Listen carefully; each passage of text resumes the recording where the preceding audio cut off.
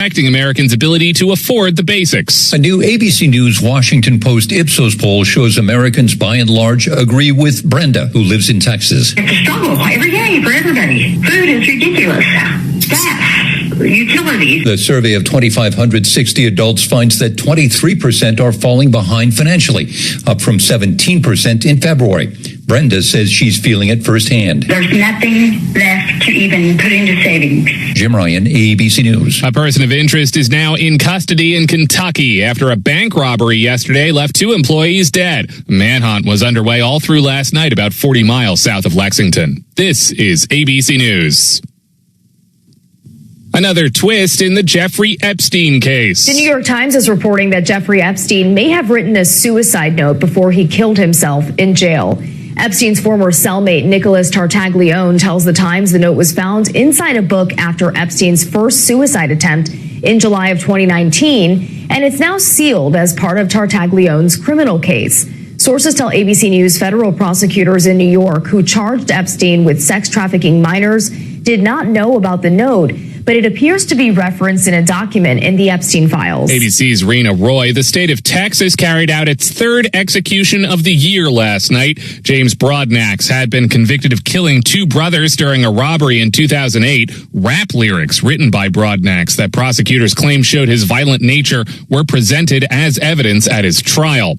And May Day celebrations are planned around the world today, from South Korea to Indonesia to Cuba. I'm Mike Dubosky, ABC News. Some kids never smile. They're embarrassed by their crooked teeth. They want braces like the other kids, but their families can't afford them. Some may even try to straighten their teeth themselves. That can make everything worse. Luckily, there's Donated Orthodontic Services, a program from the American Association of Orthodontists. It helps. Costco actually has decent clothes. We'll do it in the 10 o'clock hour. No, they're dress shirts. Yeah. They're really good. What's that?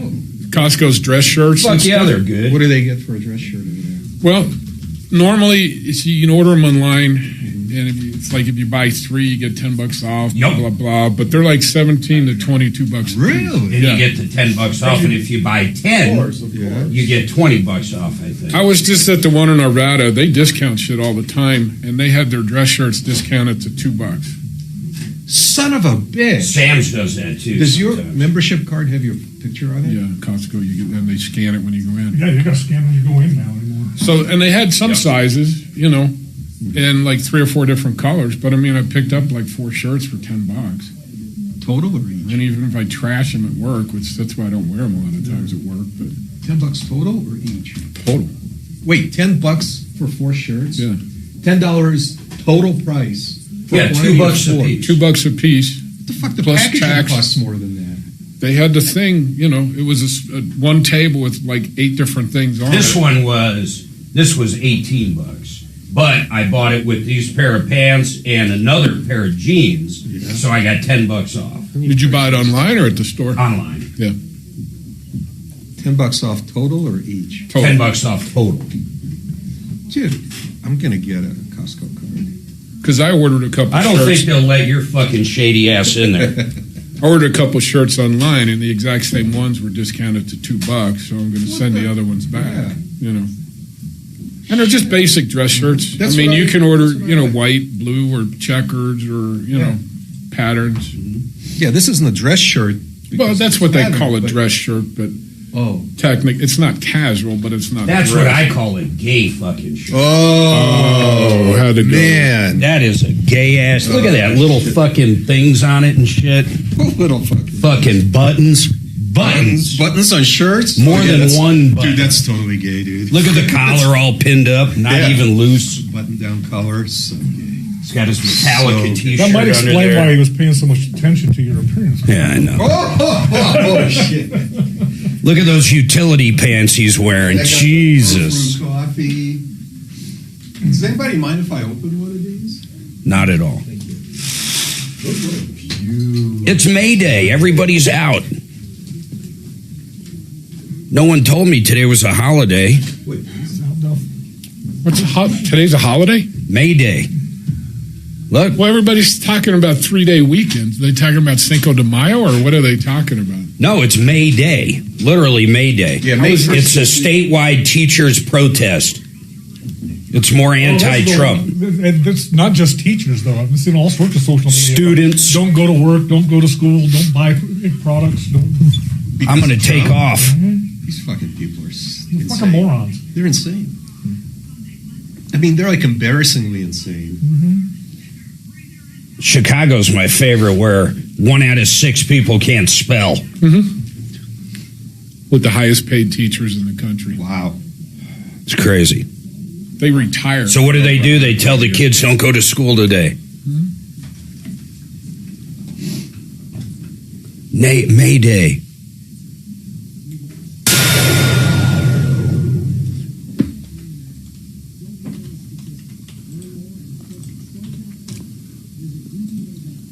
Okay, what do we got here?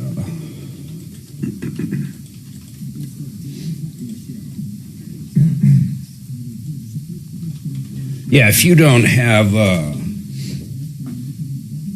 Costco membership, I mean, generally that means you're ripped off.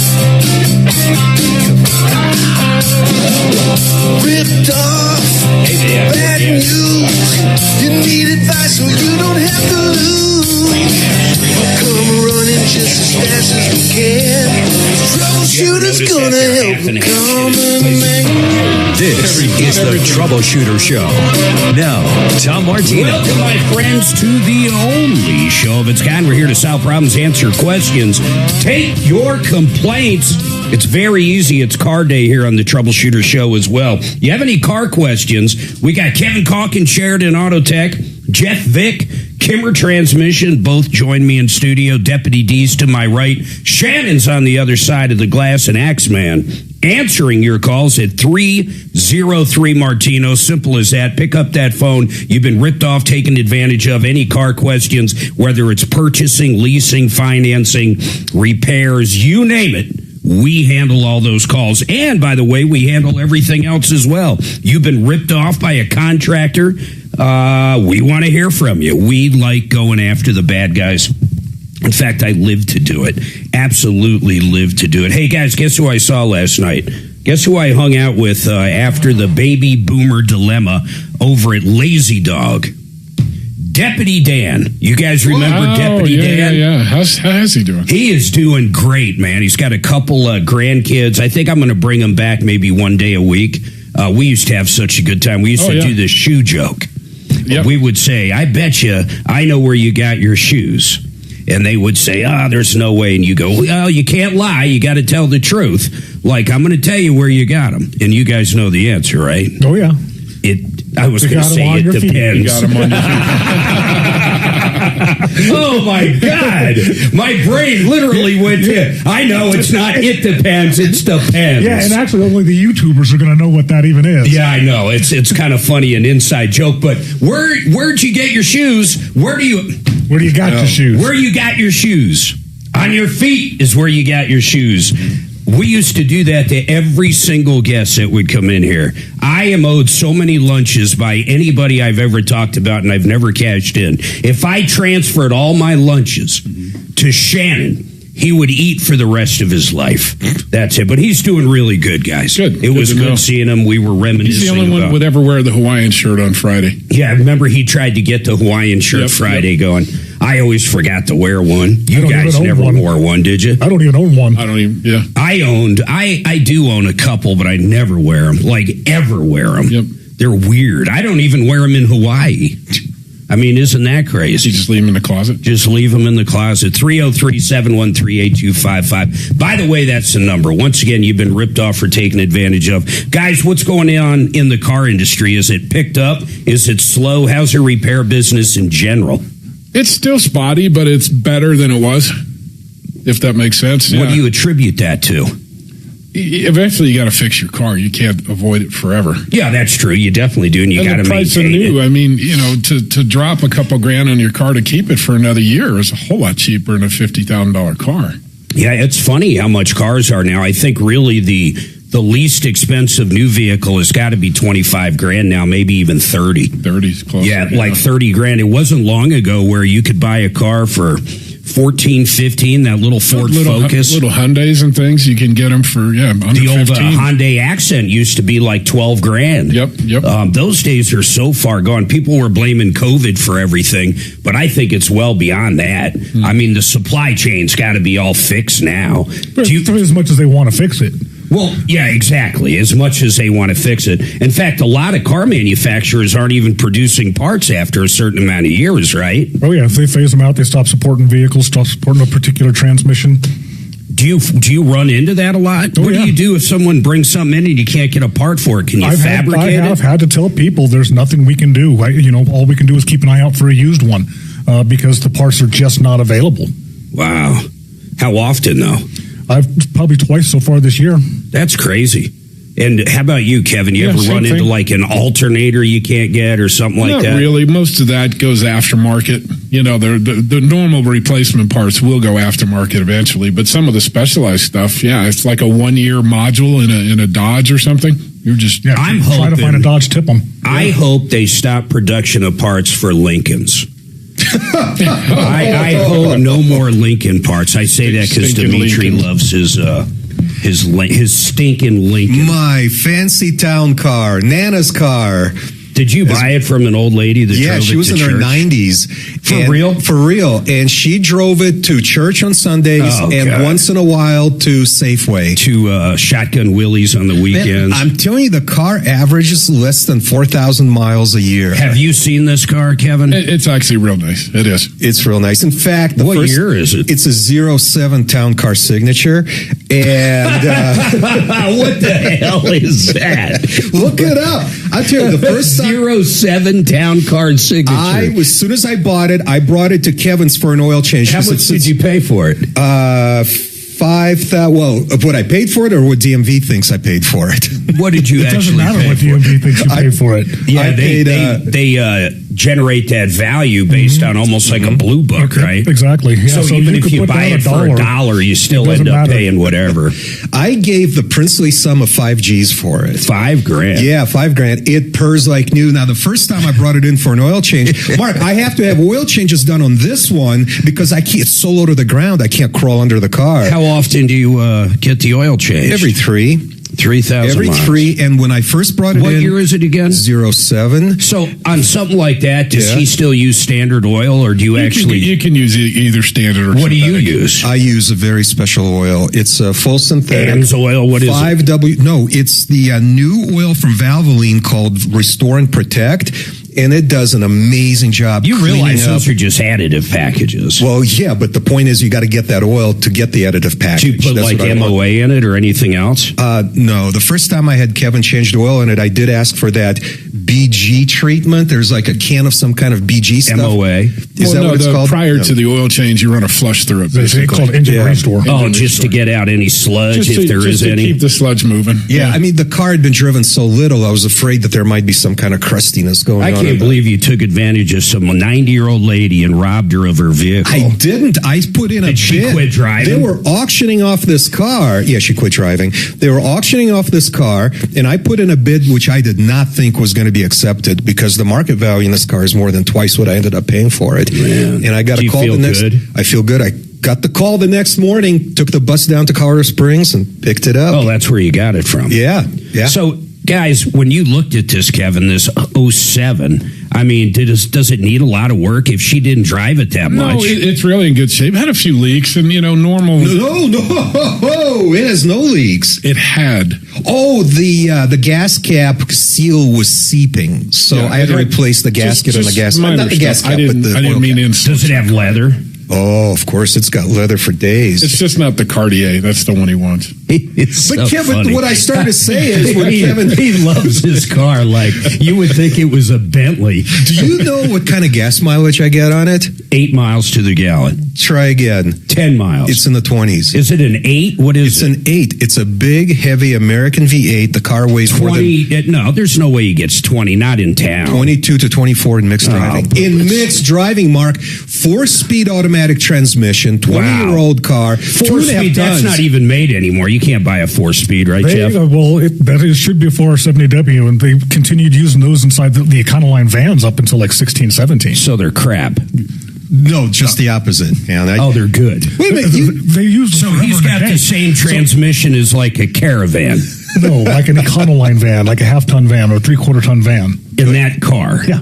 Why?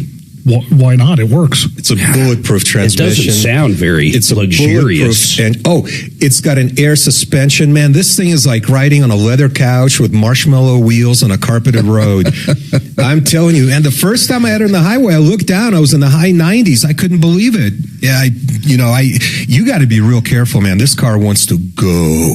It wants to go. It's got a mind of its own. It's almost sad. I mean, it really is. Remember, folks, this is the same guy that has a signature smell that he carries around. A signature smell. And don't you have your own color ink? Yeah, I do. My signature ink. Signature ink. With the scent. With the scent.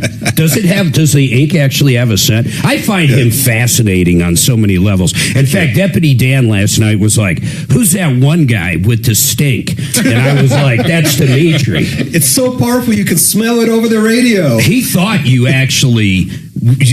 Okay, he thought he sounded intelligent a lot of the times.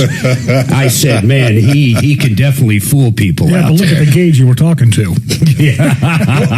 The point is, the first time I brought it into Sheridan Auto Tech, I saw Kevin looking them up for sale on the internet. He was so impressed with my new automobile. Really? Yeah. I was shocked at how much they actually sell for. Yeah. How much? 10 grand? 10, 12 grand. And he paid $5 Yep. by taking advantage of a 90-year-old lady. Exactly. Did you actually meet her? No, the transaction was handled by her son. Okay. And, but so it needs the car, the only work it needs, the bumper covers. If anybody is listening, I need the bumper covers repainted because the lady parked by Braille. But other than that, parked by Braille. Okay. Like when she feels something, that's when it's time to come out of reverse. Yeah. The parking brake on. That's all it needs. Came with Michelin tires. Her son. Those tires are probably old as hell. They weren't too bad. No, they're not dry correct or anything. Yeah, I actually checked the date code on them, and I don't remember how old they are, but I wasn't worried. You weren't worried. And her son, actually, before I got there, he took it to the gas station, filled it up all the way for me. Wow. So it was a great transaction, great people, great car. The insurance is dirt cheap on it. I bet. So full coverage. The whole value of the car is $5,000. Now listen to this. Full coverage. Well, it doesn't matter because they have to pay for the repairs. Full coverage. Why would you buy full coverage on this 2007, whatever it is, Lincoln Stinkin'? Because I don't want to lose it to an accident. Listen to this: maximum liability and maximum, UPI, IPI, maximum, all of that stuff. Yes. I think it's $300,000, $80 a month for the whole entire package. I'm so impressed. Me too. You know what? I'm selling my Teslas. The Model S, the Model X, they're gone. I'm going to find a stinking Lincoln, and you and I can cruise the town together. Oh, in comfort and style, Mark. Can you see him? He's single, ladies. I just want to throw that out there.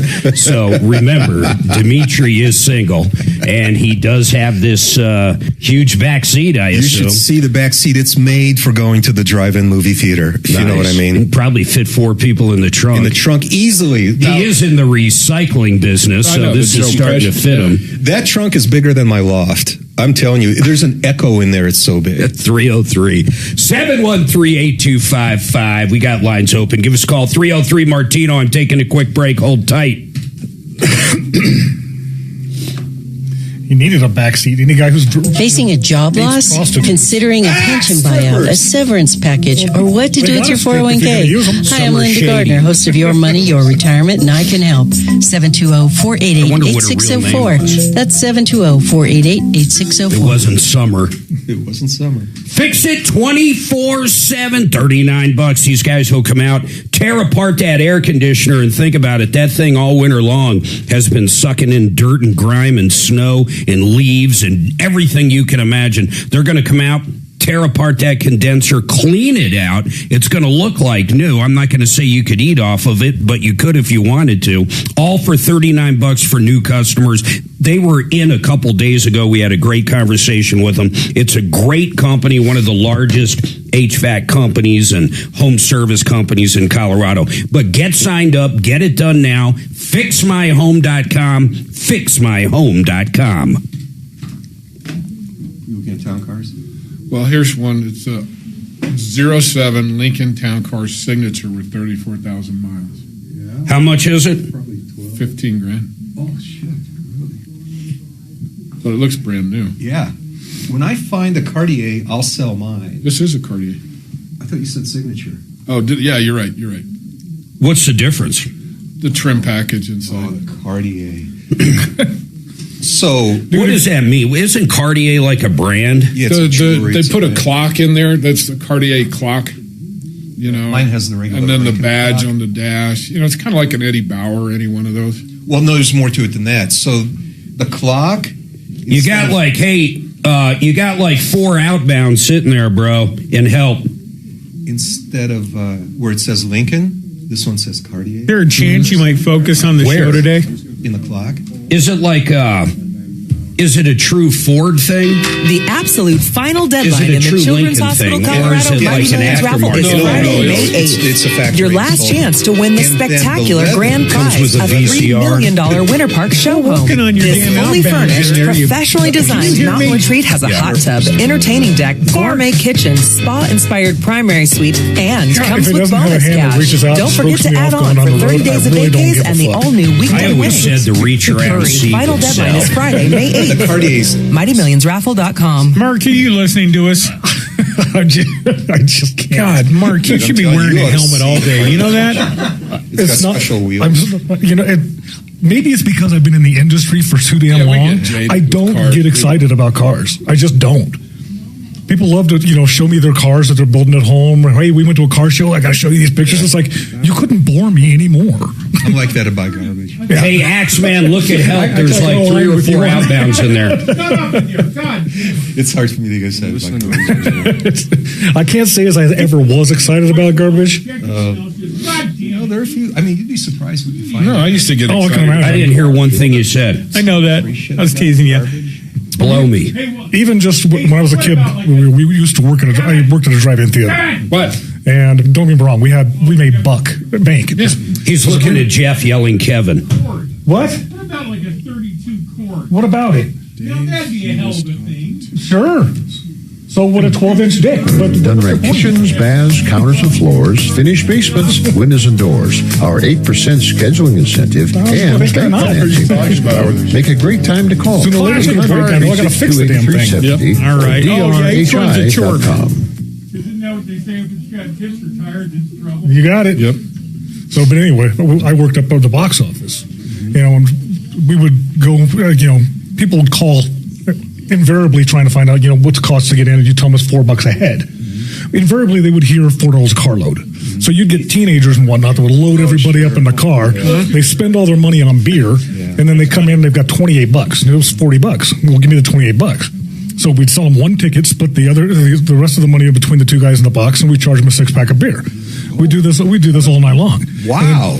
And when box went down, because we went down before concessions, we go down to concessions and collect a beer fund so we can go make a beer run, and we just go out to the bushes and get the beer.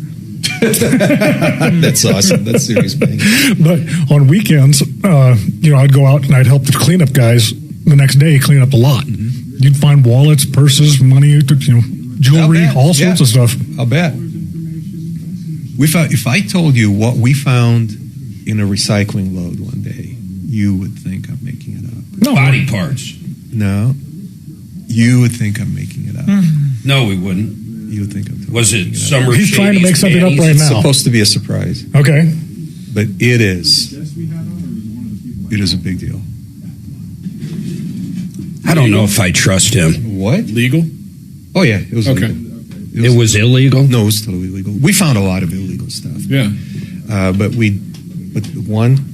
this one event in the late 90s, it's indelibly imprinted on my brain with a lot of regret.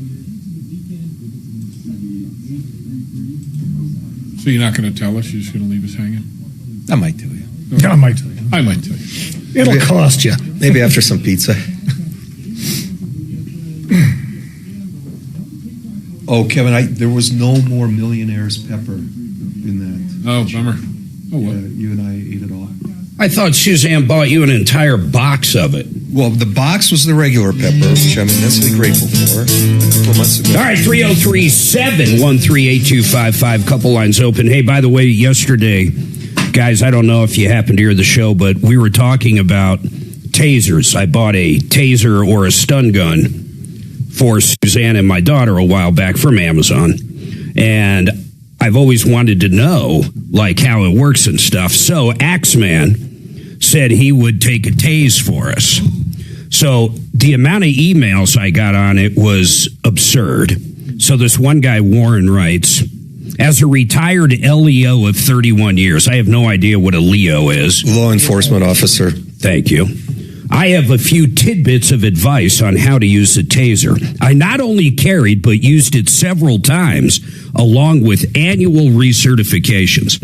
Assuming this is a real taser and not a stun gun, the top probe will fly straight, while the bottom probe will go slightly down.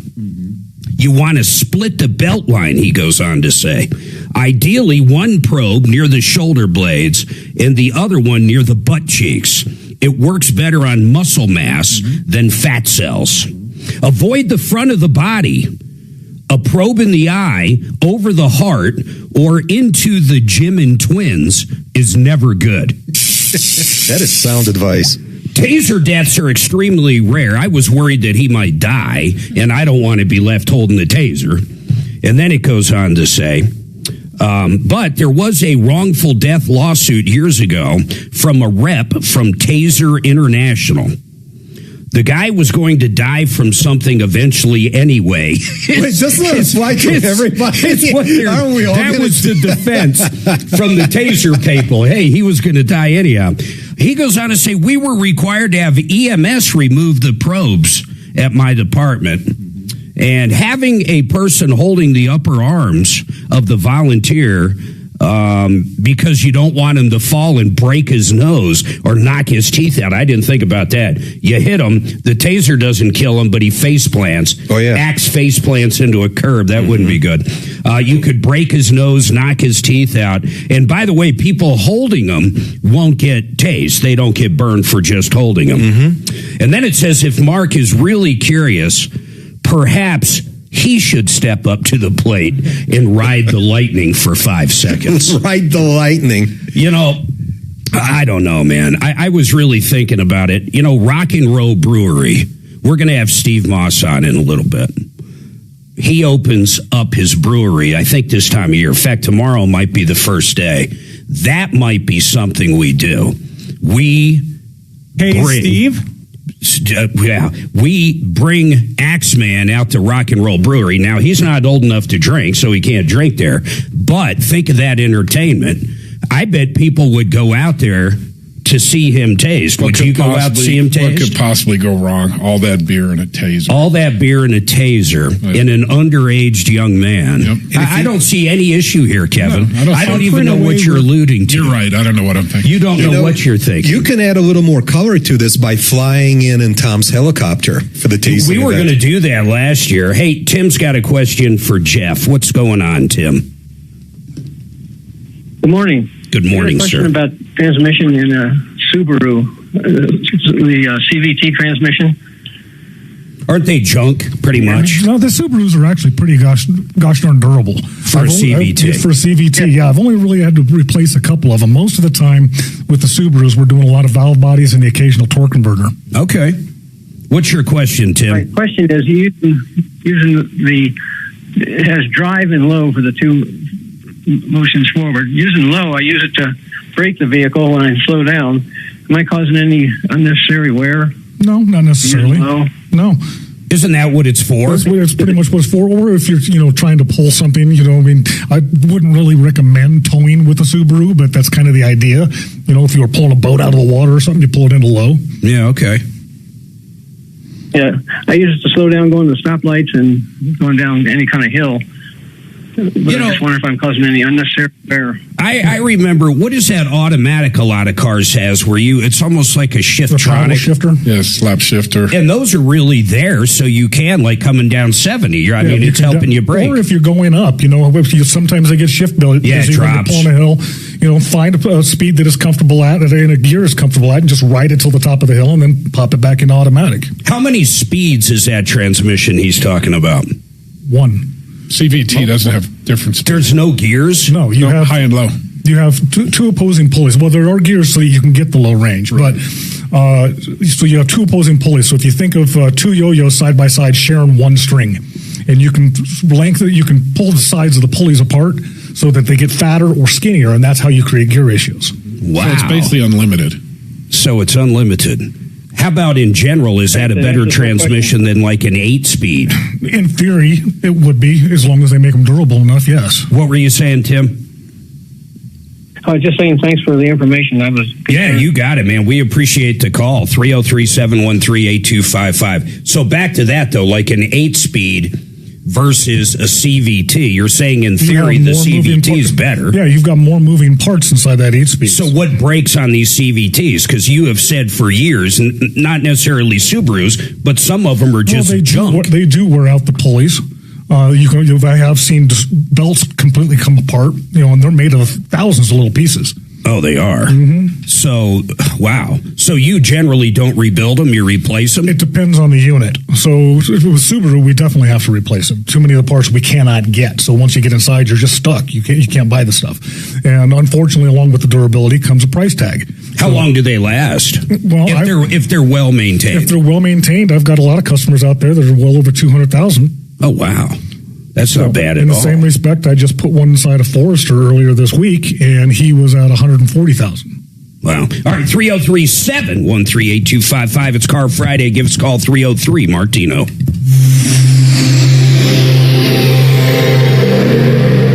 This is our job.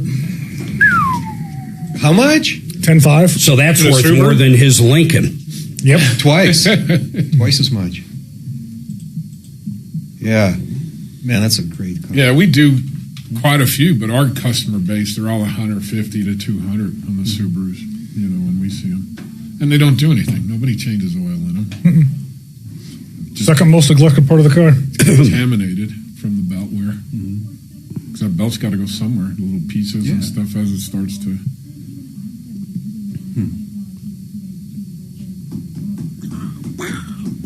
It's like that great technology with the wet belt on the oil pump now in Cummins.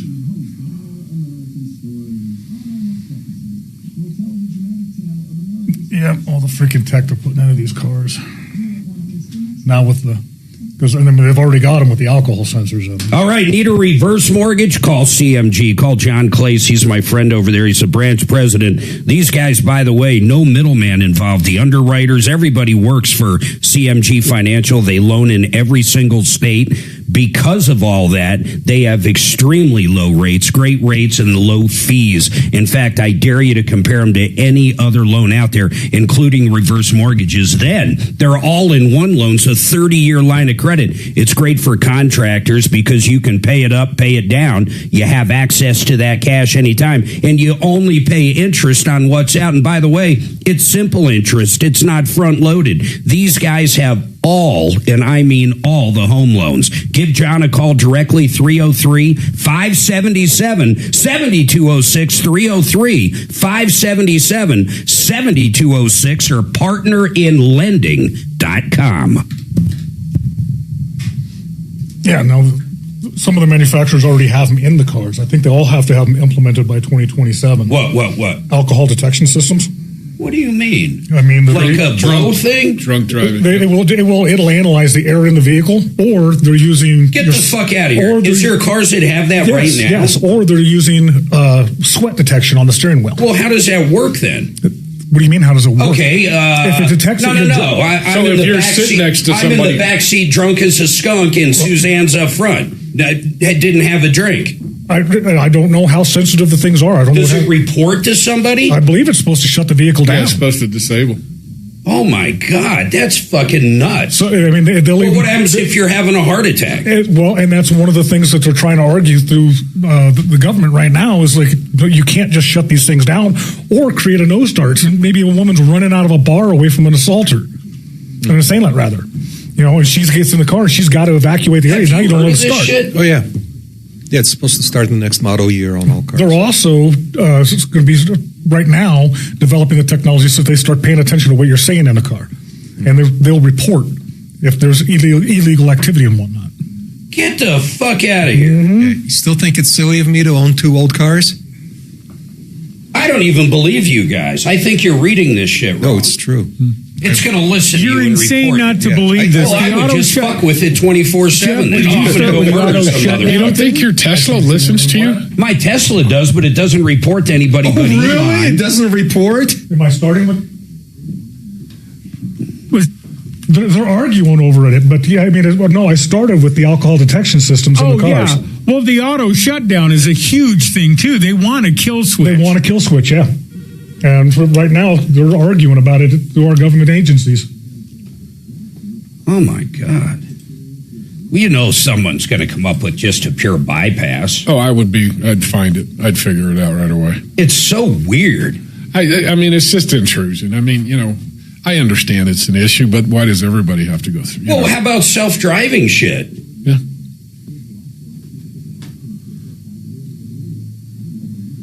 Yeah, that's insane. I have not heard of that, guys. Mm-hmm. Once again, the government's very excited about self-driving so they can turn it off when they want. I'm not saying bullshit, but misinformed. Isn't that the same thing? A lot like you.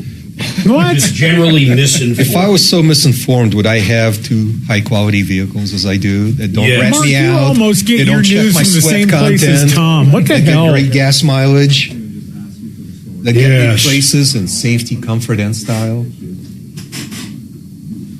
He sounds like a commercial being rebooted. This fucking thing's leaking. Yeah. I do want to buy a Mark. Let me save you some time and tell you that. Do you? Buy Mark. I've heard you say that before. Lincoln. Perfectly. If I was getting an old boat like that, I'd get a damn I still love that Cadillac. A big old Fleetwood, man. They're great too. I put up a Fleetwood against his stinking Lincoln. I had a 79 Lincoln Mark V and I had every Cadillac. Fleetwood Brom with the air ride, the whole thing. What did you like better? The Lincoln. Stinking Lincoln. Oh my God. It was, the old joke Lincolns about are basically Fords with a different symbol, right? You get in an accident, they hose like off a Ford the blood Taurus. and resell it. Oh my God, Focus. the thing was a tank.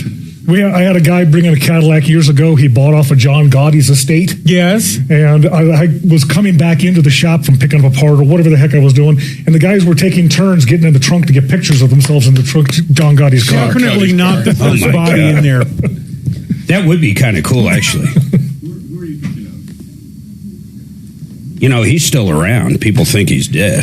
No, Gotti died. He died in prison? Yeah, down Supermax of pneumonia. Oh, maybe I'm thinking of his kids alive. Yeah, his kids are alive. I thought his kid got hit by a car. Did he? Remember that deal?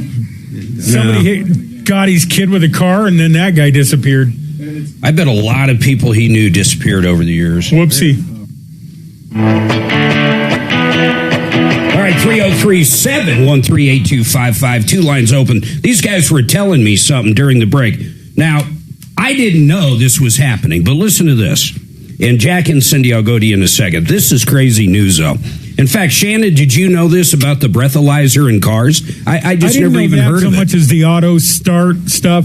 Yeah, and it's not just the breath, though. A lot of them are going to be using sweat detection. So starting next year, they're saying 2027. Some manufacturers already have alcohol detectors inside the vehicle. And if it detects alcohol, there's basically a kill switch, so you can't drive. It down. And they're arguing about it inside the government right now, arguing about just shutting these vehicles down. If your passenger's drunk, like what's an Uber driver going to do? My God, they pick up drunk people all the time. I mean, seriously, how's that going to look? How about some woman that's being chased out of the bar by a rapist, and all of a sudden her car doesn't start? I mean, none of this makes sense to me. I mean, this is in stone. It's literally happening, you're saying. Yeah, they're doing it right now. And they have to do it. They were mandated. They're mandated to put in a breathalyzer into all cars. Or sweat detection. Some sort of alcohol What the hell is that system. sweat detection? What does that mean? They will literally detect the alcohol through your sweat in the steering wheel. Like through your... Oh, my God. Okay, so they wear gloves. I mean, this sounds so stupid. Talk about an overreach. I make fun of Dimitri a lot because he's so... Well, he's paranoid. He's a wacko. But I will say... This is really crazy. That's so invasive. I can think of so many scenarios where if your car didn't start, you might be dead. I mean, really, think about that. How about if they're driving down the road and they open up a beer? Does the car just stop on the highway? I mean, how does this stuff work? It just prevents it from running, I think. So it won't stop? They can't leave. No, I mean, it's just like it's like the OnStar. They can't stop a car on the road either. They can put it in a disabled mode where it slows down.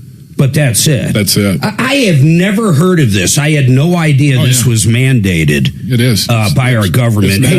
Hey, Jack, what's going on with Social Security? Good morning. Good morning. What happened is this. So I was very close working with the Coalition for the Homeless and getting an apartment. They've been great. They've done everything they could do to help me. We've also got everything we could to get it done, me and my wife.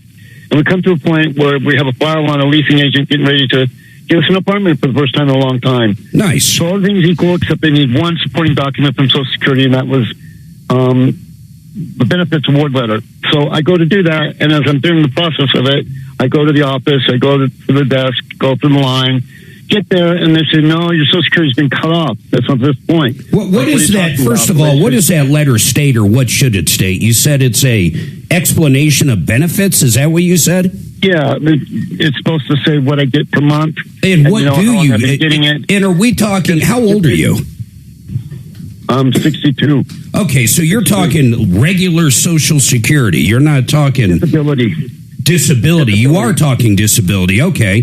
So you go to get the letter and they cut off your disability insurance or your Social Security? Well, I find out that I have been cut off. I was anticipating my check to be coming on the 3rd, as it always has. I've been on it for over 20 years. I'm always, with... What's your disability?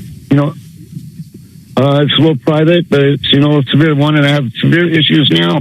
Well, I guess I'm asking because how did it go away? Like, if you have no arms, I don't assume they grew back. So why all of a sudden did they cancel your disability after 20 years? They said that I would, sir, I believe, I hear you, and the reason why, the point blank, is they say that I was incarcerated in jail, and now I owe them $3,000, and the back pay is February, March, and April. Okay, so if you're collecting disability and you are in prison, I assume they cut off the check because the state's paying for you? I mean, I don't know the answer to this.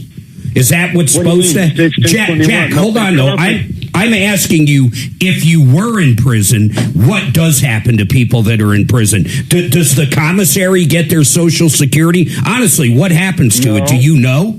The letters that I received say that they could come to your family or people that be set to have that money in your file or whatever.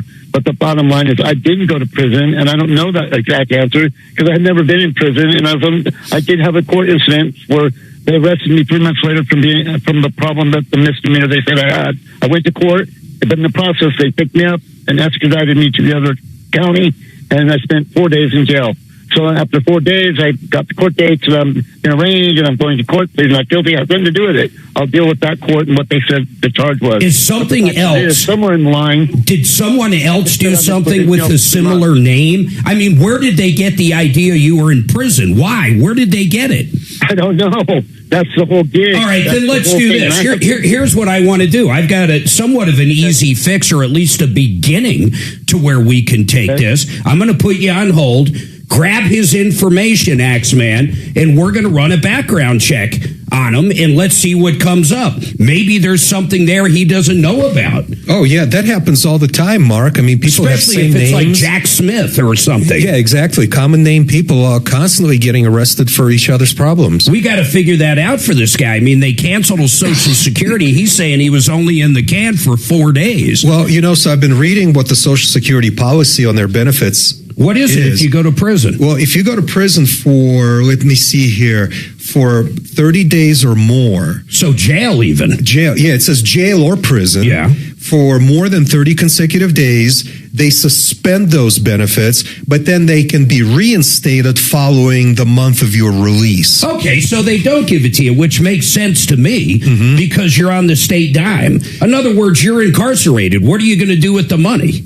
Right. Well, you could save it up and. Or how about like your family? Could the family get it? No, it says they are suspended. But that's just for disability. It actually, SSI, Social Security. But if you get a regular Social Security check, if a 70-year-old that worked his whole life, getting $3 or $4 grand a month in Social Security, goes to prison for a year, does he get that? The way I read it, that's paused as well. That's paused. Did you guys know that? No. I mean, when you were in prison, Kevin, did you get your Social Security? Yeah, I did. I didn't tell him I was there. So that's crazy. I never really thought about that. I do wonder how the spousal benefits work. I wonder if the spouse can get half. Something like that. Yeah, pay the mortgage or something. Yeah. Yeah, well, let's figure out what's going on with Jack. Let's get that information. We're going to run a background check. Axeman, I need legal name and his birthday, and we'll see what's on his record. Simple as that. And then we'll try to help this guy out. If it's phony baloney, I can get one of our attorneys on. Well, Mark, plus it sounds like in the case of our caller, they think that they kept paying him while he was supposedly in jail. So he owes money. So, yeah, they say that he owes $3 grand. So this is kind of a big deal. And this throws a whole wrench into his plans of getting this apartment by the coalition of the homeless. That's right. That's exactly so this is not a good deal. Let's figure that out. Cindy, she's got a contractor problem. We're going to dive into that. Hopefully we get this information from Jack. We'll do a background check. If we got to get Joe Lazara on here, maybe he can help straighten this whole thing out. Everybody hold tight. 303 Martino.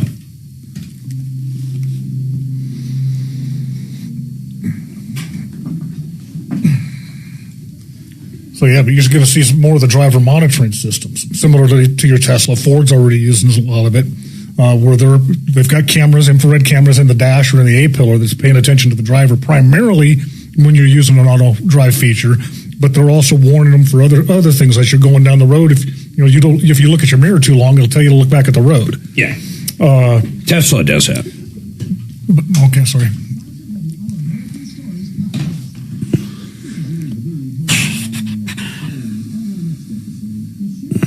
Well, his Lincoln has an AM radio, so there's that. And an 8-track. Frank Duran, the real estate man. Frank sold our home. He listed it on a Friday. We had almost 100,000 people virtually walk through our house that weekend. He did this, I think it was called a Matterhorn. It's a 3D walkthrough. We had people from California, New York, and everywhere in between. What was amazing is come Monday, we had about 20 offers. Then the magic happens. A bidding war starts, and we got more for that model home than anybody else did at the time. Then he saved us a ton of money on our new house by his negotiating skills. He's the best out there. In fact, Frank Duran sells more homes in 1 month than most realtors in Colorado sell in over a year, and he does it for more money. FrankDuranHomes.com. But as they're learning and listening to you and paying attention to your driving habits, they're sharing this data with insurance companies and so on and so forth. You're going to the point that a lot of the manufacturers now have to start putting a privacy not included warning label on the vehicle. So how ours works, it's pretty lenient now. Honestly, if I have my phone here, long as I'm looking this way, no issue at all. I mean, it just doesn't care. It used to care. It would see a phone and freak out on you. Now it's pretty hard for it to freak out. But I'm 95% self-driving. I mean, I almost never drive. But you do have to maintain eye contact. Right. I think it looks at your head going out the window. So if you're looking this way, it knows it. But you still have like 10, 15 seconds before you even get a warning. Yeah. No, they had a thing I was reading about it. She got not pulled over. She passed out. Mark, I put she thought the Tesla would get her home. Thing. So she plugged it in, and the Tesla stopped on the side of the road when she passed out. That's crazy. Yeah. At least it went to the side of the road. Well, they said road. I'm assuming side of the road. It knows police now, fire trucks. I almost never. I mean, it's so self-driving at this point. It's silly. I just chuckle when you said you rented a car and almost wrecked it. Oh, God. The worst part was the directions, man, because all you do is tell the car where you're going, and it goes there. You don't even pay attention to turns or anything. Then all of a sudden, I'm in this rental car, and I flew by the same exit for the airport. I flew by it. Suzanne's like, we were supposed to turn there. I'm like, son of a bitch. So I do a full U-turn to come back and flew by it again. You got to drive like us mere mortals now. Yeah. It's so nuts. And it was a fucking Jeep. I will never rent a Jeep Wrangler again, ever. Ever. I got this stupid Hertz, like President Circle bullshit, because that's all I use is Hertz. And so you get there, you don't have to go to the line. You just go to the President's Circle, and you can choose any car that's there. So I was like, wow, that's a pretty cool looking Rubicon. It was really nice. I was like, I never even drove one. I'm going to check it out. It fucking drove like a Jeep. It was loud like a Jeep. I didn't like any part of it. My parents, this was in Florida, they couldn't even get into it. Yep, so I ended up driving their car. And it's wide. It's just, I'll never get a Jeep. Ever, ever, ever.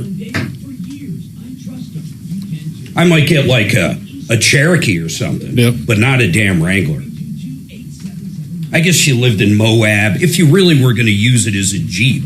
It's a Jeep thing. People either love them. It's And they Subaru, put same these thing. fucking ducks in them. Have you seen those? Yep.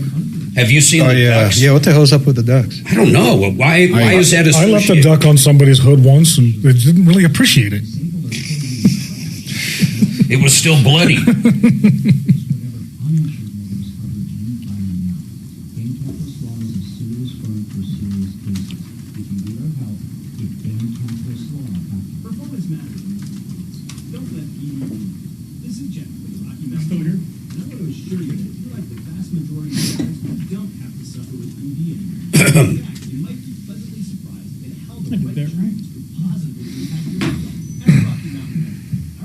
I get so bored when she's out of town. We do everything together. It's like, it's fucking crazy, man.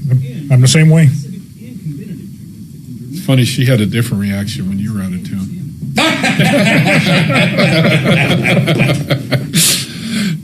She was laughing. She said it was just so quiet and just she was sleeping and just relax. And she says, you know, I'm always tossing and turning and pulling covers and stuff where she doesn't. So, like, when I'm gone, literally, my side of the bed, you don't even know anybody's there. Except for the dog here.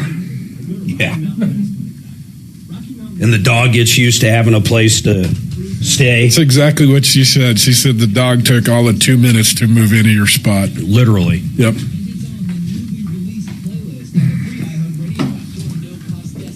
Was she on her girl trip? Yeah, so they were going to celebrate last year. Her and her cousin turned 50. They're the same age, and Suzanne actually lived with her for a little bit growing up. And they become close in the last 10 years, and they were going to do something, but cousin had a pretty bad year last year. So then they decided, yeah, let's go to Nashville. All right, 303-713-8255. 303 Martino. Cindy, hold on 1 second. She's got a problem with the contractor. Hey, Axeman, did you get Jack's information? It's on the notes. What? It's on the notes in the call screener. Oh, you see him. His social, not his social, but his DOB. His date of birth. Oh, yeah, I do see it here. All right, cool. We're going to run a background check, hopefully over the big break. Usually I have Suzanne do that. But she is not here today. Hey, real quick, Steve Moss, what's going on, man? Are you opening up the brewery tomorrow? Yes, sir. It'll be our season opener, 2006 season opener. It'll be tomorrow from 2 to 9. You can book it free spot on rockandroll.beer, and it doesn't matter if it's an N or A-N-D, rockandroll.beer, not .com. And the first segment's booked up solid, so we can only have 25 at a time. Yeah, it's interesting. That's why we have these reservations. And the other's a lot of, quite a bit of room in the other two shifts. Yeah, I got to tell people, it's really a cool place. I was out there multiple times last year. It's very unique as a brewery because it's basically kind of set up on his property, and there's pretty much like a barn there, or kind of like a garage, the brewery itself, and then an outdoor area, and he's always got games set up. But it's really cool to check out if you've never been there. There's a lot of brewery people listening that know that Suzanne and I love going to different breweries all around the country. If you haven't been to Rock and Roll, you're missing out because they're not open all the time. Steve, what is your schedule mostly this year? Is it Saturday, Sunday? What is it?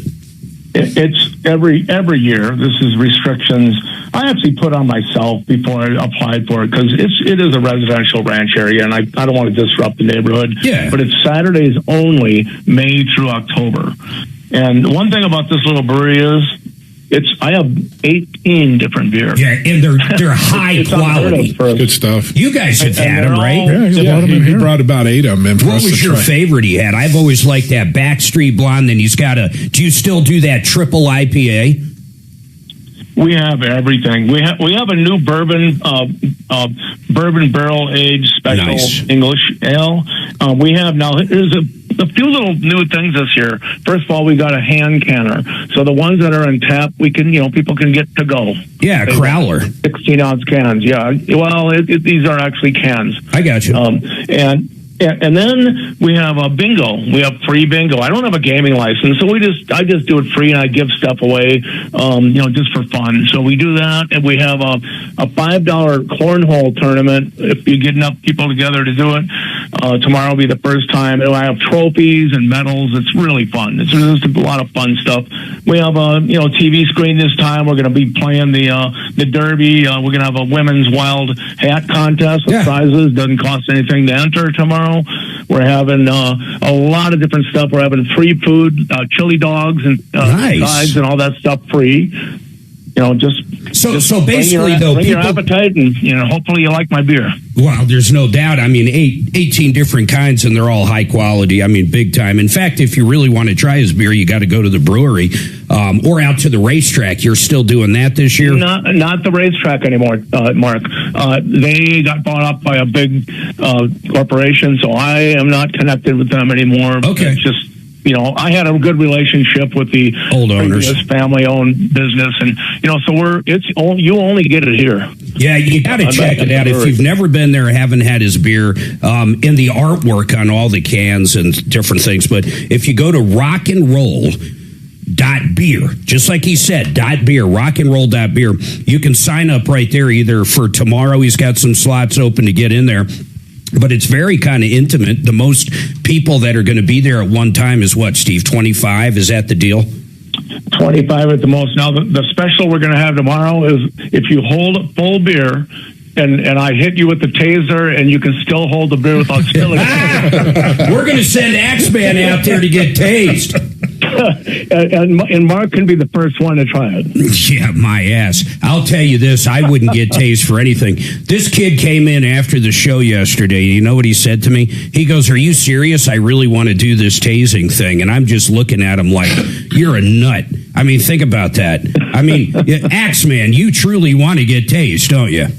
I'll get tased, yeah. Well, if he wants to know what it's like, just go up to a cop and punch him. That'll do it every time. Yeah, imagine that. Mine's a little stun gun, too. Mine's not like the dart shooting thing like the cop who sent it to me. Anyhow, listen, Steve Moss, it's great talking to you. We'll talk to you a little more throughout. In fact, if you want, call back later on today. We'll reach out to you again. But rockandroll.beer, get set up. You're going to have a great time out there. He comes in studio with us occasionally as well. Rockandroll.beer. Everybody hang tight. We got a lot coming up. Well, that worked. That did it. And we want to do pizza today. Yeah. See if you can get Joe Lazara. Boy, is he making pizza now? Good name for it. He's making a pizza pie. A pizzeria. What's the place called, guys? Pudge Brothers. Pudge Brothers DTC. Oh, yeah, DTC. Quincy Avenue. I'm still bummed Anthony's. I will. You give me the high sign when to kill YouTube. What's that? Give me the high sign when to kill YouTube. Why? Because you're going to be reading a credit card over the phone. Oh, no, it's all online. Oh, okay. Yeah. But It's read docs. it out. Hey, Don't worry, it's docs. Hey, just to make sure, read it out loud once. I will. So do Don't forget the 3 digits on the back. So if anybody wants pizza, we're going to give you a credit card to order pizza. Oh, we have time. Okay. Pizza, specialty of pies. Do I add this one?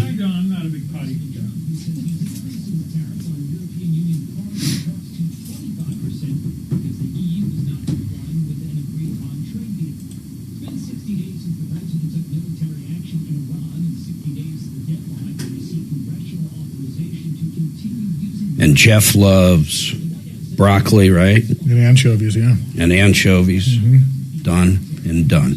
And some pineapple. Extra pineapple. Extra pineapple. And Mediterranean chicken. Mediterranean chicken. That does not sound It's a Jersey girl. You like the Jersey girl, right? That's the one Kevin fell in love with. Everybody seems to like it, so stick with what you know, yeah?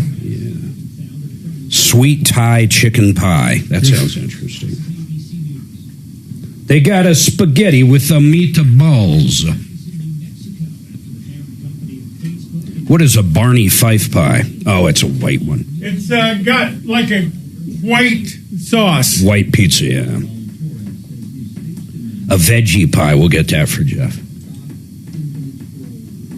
Well, I am actually a strict vegetarian. I just, I prefer to get mine after it's been recycled. They got too many sauces. I don't know why anybody would get some of these sauces. All right, take it easy. Quit complaining about every goddamn... Shut up. Mozzarella. I cannot speak highly enough of Pudge Brothers. They're definitely good. And good guys.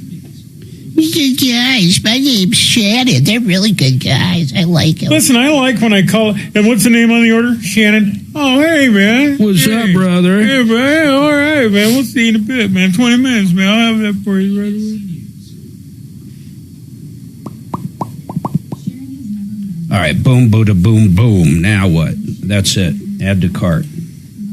All right. $79, Man, $89, I love some of these. $99. $112. For pizza? Yep, $114. It's the tip that gets you every time. $175. We are not accepting pickup orders. Oh, you bastards. We're not picking up, first of all. Son of a bitch. It's going to make me start over. These pricks. There.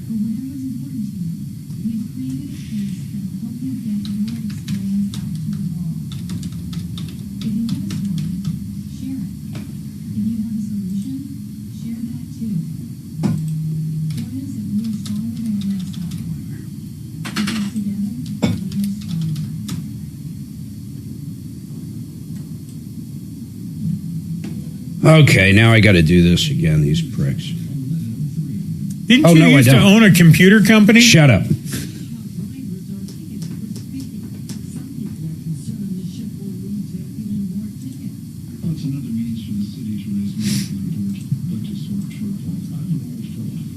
Your delivery order.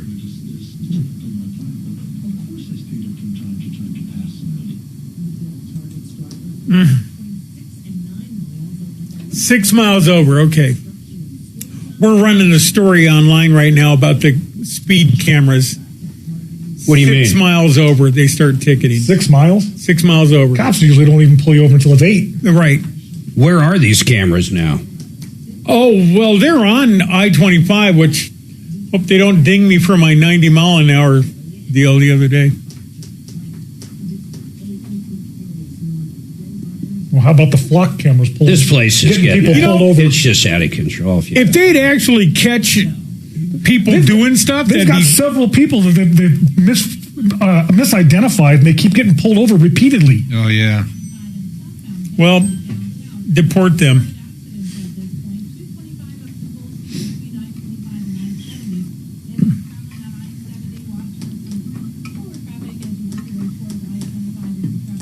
My God, this is taking forever. You're still ordering a pizza? It wouldn't let me. It was 1 minute behind when I went to the website, so it said, fuck you, basically. Oh, because they weren't open yet? How do you end up getting VIP Taylor Swift tickets with that skill? Or is it all Sue's? She's pretty good at it. I've seen her over in waiting rooms here just freaking out. I know. It's great. You know, that last Taylor Swift, it took her, she was in the waiting room 4.5 hours. 4.5 hours, and then she got the tickets. 4.5 hours. Think of how silly that is. Of hitting F5 until your fingers bleed, right? refresh. I don't think I'd wait for my wife for 4.5 hours. No. Get a new wife. Did that once. Okay, this is absurd. It's still not taking it. I'm just going to go back to the stand. Do you want me to try it? Shut up. I'm going to do an Maybe iHeart has a pizza firewall now. Jesus. Were we able to get Lazara? I texted him. I'm about to call him.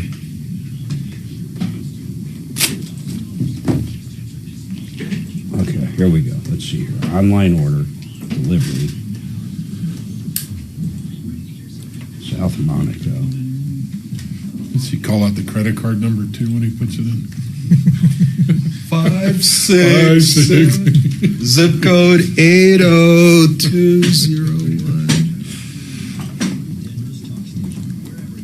Oh, this is so absurd. All right, here you go. They're going to have to wait, Shannon.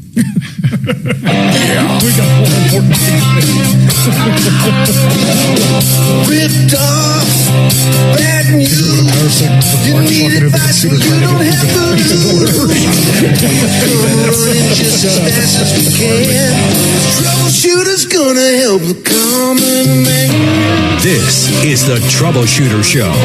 Now, Tom Martino. Welcome, my friends, to the only show of its kind. We're here to solve problems, answer questions. Take your complaints. It's car day. By the way, joining me today, Kevin Calkin, Sheridan Auto Tech. Kevin, what is going on, sir? Nothing. Just beautiful day today. It is beautiful compared to, we needed the rain, but I had snow at our house yesterday. Yeah, that's cool. Snow. That's normal. But it just, sunny. That's what I like to see. Yeah, it is cool. Jeff Vick, Kimmer Transmission. Jeff, what's going on, man? Well, like we were talking before, the workload's a little bit schizophrenic, but, it's all still coming through. People's cars still break. You still got to fix them. You got to get to work and you got to get to the soccer practice. Mm-hmm. Yeah, you have to, man. Once they break, transmissions, your average ticket's got to be. What is the average transmission? $5,000, $4,000, $3,000? I'd say you're probably in the fives these days. There's definitely a range where you can go below that.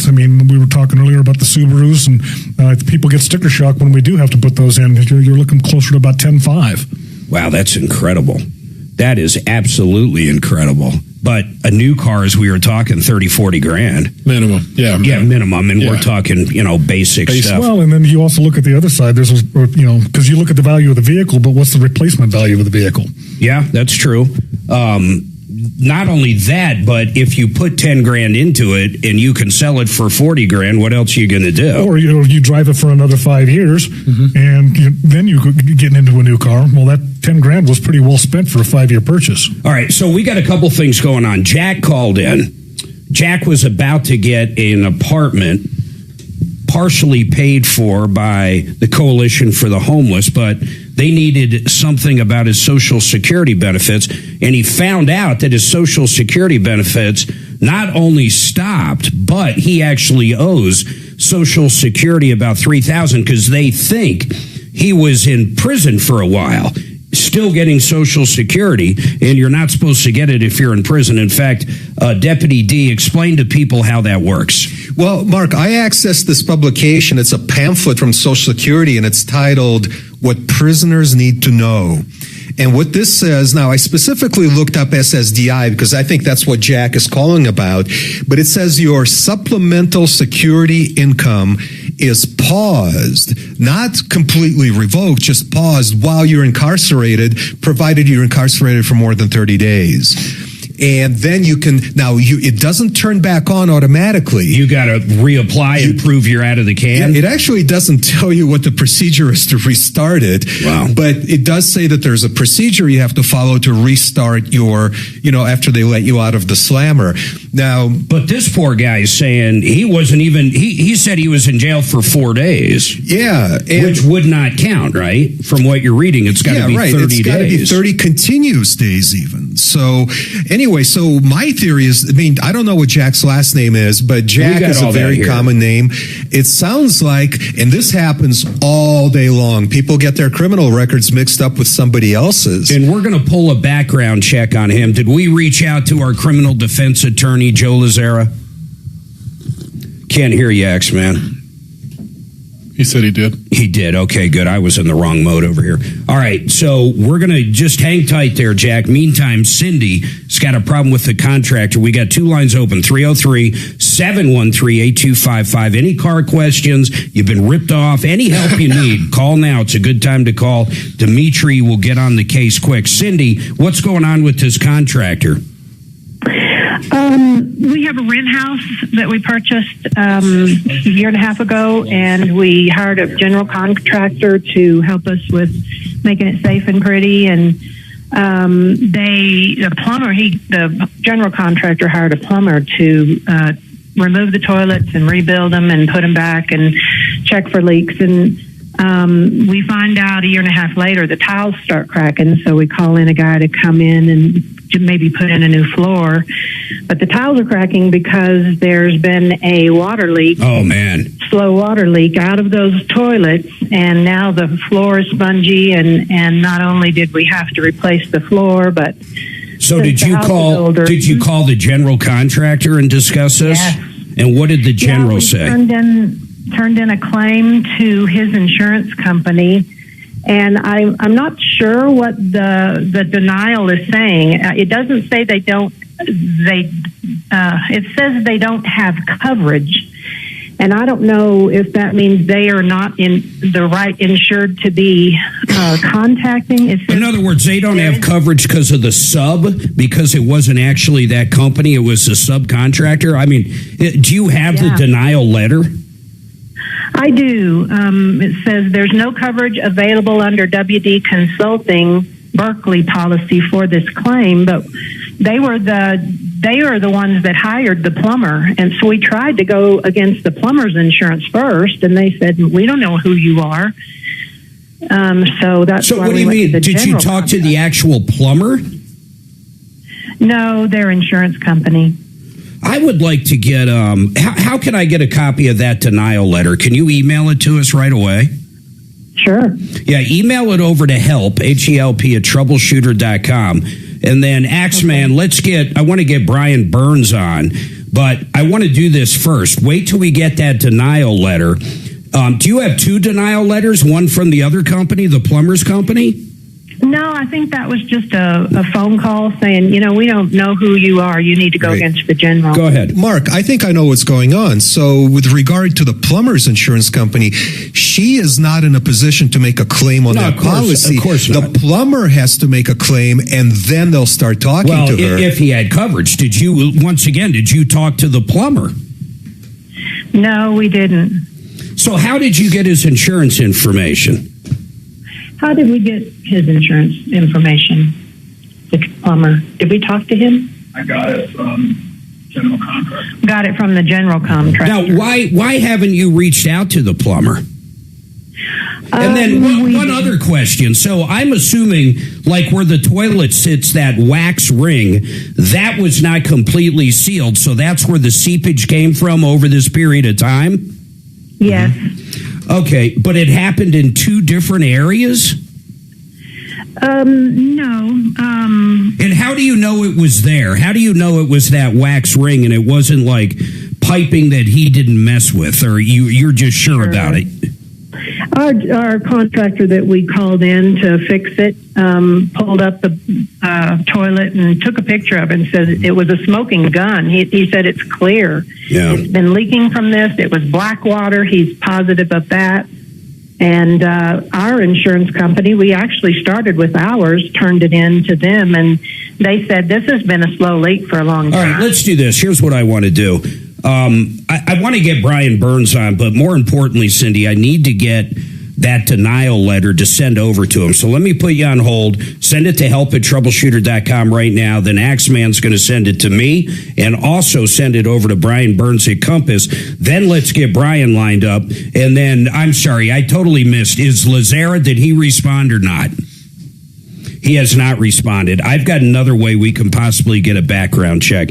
So go ahead, D. Hey, I just thought of another angle. If the general contractor is the one who provided our caller with the plumber's insurance information, it could be that the general contractor is named additional insured on the plumber's insurance policy, in which case the general contractor can make that claim on her behalf. Yeah, but he's saying they tried to and they denied it. No. They said he didn't have coverage. No, so it sounds like the general contractor made a claim on his insurance policy. Oh, I see what you're saying. For this, and that's the denial letter we're talking about. Well, let's ask Brian, because what you're saying is the general contractor could put a claim on the plumber's insurance. If he's named as additional insured on the plumber's insurance policy, which kind of makes sense, which would be the explanation for why he even has the plumber's insurance information. Hold on, you just made me think of something.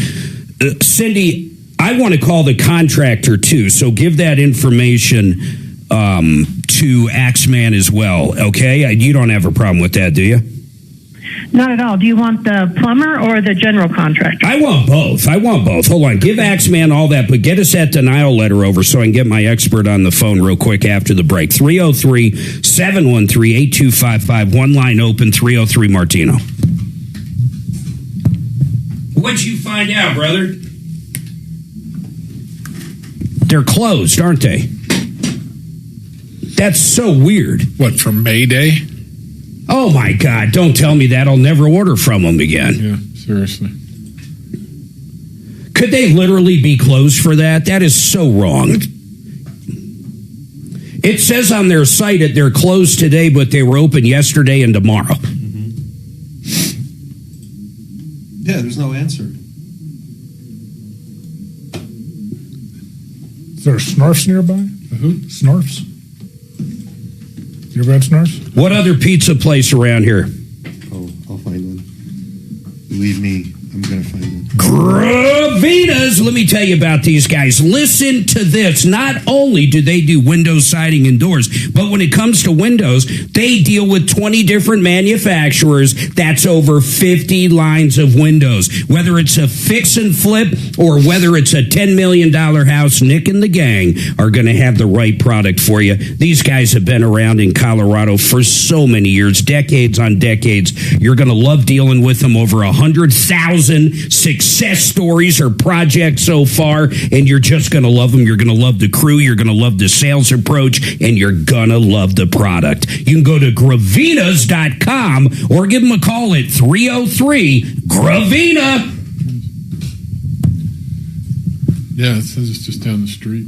Who is it? Snarfs. What is Snarfs? Sandwiches? Let's see. East Orchard.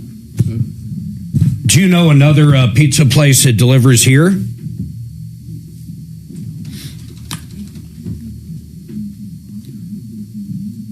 I can't believe they're closed. I can't believe it. That's really shocking. On a Friday. Well, maybe they had nobody coming in.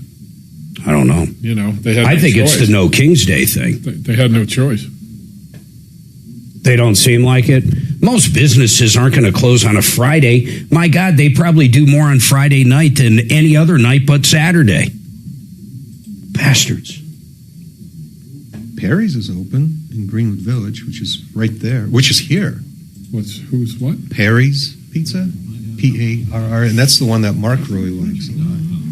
Oh, are they here? Yeah, they're on South Holly Street. I can't view the thing. They're just down the road. They're down the actual street. 5970 South Holly.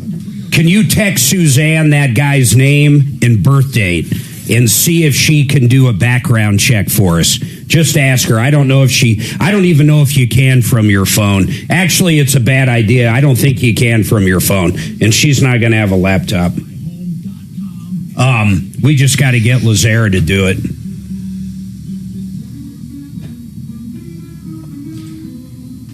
Also, Mark, I think is what the denial letter is, but I can't really tell. It's like 100 emails forwarded at once. Send it, forward it to me and Brian, and then let's get Burns on.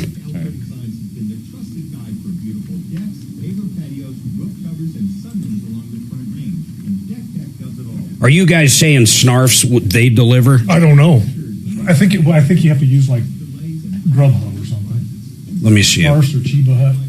I'm gonna try. Let me just try Perry. See if they deliver here.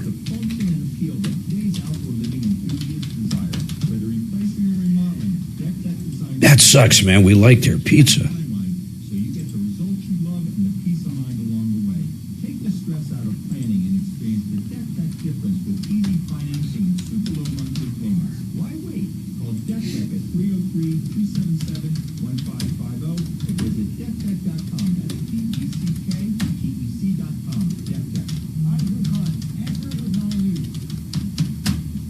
Yeah, they still deliver. Yeah, they deliver here. Perry's? Yeah, I'm doing it right now. I can't believe Snarfs has that many locations. I've never heard of them. They're freaking awesome. The only better sandwich in Colorado is Chiba Hut. Is what? Chiba Hut. The sticky icky and all those crazy titles they use. Yeah. Because they base everything off of drug use, marijuana. Their bread's good. They just don't put enough meat on it. Snarfs is healthy. Snarfs is. Usually, I can't eat a whole 7-inch. I end up having 2 days worth of lunch. Oh, wow.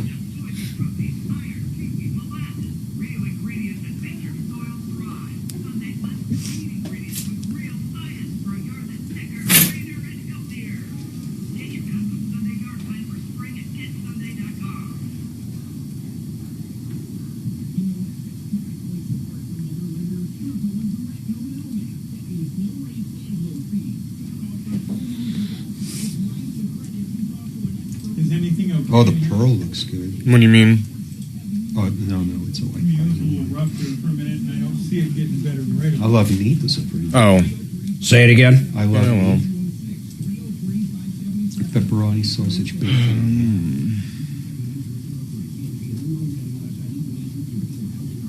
Sunshine returns today with highs near sunshine.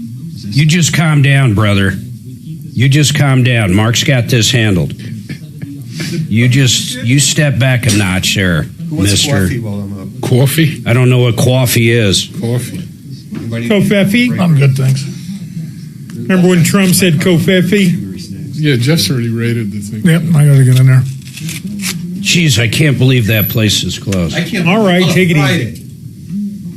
Coming back. And Shannon's been bragging about these people. All right, 303-713-8255. We're waiting for a couple of our experts to get on. We're going to figure out what's going on with this guy's Social Security. Then we're going to reach out to this contractor. Did we get that letter, the denial letter, and have we sent it over to Brian Burns yet? I believe it's the denial letter, and I did send it, yes. All right, let's get Brian lined up. Meantime, we do have one line open, 303 Martino. I'm waiting on two experts. But who do we got here? Ira's got a question on the transmission. Go ahead, Ira. Hi, Mark. How are you today, sir? I'm doing good, man. How are you doing? Good. I've got an interesting situation. I have two 2014 Honda Accord EXLs. One has got 160,000 CVT transmission, no problems. I bought another one, a used one. I got it all fixed up, except I found out the transmission needs to be replaced. Some nice ones, and I couldn't find them. I've got two quotes, one from a Honda dealer and one from a very reliable transmission clinic in Colorado Springs. Who is it in Colorado Springs? I'm sorry? Who is it in Colorado Springs? Which, both of them? No, not the dealer. Who's the transmission shop? What's it called? Transmission clinic. They've been on your show. Yeah, They sold probably about 3 years ago. Did you know that? Yeah, Don sold out. He retired, etc. I sure like Don. I really like that guy. He was a cool cat, man. I'm sorry, but keep going. Okay, now I know you're talking about. They treated me very well. Yep. Yeah. So anyway, the two quotes I got from the transmission clinic, it's a remanufactured transmission for $7,000, and Honda had quoted me $8,600 for a new one. Because they say they can't rebuild those transmissions, they have to replace them. Both have a 12-month, 12,000-mile warranty, and I'm just kind of tossing up here. What would your opinion be on these transmissions? Do I save $1,600 or I've had many Hondas and I've never had a transmission problem in my life with them. So what are you thinking, Jeff? I would actually have to call. I mean, odds are they're buying that unit from Honda. I sincerely doubt that it's a brand new unit from Honda. Those are typically rebuilds that also go through the dealership level as well. So you're probably better off. Honda? Yep. So you're probably better off saving money going to the transmission clinic. Oh, okay. That was what I was just kind of looking. Because, how about price though? You're saying the transmission clinic is coming in about $1,600 lower. Where would you be at? Probably the same place as about the trans clinic. Okay, I got you. That's not. Is that standard 1212? Because that's light on the warranty. There are a lot of them are 1212. So is Subaru. Because Nissan is Nissan's carrying a 3 or 100,000 as long as you buy their installation kit. Exactly. But yeah, some of the other manufacturers maybe 3 or 50,000, 3 or 36,000. They're all over the map. But I heard 1212. Most of the time when I'm dealing with Asian builds, it's usually 1212. Okay. Yeah, okay. I mean, who is this speaking? That's Jeff with Kimmer Transmission. That's all he does. He literally lives and breathes transmissions. Okay. Yes, I'm a very boring individual. I'm pretty sure he eats them for dinner too. So Jeff, honestly, I think you should use Jeff, but that's just he's in the Springs too. I don't care. Okay. I mean, that's a big ticket item. That's that. Jeff, because I spoke to you because it was another fee to go up there to have it.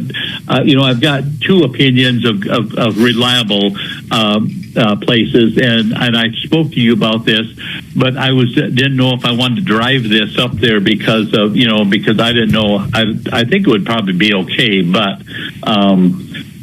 Oh, I see. You don't even know if it's drivable, but you don't want to do any more damage. If you're replacing the whole unit, you don't care if you're doing more damage. Oh, that's true. Yeah, well, that's true. But the thing with it is I didn't want to spend another couple $100 on evaluation fees when I've already spent, several amounts on these other two already. So I'm looking for kind of where do I draw my line as far as cut my losses and just get it done. Yeah, I mean, I think most likely the product you're getting is the same product. It's just a matter of whether or not you want to pay that higher labor rate going to the dealer.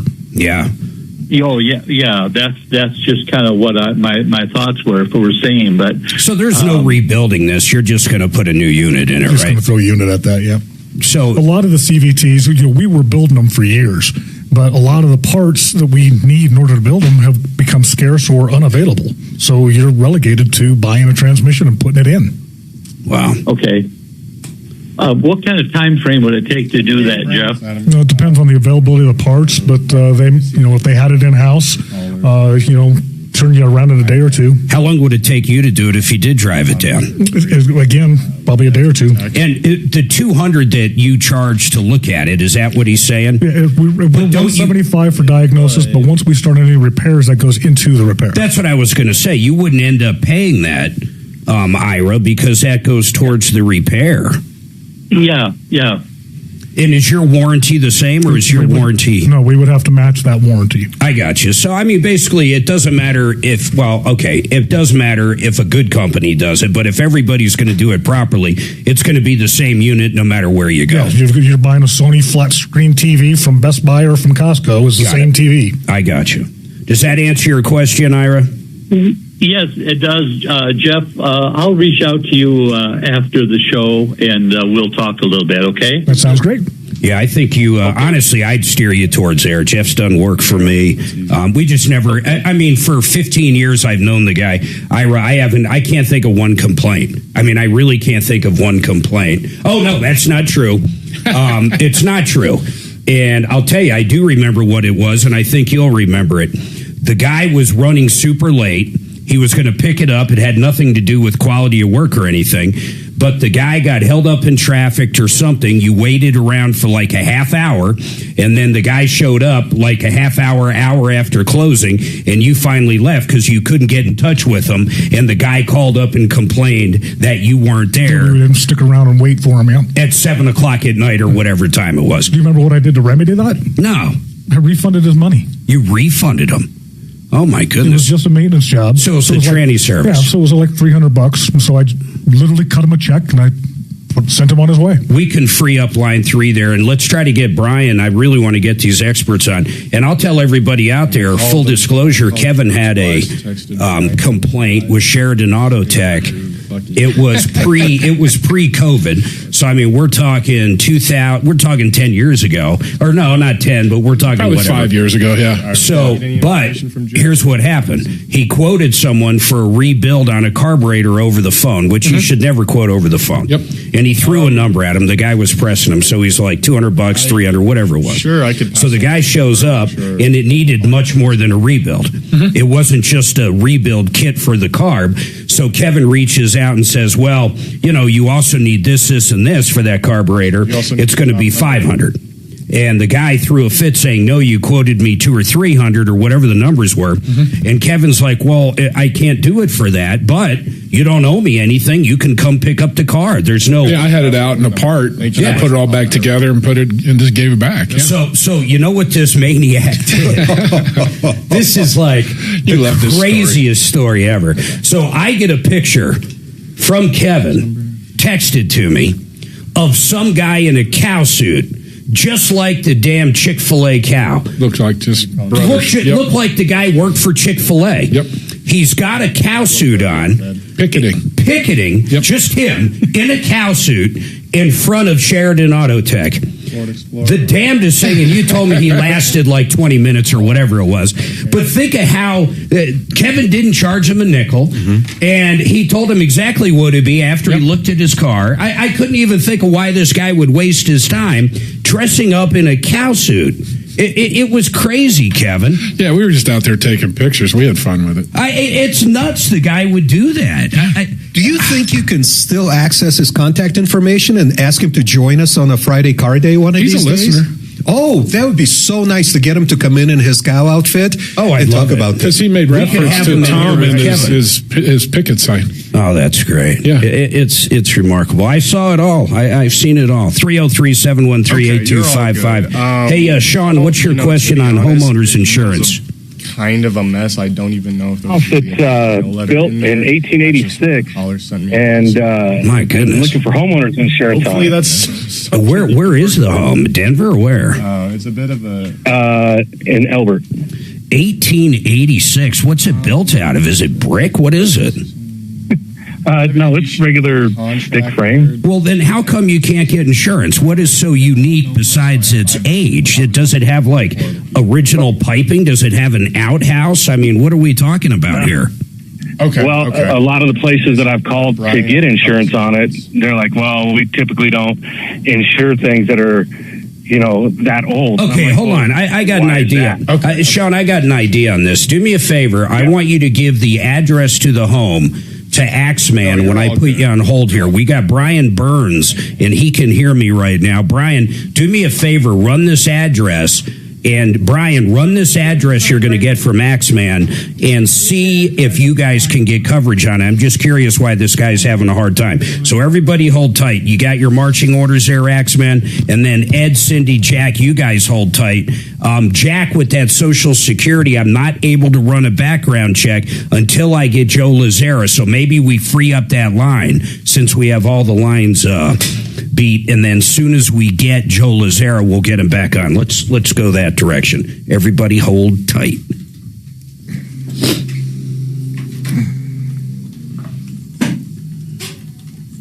It would make for a good YouTube episode to get the cow suit guy in here. Oh, yeah. Say it again. Good YouTube episode would be to get the cow suit dude in here. That'd be great. Especially if he still has a sign. And he can be back with him and Kevin can reunite. It'll be like a kumbaya moment. Don't try to milk the cow. I wish do you still have that picture? Yeah. Show Dee the picture. You've seen it, haven't you? I've seen it. Oh, okay. It would be awesome to get him in here one day. We can get him. I'd love to get Drew in studio one day. Oh, yeah, for the Common Man episode. I wonder if he's dead. Drew could be dead. Heard from him. No. Not since he urinated. Not since he was incognito. It was after that, too, because Tom blew up at him. Wow. And told him never to call back again. That usually makes him call. That doesn't make sense. All right, we're going to be talking about Brian, or talking to Brian with Compass Insurance in just a second, but here's the bottom line. They have new coverage called SOLA, and this coverage, what it covers, listen to this, and you can't be denied on it, what it covers is high deductibles for hail and wind. So if you have an actual cash value policy on your homeowner's insurance, and you're looking at a $12,000, $20,000 price tag, think about this. SOLA, this insurance they sell now, will actually cover that high deductible. It's unbelievable. Or maybe you can't get coverage for whatever reason. You can get SOLA coverage. You're not going to be denied for it. And check this out. They just write you a check. You can do whatever you want with it. I mean, literally, they write you a check. They won't cancel you. It's an incredible coverage. Go to quotecompass.com or call 303-996-9000. Call and ask about SOLA before the hail hits. That's Compass Insurance, quotecompass.com, and the product is SOLA. You got to check it out.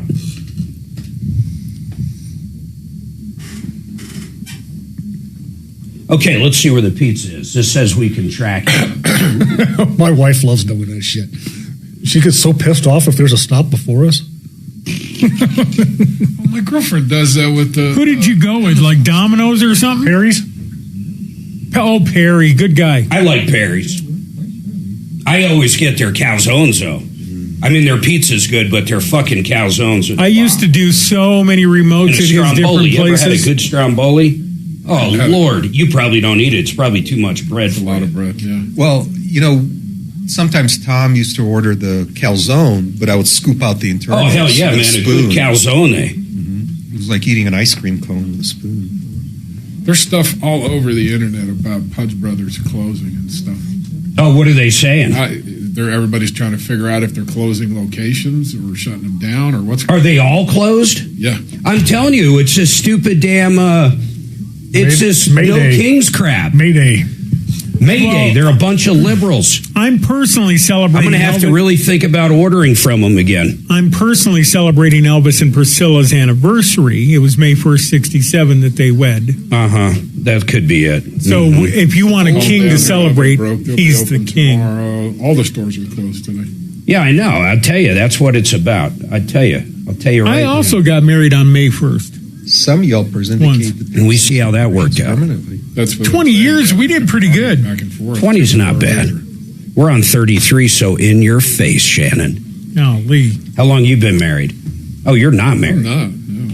How long you been with the same girl? 15 years with her. Okay. I was married 25 years. How about you, Jeff? We're married now this will be year 6, but we've been together since 2012.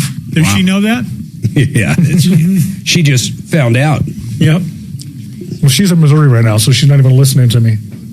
And Dimitri, we're in the room and not listening to you. So, ladies out there on YouTube, Dimitri is, he's free Willy over here. Hey, I just want to say my wife's out of town too. He'll tote you around in that stinking Lincoln. He'll even let you ride in the back. Let you ride in the back like the. He'll make sure there's no spyware on your phone. He's the man. No spyware. Jeff, is there a transmission filter in my beloved town car? Yes. Oh, yeah.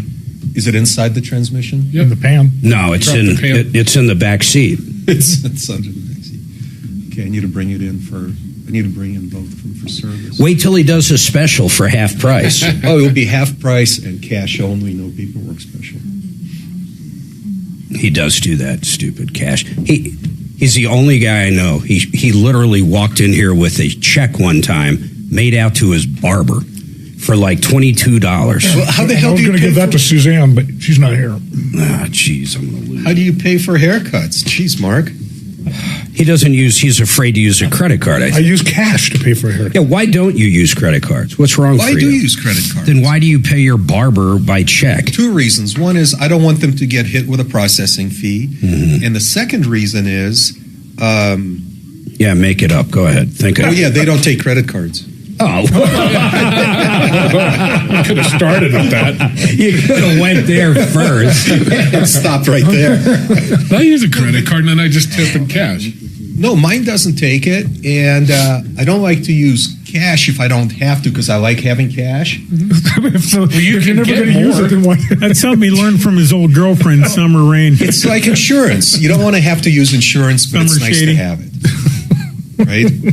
So I do like to conserve cash, and I just pay with a check. See, I always tip in cash. That was up to them to declare it or not. Yep. It doesn't even matter now. Well, yes, it does, because if you're getting tipped enough. Okay. Plus state of Colorado charges you. Mm-hmm. Yeah, even though Colorado, the feds. But now say, because it's only good up to what, $25,000 for the tips? Yep. So say they made.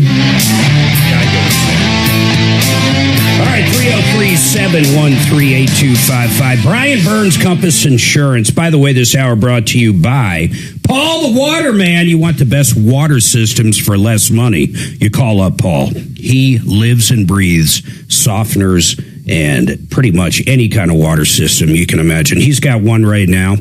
Check this out. For under $4,800. This thing not only gets rid of the chlorine, gets rid of all the forever chemicals of plastics, but it also softens the water in the whole house. The competition's over 10 grand. We've had his system for years now. But go to waterpros.net. That's waterpros.net. Now, Brian Burns, Compass Insurance. Brian, a couple things. One, did you get that address from Axeman for Sean?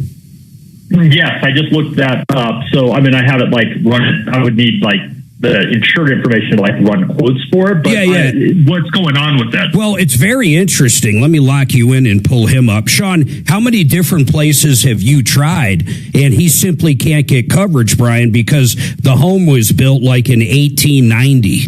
Yeah, I see that. Now that shouldn't matter, but has there been updates to the house? Sean? Not really. I mean, it's been built on, over the years, probably back in the 40s and stuff. And then when plumbing became, the norm and, electricity, changed different formats of the electrical systems, that's all changed. But I would say the biggest issue is they say, well, your roof is terrible. The roof is no good. You don't have any, and I said, well, yeah, and I'm going to get the roof replaced as soon as I get, insurance on it so I can get, some money is what I'm saying. Like a HELOC is what I'm looking to do. Well, what kind of roof is it? Is it like wood shingles? Are they shakes? What is it?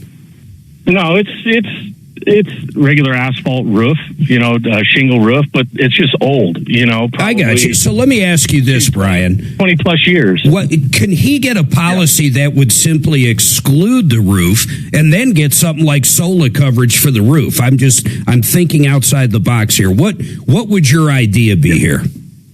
I tried that. I do have a company. I asked them. Say it again. Okay. You asked. Go ahead. I had asked different insurance companies if I could just exclude the roof. I'm like, no, you've got to. It's all encompassing the house. It's everything.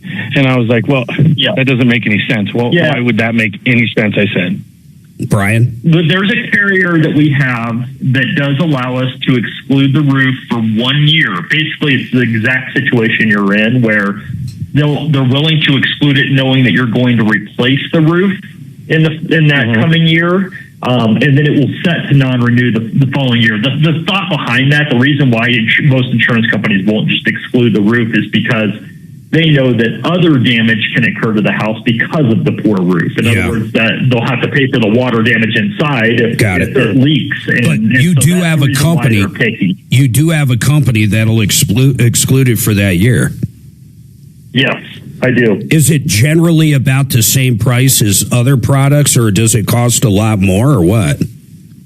No, it's not like more expensive because of it. What I won't know is whether they have a competitive price. That particular carrier has a competitive price without running quotes with them. So it might be, one of your only options here. Yeah, that might be your only option. And that's it. That's all I'm thinking about is like, if I could just get it, and I get the roof fixed. I'm rehabbing the whole entire house, essentially. Well, you'd have a year under this scenario, so Brian will run a quote for you. We'll give you the number, or really, what information would you need on that? Did you have a current policy with anybody? No, I own the house outright. I got you. Yeah. No. So he doesn't even have deck we pages. need some information about the updates. Like, does it have circuit breakers? You mentioned electrical. Does it have circuit breakers, or is it like fuse? What is it? Yeah, and I just did a brand new service to the house, electrical service to the house to get it up to code. I'll just need some information about you. I'll need your name, date of birth, that kind of stuff. Yeah, so we'll do that now. I'll need that kind of thing. If he ended up doing something like that, talk about SOLA real quick. Would he be able to get SOLA coverage on a roof that's that bad? They don't even ask about the roof. They don't care. Crazy. They don't care how old the roof is. The only thing that triggers coverage with SOLA is that there has to be an applicable hailstorm or wind that hits the house. No, I wouldn't even consider wind. It does say wind on the policy, but in Colorado, it takes such an extravagant amount of wind. I tell people, don't even consider it wind coverage here. Got it. It's truly for hail. I got it. But if they're buying it in Florida or somewhere where there's hurricanes, basically then they would have the wind, of course. Exactly. Yeah, right. Exactly. And in some parts of the country, hail would be so explain to people, it has to be over an inch of hail. So for people listening, if you have a high deductible, a high deductible like a ACV policy, or a percentage of the dwelling, or, whatever. Yeah. So if you're looking at a $10,000 to $20,000 deductible, SOLA covers the deductible. That's the whole purpose of it. It's insurance that covers the high deductible, and they basically won't deny you, and it doesn't affect anything else, right, Brian? So if they don't have the roof done, they still get a check for the roof. Is that correct? Yeah, so to your point of saying not being denied, you're not denied being able to get coverage. You're right. They don't really ask anything other than the address of the property. That's about all you really need to know. And I can get a quote, and it's a certain dollar amount that you're buying. You choose from anywhere from $1,000 to $25,000. That's the max they offer. Yeah, right depending now. on what your high deductible is. Yeah, exactly. You tailor it to what you want to tailor it. And let's say, let me ask you this. Let's say it's a $10,000 coverage, and you have a $10,000 deductible.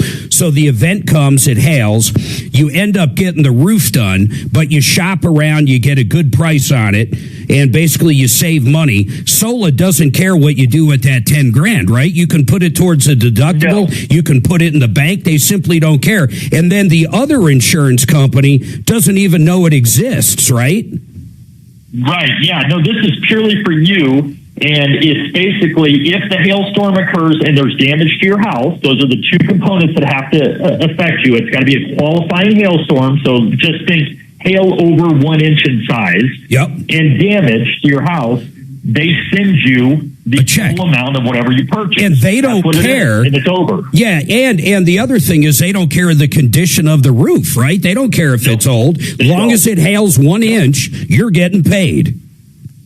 Right. There's got to be damage. Yeah, okay. But yes, they don't care about the age of the roof. You're to your point. They don't even ask about it. They don't ask about the kind of roof that you have. I absolutely, I love it. So let's do this. Do me a favor, Brian, if you think about it, if you get Sean's info, grab his info, have one of your people call him or whatever. But I would love to know what he thinks of the coverage, not the SOLA coverage, but I'm talking about the actual coverage that is going to basically pretend the roof doesn't exist for a year and go from there. Right, I'd love to know what you find for him, okay?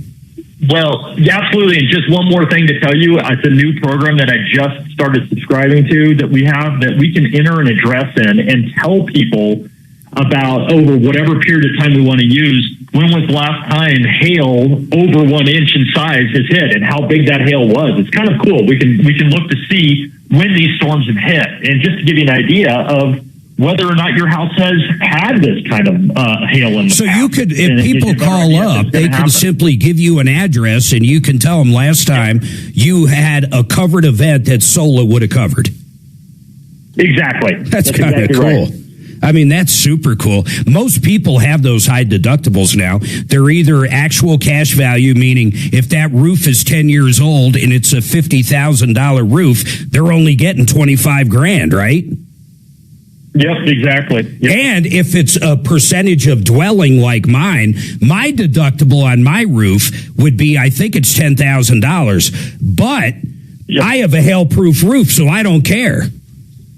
Right, and you would never, no one should ever buy Sola if you have, let's say, a concrete tile roof or a metal roof. Yeah, there's no purpose. Or like your roof. There's no reason. I would never suggest someone. Yeah. It's really people like, have these asphalt roofs that are or like you said, wood shake even, that could go at any point. I love it. Listen, Brian, that's Brian Burns, quotecompass.com. You can actually upload your deck pages right there. They're going to shop 30 different companies for you. But if you're interested in learning more about that Sola, or you want that Sola coverage for those high deductibles, give them a call. I mean, it is such a great product. And we can free up Sean, by the way, Axeman, and then Jack, until we get our criminal defense attorney to run that background check and get Joe Lazare on. Let's free up that line as well. We're going to have 2 lines open. Cindy, you hold tight too. Oh, wait. Keep Brian on. Keep Brian Burns on. Hold on, Brian. My God, I got sidetracked there. Cindy is the main reason I called you, Brian. Hold tight.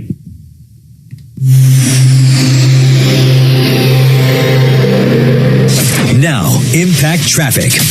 An accident on the westbound lanes of C470 approaching Kendrick Castillo Way. Watch for that hazard. It looks like a car into the ditch. Emergency crews on scene with that as well. So just use some extra caution. Again, westbound C470 approaching Kendrick Castillo Way. That is it for problem spots on our metro area drive right now. Overall, we are looking at a decent flow of traffic. I'm Chris McLaughlin with traffic.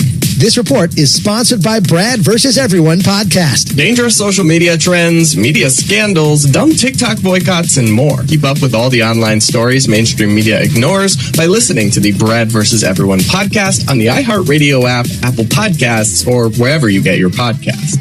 You know, I want to tell you about Discount Bath. They just did one of our hallway bathrooms. It's absolutely gorgeous. They come over, they look at the area, of course, look at what the project, then they talk to you about what you want to do in there. Suzanne loved that aspect of it. They helped with colors and, of course, fixtures. We ended up doing a black toilet and a black sink, and they're very ornate. They're huge, and it's just the coolest thing ever. It fits our house perfect. But thanks to their design team, you'll get that same kind of help picking stuff out. Maybe you're doing your master bath. They can talk to you about, listen to this, steam showers, heated tile floors, California style closets. They do it all. And they're really, really good people. But my favorite part, you know what it is, don't you? It's at a discount price. You get the quality, you get the service, you get the craftsmanship, the workmanship, but you get that discount. That's all they do is bathrooms. Discountbath.com. You can even go there and they'll send you a link if you want to call them. You can upload a video of the bathroom you want to do, and they'll give you great ideas and a ballpark price right over the phone. You're going to love them. Call up Chris and the gang. Discountbath.com. That's discountbath.com. Mandy Connell here with the legal. Well, if I got the right house here, it's actually a cute little house. Mm-hmm. How big is it? It looks like it's probably... It's 992 square feet. Yeah. Boy, I'm irritated about this pizza.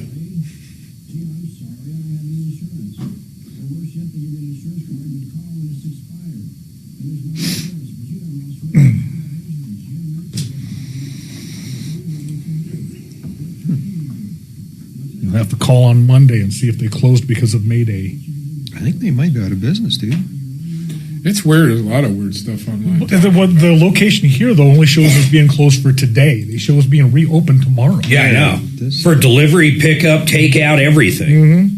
But there's no message on there. No, I'm telling you, it's the Kings thing, and they don't want to admit it because they'd piss off a bunch. Kings or the May Day, because a lot of restaurants, particularly in Denver, closed down today or changed their operations for immigration. For immigration? Yeah.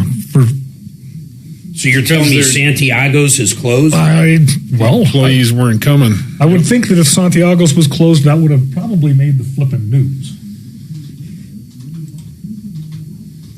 I like how good these restaurants are doing, where they can just close down willy-nilly. Yeah, and yet they claim they've got such thin margins they're barely squeaking by. I just think a lot of them didn't have any choice. What do you mean? Employees weren't showing up. At the pizza joint? I'm telling you. Maybe. You got some sort of, bepierced twat waffle not showing up to work today, and you got to... What are you going to do? I guess you're going to have to work extra hard. If you're not willing to do the work, your employees aren't going to be willing. No. And do they normally work hard if they are one of those people? Maybe I'll leave right now. You're going to go get a job at a pizzeria? Well, after the pizza gets here. Yeah, wait for lunch.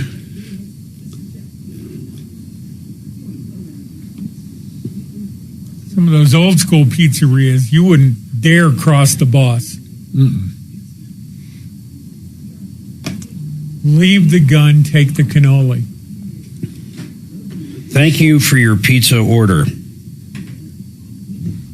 Your Perry's Pizzeria and Tap House order has been picked up and it's on its way. I won't believe it. Yep, now it shows it in the car. As long as it doesn't make it to the rocks. Now this is interesting. This actually has a map of where the guy's at. Uh-oh. So he's at Orchard and Holly. That's a nice area. My wife loves to watch those things. God damn it, he stopped someplace else. Our food's going to be cold. We wouldn't even see it if he stopped on the map, would we? We'd just see him stop. Well, if on the map, if you see a little guy get out of the car...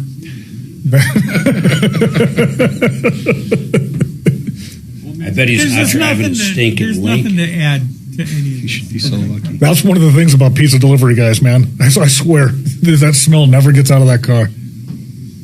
Did I give you your card back? No, you owe me one yet.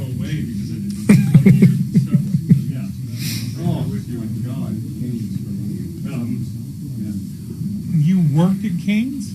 I forgot that. You've had quite a... for your... Yeah, nothing Not horrible. wrong. Okay.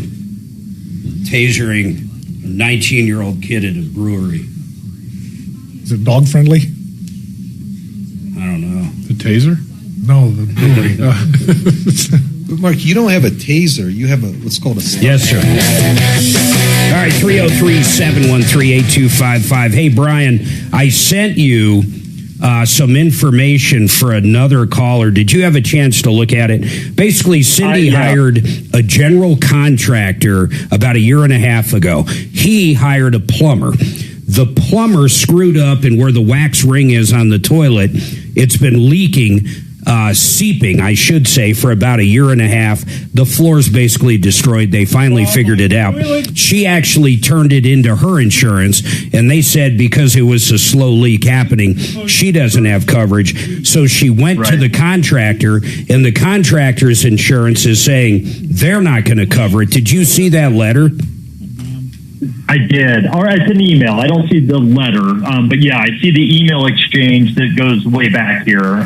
That's what I've been kind of working through here. So what do you? What questions do you have for her? Because I'm up against the clock. Then I'll bring you both back up after the break. But is there anything you need from her right now that you don't know? Well, I mean, does she have the formal denial letter? Cindy, do you have a picture of that letter, the actual denial letter? It was not a letter. It was just an email saying Berkeley Assurance Company has completed its evaluation of the matter. Based on the information provided, there is no coverage available under WD Consulting. So hold on. So Brian, if you would do me a favor, just look at that. We do have the plumber's phone number, and apparently he has insurance. But in general, wouldn't the general contractor's policy cover subs? I mean, let us know that and a lot more after this. Hold on. I got to go to this break.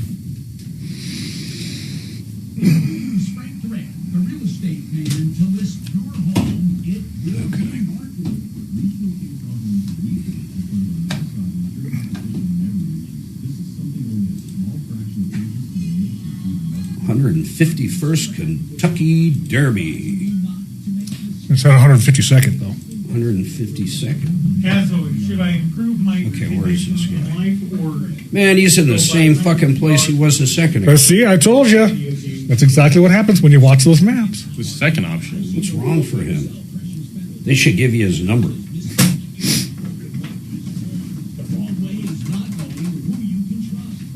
Are you going to ride your bike to the cigar shop?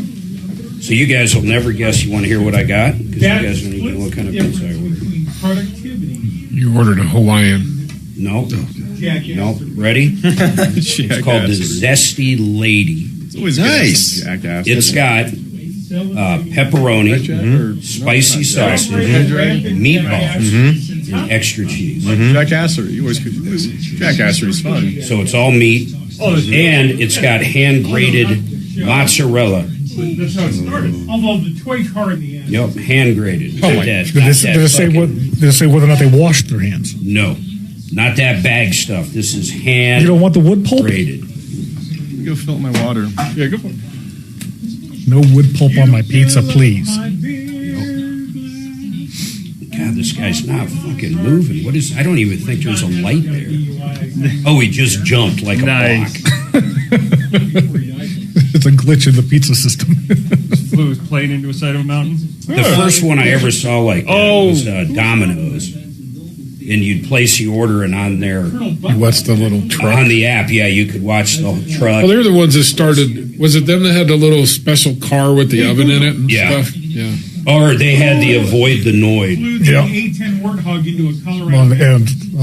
When I was a kid, if it was 30 minutes or it's free. It was free, and I got them free quite a bit. Yeah, and then after they changed that, it was like $7 off or something like that. It was. Oh no, they had $7 pizzas during Bronco games. Wow! And then if it was late, I think it was like $3 off or something like that. And so we'd be partying up at CSU, and we'd order one pizza at a time, and just keep them motherfuckers coming up there. Just keep. That's smart. But they had to be careful coming onto campus because you better lock that door or anything inside that car. Those pizzas were gone. Where did you live on campus? I didn't go there. I just went with friends there. So. He just partied there. Yep. He just got pizza. I just got pizza there. He kept asking me, why are we bringing it to the lawn? Did you go there? Yeah. Where'd you live? Newsom Hall, and then at the fraternity house. What Alpha Dummy? What? Beta Theta Pi. We knew you were beta. I was a beta. In Colorado. School mine. Oh yeah, that was our parent chapel. Yep. Wow, you guys were in the same club. Yep. We're brothers, it turns out. No wonder. It turns out these guys are both betas. What year exactly? What year were you in? The crazy so people. that was that was in the early 90s, right? How about you, Kevin? 77 to 81. Yes, he was part of it. Was he a I didn't know you went to school. Well, although he was pissed about it. Did you get an engineering degree? No, never graduated. No, you just went there for the pizza. No, we came to an agreement that I was probably not the best material to be there. Doesn't represent the school. That's funny. A lot of my schools, we had that same agreement. Same agreement, yeah. So is that the Alpha Phi chapter? Beta. But the chapter. The chapter, yeah. So I think years. Ever been found? Because that's what my pen is engraved with.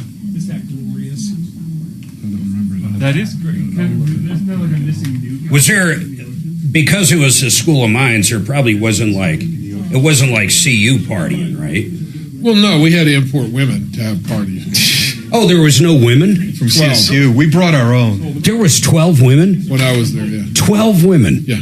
Oh, my God. Well, think about it. That's during the same time when you were talking, 6 months ago about women not being able to get banks? Oh, yeah, they couldn't get bank accounts. That's right.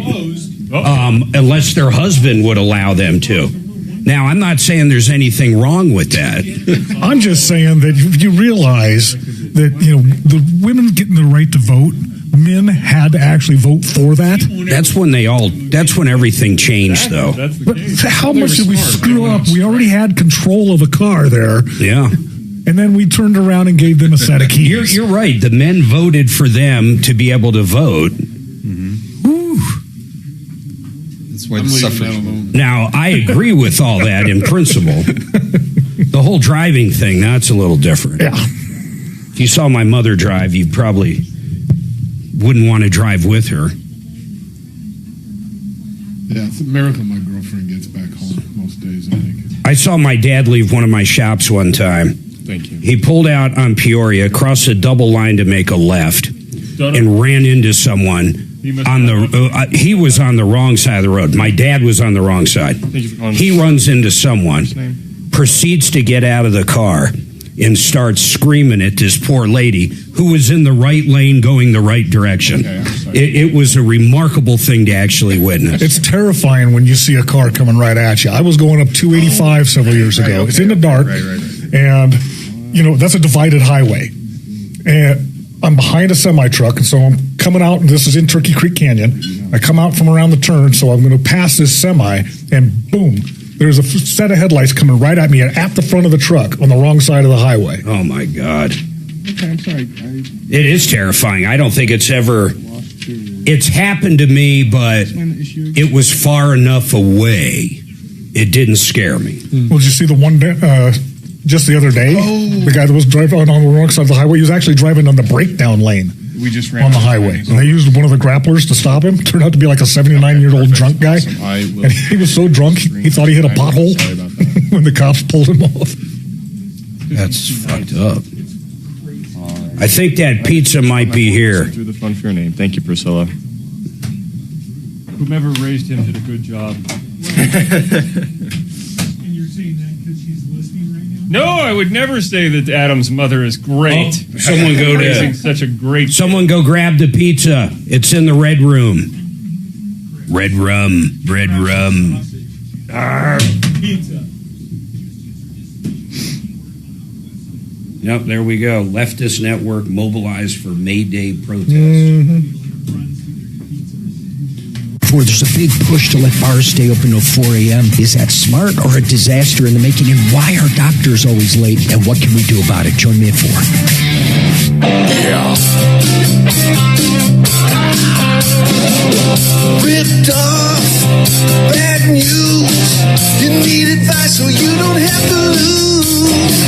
We'll come running just as fast as we can. Troubleshooter's gonna help the common man. This is the Troubleshooter Show. Now, Tom Martino. All right, 303-713-8255. Welcome to the show, by the way, the only show of its kind. We're here to solve problems, answer questions, take your complaints. I'm going to go directly back to the phones in a second, bring up our expert, Brian Burns. We're trying to figure out why this poor lady had worked on Cindy probably a year and a half ago. And the general contractor actually hired a plumber, and the plumber came in and reset the toilet, maybe rebuilt the guts of it, but he screwed up on the wax ring, and it's been slowly seeping for quite a long time. And I had Brian Burns look at the email chain between them. So a couple questions, Brian. You sell a lot of commercial policies. How would this typically work if you hire a general contractor to do a remodel and they hire plumbers and roofers and whatever they need to do? How does that typically work as far as the flow of insurance? Yeah, ultimately, this, it's who you've chosen to do business with. So the general contractor's on the hook. Now, they are always going to, or they should be getting, proof of insurance, evidence insurance from their contractors. Got it. So the subcontractors should be primary, but that's not this caller's problem. I mean, they didn't hire the subcontractor, they hired the general contractor. So it looks to me like I just read all these emails back and forth. It looks to me like they tried to go that route to begin with, and Hartford is the name of the company that insures the general contractor, and they deflected, of course, and said you need to go to the subcontractor. Yeah, but like you just said, she didn't choose that person. She didn't choose that plumber. So how can the Hartford deny it? Or is there another reason they're denying it? Well, but I haven't seen the Hartford denial. I saw Hartford telling her to go contact this other insurance company. That insurance company, Berkeley, is the one that declined. And why did they decline it from what you can see? This is not a denial letter. That's the reason I was asking for that. It just says that they say this coverage does not fall underneath the policy. So I don't know if they're saying because of it was part of their work, but it doesn't say on this email exactly why they are denying coverage. So what should Cindy do now? And do you deal with the Hartford, Brian? Yeah, we deal with the Hartford. Berkeley is a non-admitted carrier, so anybody has access to them, but it's there's not as much regulation around it. So what should Cindy do now? How much damage are we talking about? It sounds like the whole floor's got to be replaced. I mean, how much, Cindy? Have you gotten bids? $35,000. Yeah, it's that much because the house had asbestos. Oh, so we had to have mitigation done. We were careful during the renos not to move walls and stuff because of that. Hey, does that throw any kind of monkey wrenches into it, the fact asbestos was there, Brian? Well, I mean, it's all going to be part of the whole claim because there's mold in this as well. So here's the problem that's going to be running is, and maybe you have proof of this, Cindy, is that you got to have proof that in fact all this started and was the result of this work that was done. And so at this point the insurance company, or Berkeley at least, is denying it based off of this email. We don't have real clear details, but that doesn't mean the contractor's off the hook. It just might have to be more of a liability as opposed to an insurance case. In other words, you might have to sue your general contractor and Western Peak Plumbing, the sub in this case, to where you are suing them both. And maybe the insurance will jump back in at that point. That happens frequently. Is the insured is they get the denial letter and the insured is like, okay, well, my insurance won't cover it. But then once they get sued, they go back to their insurance company and say, hold on, Cindy, I'm getting sued. You need to cover me. Cindy, did you reach out to the Hartford and tell them the other coverage denied the claim? And did they tell you anything from there? It's actually the Hartford that insured the plumber. So they were the sub. Hartford said, you didn't hire us, you hired a general. So that's when we went to Berkeley, and Berkeley is the denial letter that he's looking at. So we've got denials from both. And you're going to have to sue him. You're literally going to have to sue him. And does Brian do that? Well, no, Brian does not, but we know an attorney that will. Go ahead, D. Hey, I still think this one avenue should be explored, which is this, Brian. Our caller's contractor has the plumber's insurance policy information. Could we assume reasonably that the general contractor was named as additional insured on the plumber's insurance policy? I sent you the certificate of liability insurance. Oh, okay. And it does not list an additional insured. Okay. Well, that answers my question. Well, but that doesn't mean they're not additionally insured. That's just what they provided for you. But either way, you're going to have to force their hand, and it needs to be in the form of a demand letter to both of them, and then you might have a better response from the insurance company. And the email is not enough because what they sent you is super vague. It does not give details. They need to provide it. Brian, going back to kind of what you were asking her about proving, they removed the toilet and reset it when that work was done. So it's evident, according to the plumber and people that came out, that it was definitely whoever reset the toilet. So there has been an expert that has looked at it and can date it back to the time of removal and reinstall. Gotcha, and that's what you're going to need. I mean, because it's almost 2 years based off of what I'm seeing here. So it's, it's not going to be as clear cut as maybe as now going to her own coverage, just for people listening out there. Yep. If it was sudden, like the guy screwed up so bad in the next couple days, it flooded out. A sudden event, it would have been covered.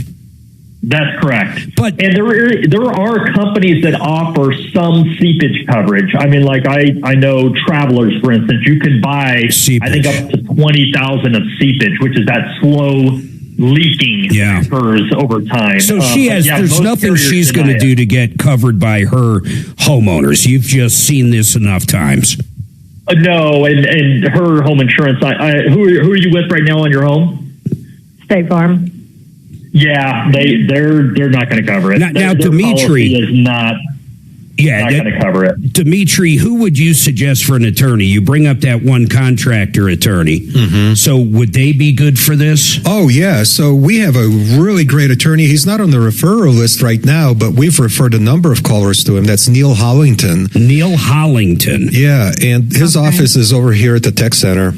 So you should reach out to him and start with basically tell him what's going on and show him everything you have, the emails, the certificate of insurance, tell him what's going on, and then basically see if he would just start with a nasty letter to him. The threat of a lawsuit might actually just get the attention of the insurance company. Right. Yeah, I just wanted to get your professional opinion since it has been a year and a half. We have proof that the floor was sound when we started this. We have proof that they did the work. So I'm Brian, wondering if she sues them, she's got a great question. If she sues them, do you see this working out for her?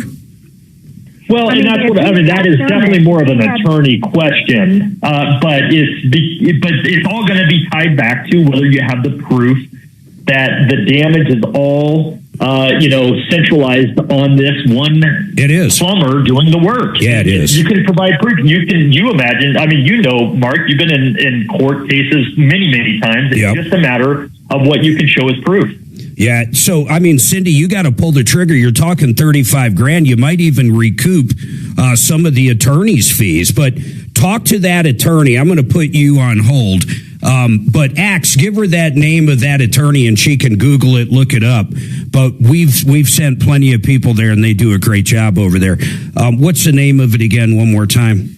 Hollington Law. Hit the button. Hollington Law, and his name is Neil Hollington. So give a call over there, Cindy, but follow back up with us. I'd really like to know what you find out. And by the way, Brian Burns, once again, SOLA coverage for high deductible insurance. But if you go to quotecompass.com, listen to this, you can actually log in to Allstate or State Farm, whoever you currently have. It'll automatically pull your deck pages and these guys will quote you. And for contractors out there or automotive shops, or if you just need workman's comp, these guys over at Compass do all of it and they'll fight for you with the insurance companies if it's ever needed.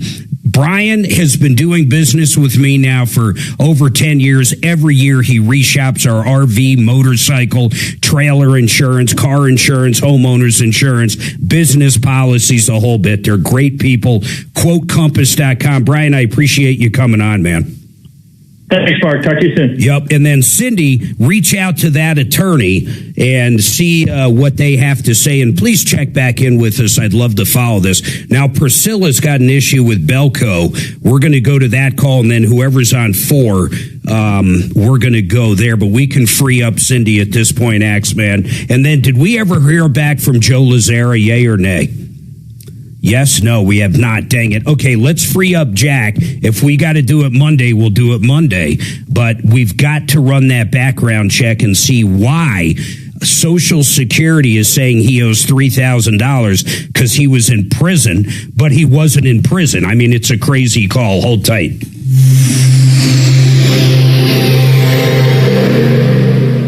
Imagine finding your dream home and moving in right away. No waiting to sell your old place first. Sounds perfect, right? That's exactly what Orchard's Move First, Sell Later program lets you do. Buy your new home now and sell the old one later. Here's how it works. Orchard gives you cash so you can buy and move into your new home first, on your timeline. No waiting, no showings, no double moves. Then the Orchard experts take it from there. They handle repairs on your old home for you so you attract the right buyers. Once they're done, a local Orchard agent lists and sells your home for top dollar. Orchard's Move First program gives you the freedom to buy and move into your new home first and sell your old home later. Buy before you sell and get top dollar for your home with Orchard. Ready to find out how much your home is worth? Visit Orchard.com to get your free home valuation. That's Orchard.com. All right, fix it 24/7. You realize for $39, if that AC's not working, or your water heater, or your furnace, or you have a drain problem, for $39, you get an expert out there to diagnose it correctly and get a bid on fixing it. You're going to love dealing with this company. And if you're a new customer with Fix It, check this out. You can get a $39 air conditioning cleaning. Think of that unit outside all winter long with the guck and the mud and the snow and the leaves. They're going to tear it apart. They're going to clean it, spend about an hour and a half, 2 hours doing it just to introduce their company to you for $39. Check them out. Go to fixmyhome.com. That's fixmyhome.com. Now, Chris Console Discount Bath. They just finished up our bathroom about a month or 6 weeks ago. It's absolutely fantastic. But whether you're redoing the master bathroom or a hallway or maybe the kids' bathroom upstairs, whatever the circumstance, not only will they help you do all the design and all the planning, but they're going to do it all for a discount price, and I can attest to that. Suzanne absolutely loved the way they came out and helped with colors and fixtures and different ideas. And by the way, if you're doing, listen to this, if you're doing that master bathroom, talk to them about heated tile floors. Talk to them about porcelain walls with almost zero maintenance. Talk to them about fancy toilets. They do it all. Whether it's a fix and flip, a tub to shower conversion, or a full-blown bathroom, they do it all, and they do it at a discount price. DiscountBath.com. Check them out, DiscountBath.com. You'll use the radio in your car more than anything else. When buying a new car, make sure the AM/FM is simple, clear, and convenient. Done right kitchens, baths, counters and floors, finished basements, windows and doors. Our 8% scheduling incentive and bank financing to ask about make a great time to call. 800-362-8370 or drhi.com. If you've ever lost weight and then gained it right back, hey, welcome to the club. I'm in it. The team at ColoradoFatLoss.com says the number one thing people worry about isn't losing the weight, but keeping it off. A recent study found that people who stop GLP-1 weight loss injections regain weight almost 4 times faster than people who lose weight through diet and behavioral programs. Well, why? Because those meds only work while you're taking them. The second you stop, boom, old habits come back, and so does the weight. Look, losing weight, that can be the easy part, but keeping it off while still enjoying your life, that's the magic trick. And that's exactly what ColoradoFatLoss.com focuses on. I personally lost 25 pounds in the first 40 days, and I feel great. Their doctor-developed program helps clients drop 20 to 40 pounds in about 60 days using real food you buy at the grocery store. No shots, no crazy meal kits, and they teach you how to maintain your results without giving up the food you love. See if you're a candidate. Book your free consultation at ColoradoFatLoss.com today. That's ColoradoFatLoss.com. Results may vary. A family office is a team built to handle the 3 biggest financial responsibilities a family faces: wealth management, tax strategy, and estate planning. Most firms only manage your investments and refer the rest out, hoping everyone stays aligned.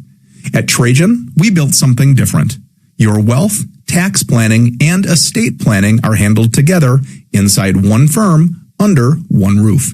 There's no guessing whether your CPA, advisor, and estate attorney are truly in sync, because our team works together every day on your behalf.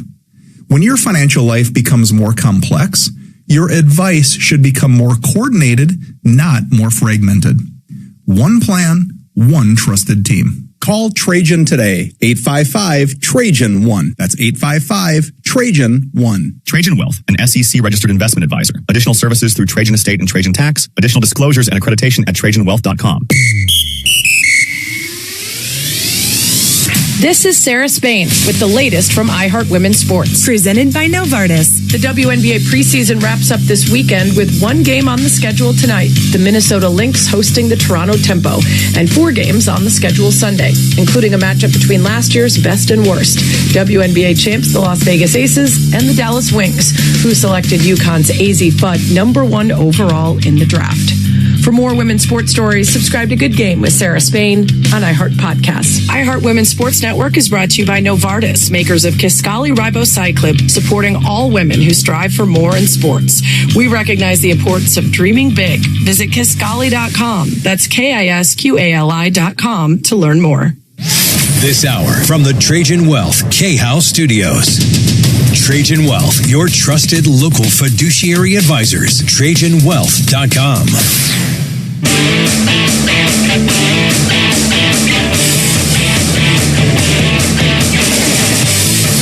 All right, 303-713-8255, 303 Martino. You've been ripped off or taken advantage of. We want to hear from you. I have 2 lines open. By the way, it's car day. Any car questions you have, transmissions, any kind of general repair questions, questions on tires, questions on purchasing a car, interest rates. You get the idea. It's Car Friday, but we're also doing everything else. 303 Martino. Please tell your friends about that number too. And help at troubleshooter.com. Now, Priscilla, what is going on with you, Priscilla? I am calling because my Social Security money was taken from my account at Balco, and I've been trying to fix it, but no one's helping me. It's my back pay, and they told me that when I signed up with Balco that I signed all my rights over to them, and now they're holding my Social Security for me. And Priscilla, I'm not quite understanding this. So, how long have you been on Social Security, and is it SSDI or just straightforward Social Security? It's just straight Social Security, and I just got approved on April, just this last month, and Social Security deposited on April 13th, and now Balco is holding my Social Security. How much was it for? It was for $2,989. And that's what you should be getting every month going forward, right? That's for my back pay. So they went back till last year when I was diagnosed, which was back last year in April. So every 6 months I should be getting that $2,000 because I can't do a whole large sum of money. I reached out to Balco and no one wants to help me. They told me that's their money. But why are they saying I've never heard of a credit union or a bank saying that's my money, you can't have it, especially coming in from SSDI or Social Security. So help me out a little there. Why are they saying it's their money? So I had this has been going on offset thing with Balco since February. I had somebody took $2,600 out of my account. It was fraud. And I never authorized these charges with Cash App or anything. And Balco is trying to say that I did authorize the charges when I did not. And they closed the account. They gave me the $2,600 back, whatever they took. They sent me a letter stating that they closed the case down. And then a month later, I get a notice stating that they decided after they closed it that they wanted that the charges were authorized by me and they wanted their $2,600.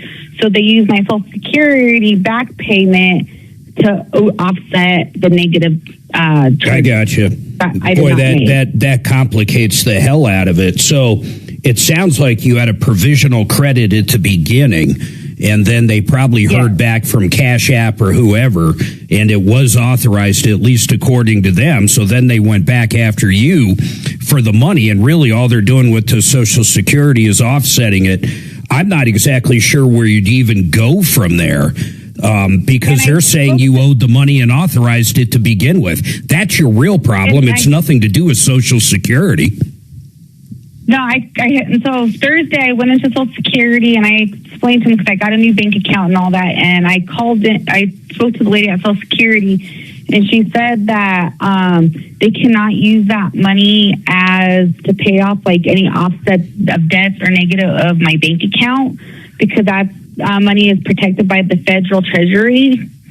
And I try to explain that to Balco, and they just keep giving me this big old runaround. And it's getting frustrated because it's been going on now 3 months. With Deputy D, what do you think of this? Well, I know that Social Security money is generally protected from creditors. Yeah. What puts a new wrinkle into this matter is it's the money that she owes to a bank. And that's kind of similar to, excuse me, it's kind of similar to like an overdraft, right? Because they reversed or temporarily reversed the charge and decided she owes the money. So I don't know if this falls under the same protection that generally you're protected against the. I wonder if you want to make a call over there with her. Yeah, let me, if I could get her name, phone number, full name, bank account number. I'll call Belco. They're usually, I've dealt with them before. They're pretty easy to deal with. So let me get some clarification. Priscilla, let's do that. Let's have Dimitri make a call over there on your behalf. Okay. You might have to be on the phone with them for a 3-way, but let's kind of figure out where they're coming from on this, because it is kind of curious. I thought maybe they could take up to 25% of retirement or Social Security funds, but you're right. It's convoluted because it is like overdraft. Yeah, exactly. So I don't know if that's protected to the same extent that, Social Security money is typically your protected. Future checks are going somewhere else, right? The only thing you're worried about right now is where you're at with this one check. Yeah, my back pay, because it's me and my son, and I got you. I have to take care of. Yeah, hold on. We're gonna help you out on this. We're gonna figure out whatever we can do. You. Yeah, so let's kind of go from there. 303-713-8255. So Axe, get all that information over to Dimitri, email it. He'll follow up on that. And then Novella's going to be up after this. She's got a problem, I guess, with Excel Energy.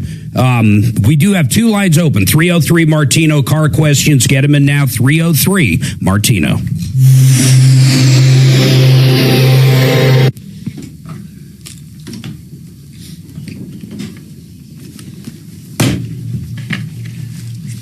You're right there, D? I choked on the special Inhale pepper. a little bit of your millionaire's pepper? Yeah. I inhaled the pepper. The hamburger is good on this. This is a good pizza. Unfortunately, the crust is delicious. Couldn't Oh, help no. myself. Yep.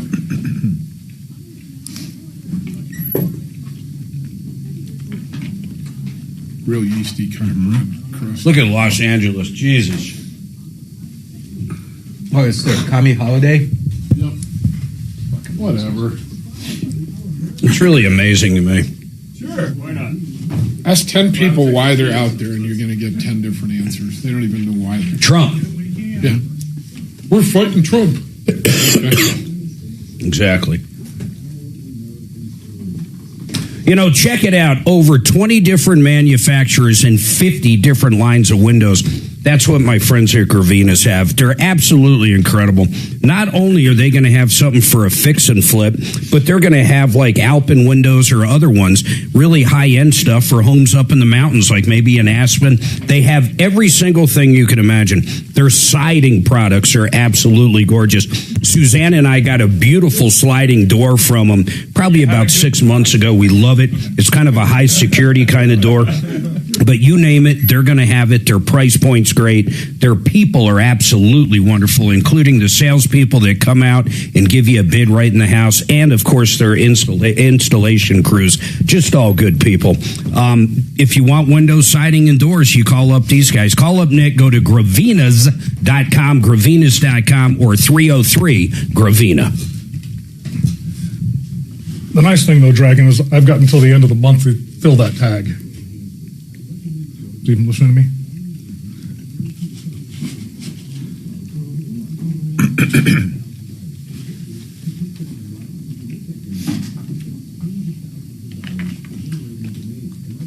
Boy, is she speaking outside? Hope not.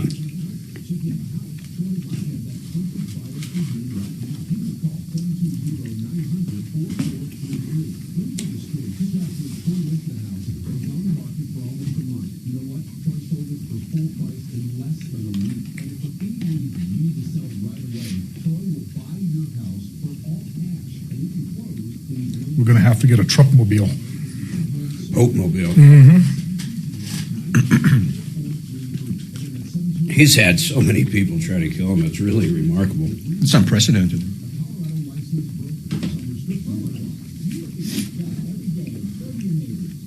But had the first guy succeeded, nobody else would have tried. Good point. He's my favorite president we've ever had. Mm-hmm.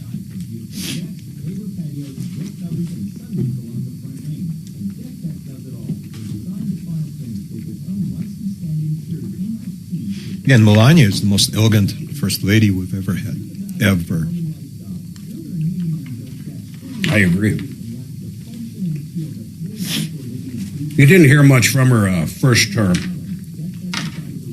but this one, I've given a lot of thought to this. I think it's a lot better that he wasn't in for 8 years. I think it was a lot better it got split up. He really learned the system. He learned how to get moving and grooving and what people could throw at him. And he had 4 years to put down a game plan. Yep. And a team. It's 4 years in the wilderness. Christ only got 40 days. That's all he needed. Our man got 4 years. It was providential. That cheating was providential.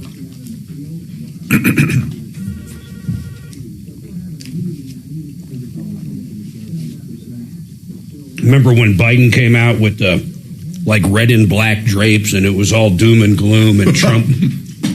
That was the craziest shit. Dark Biden. Dark Biden. That was a fantastic photo. Dark Biden.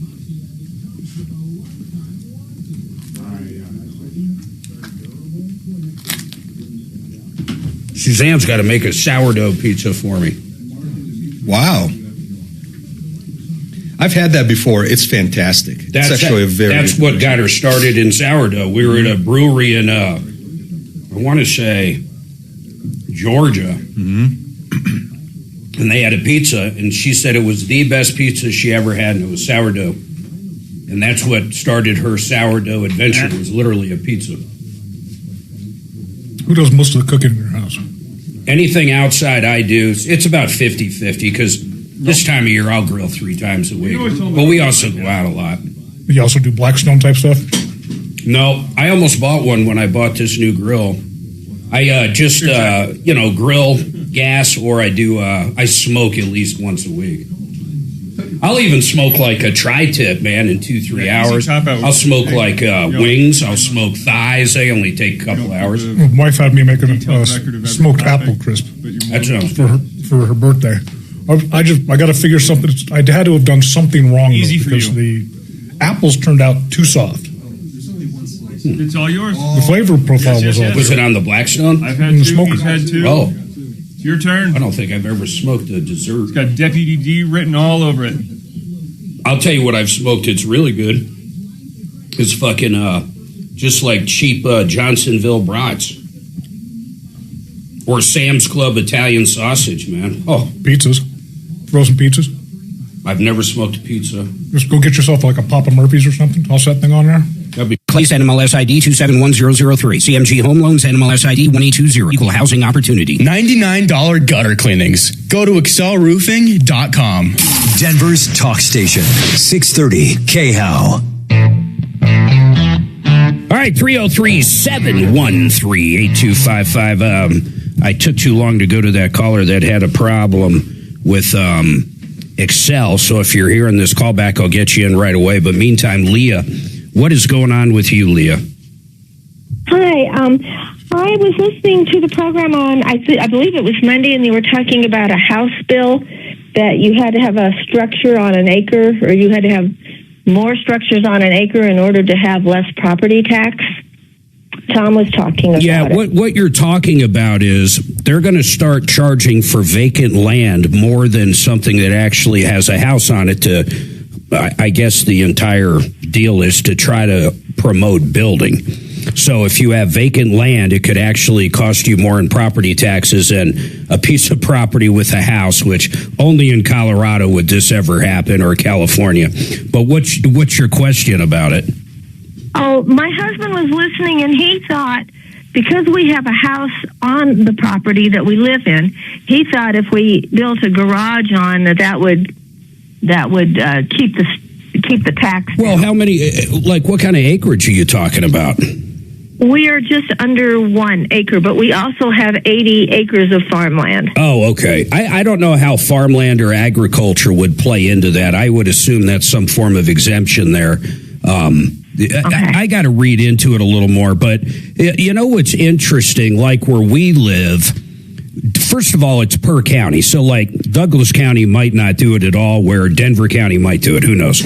But they want to promote growth. But where we live in Franktown, we can't have more than a certain amount of structures on our property. I mean, you just simply can't have it for whatever reason. That's just kind of how the zoning's been in Franktown forever. I think it's some kind of historical thing or something. Go ahead, Jeff. Well, it'd be interesting to have somebody like Frank Duran actually look this thing over, because other brokers are saying that this is going to drive up costs, particularly by taxes, for the single homeowner as well. And it's going to be showing favoritism to places that are like condos and apartments. So let's see if we can't get Frank Duran on. So, I mean, but if your county participated, but like you, what does your cabin sit on? I've only got an acre on the cabin, but I've got an adjacent acre next to it. So, yeah, okay. So I could see if your county, what county is it? Gunnison.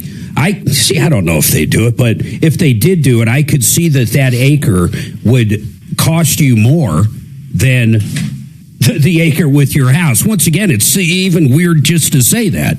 I mean, usually it's a complete opposite. It's already so high anyway. It's pathetic. No, it's absolutely pathetic. We had a caller the other day. It went up double. Mine went up double like 2 years ago. It was like I was paying maybe $6,000 a year property tax. It went to $12,000. I mean, it's absolutely insane, and that's because they got rid of the Gallagher Amendment, and basically, they started charging differently with the levy. They just literally started charging more. I mean, that's what they did, and they told us it wasn't going to happen. They just lied right to us. I'm going to try to keep listening, Leah. I'm going to try to get Frank Duran on. So let's see if he knows anything about it.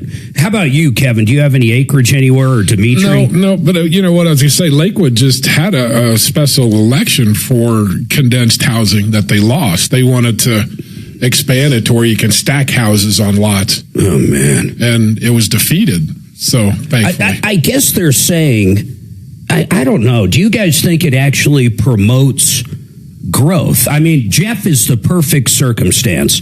He's got 2 acres. 1 acre has a house on it, and then he's got an empty acre.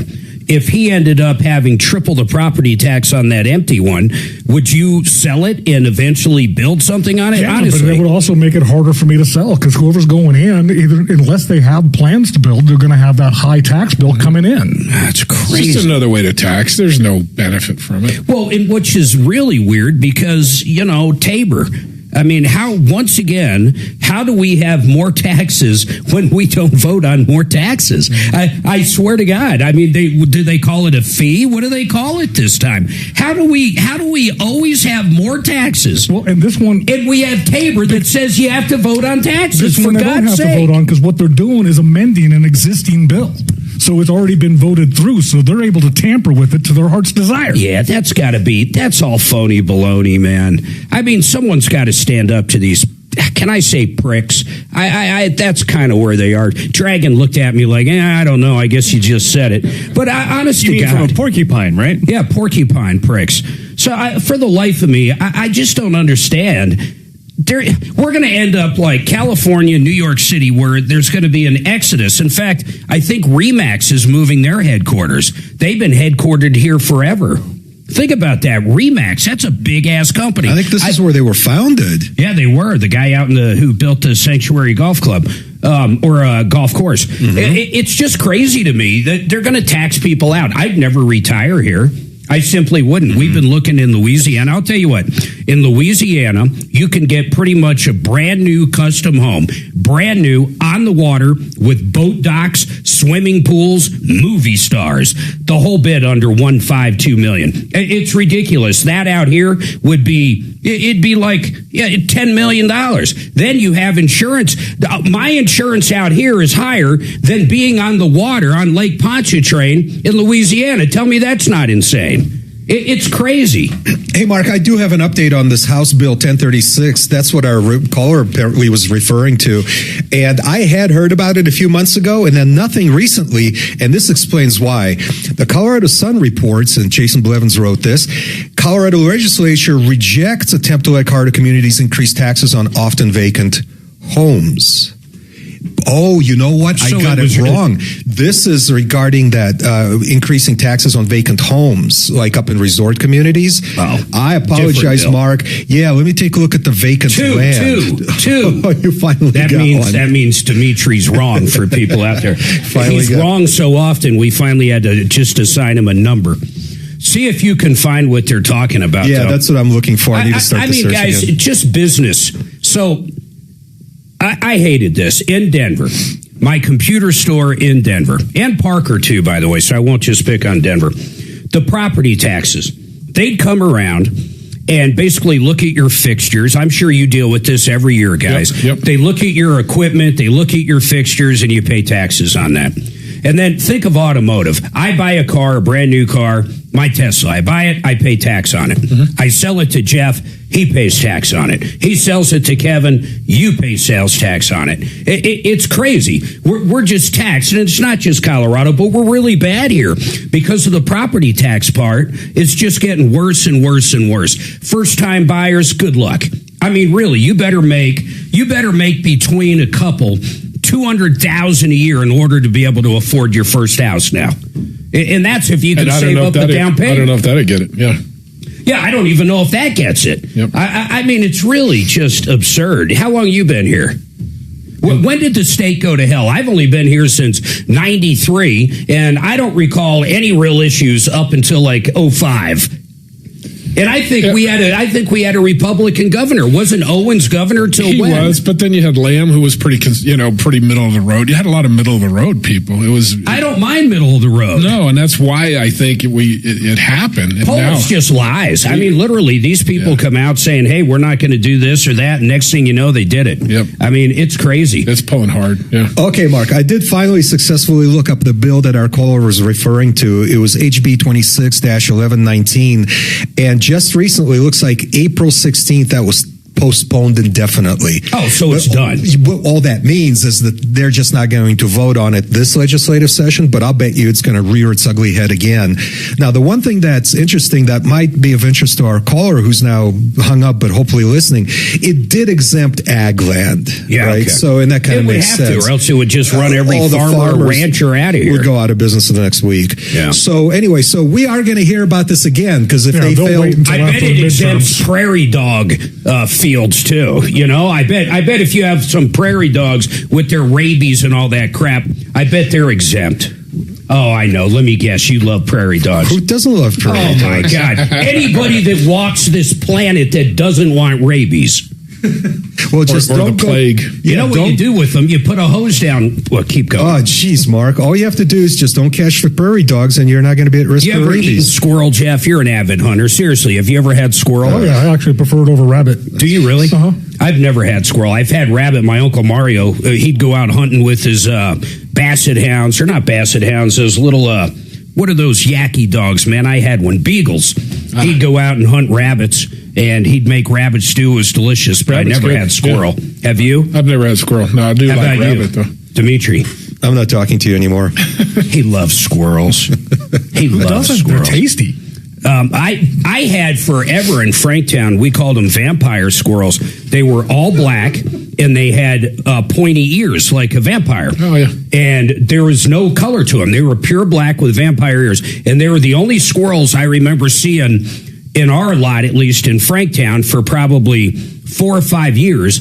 I haven't seen one of them in probably 4 or 5 years now, and now they're just regular old squirrels. Yeah, they're orange-colored ones, right? Yeah, those are called fox squirrels. Which ones? The vampire the orange ones? one. No, the vampire ones that you refer to are actually pine squirrels. So why did they disappear? Do you know? Yeah. So the fox squirrels who actually made their way here on foot from Boston, of all places. Well, I didn't think they flew. No, they came here in a ship. They came here by boat. They did. In the 19th century. They Tesla. came here from England, and then some got released or they escaped or something like that happened. And since then, they've been making their way westward on foot.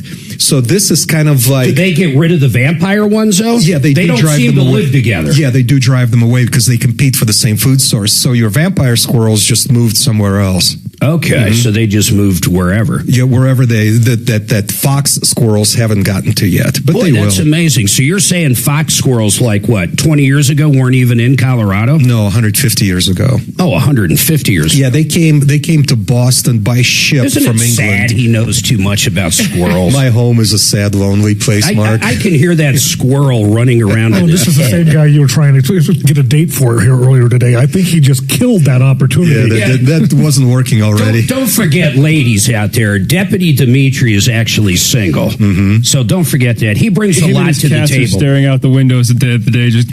Yeah, and don't forget, he brings a 2007 Lincoln to the party with a big back seat and a cassette player. I mean, really, think about that. Now, when you take a woman out for a first date, let's say someone actually does. Mm-hmm. There's someone right now listening, I guarantee, thinking about it. Mm-hmm. And you're always up for a first date, right? I'm always up for a first date. Yeah, so, okay, help at troubleshooter.com.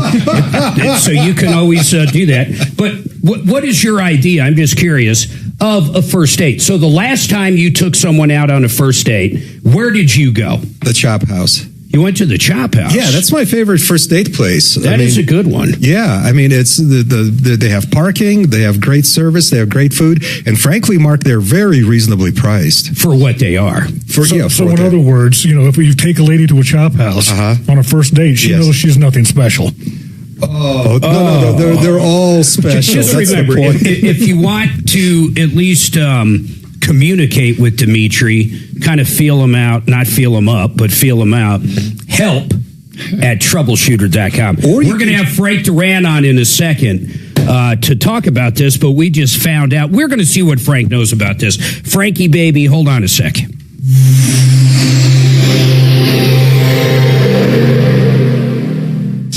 Now, impact traffic. A crash off to the right shoulder on southbound I. That happened. That was great. I'm not gonna lie, that was good. Frankie baby. Look at those hats. Crazy, isn't it? Yeah, I know. What's that drink they always drink? Hey, Leah, it's Adam again. I'm just letting you know we got our expert on to help with this to answer your questions. So just hang tight through this break. Yeah, nothing. Yeah, I wouldn't go crazy.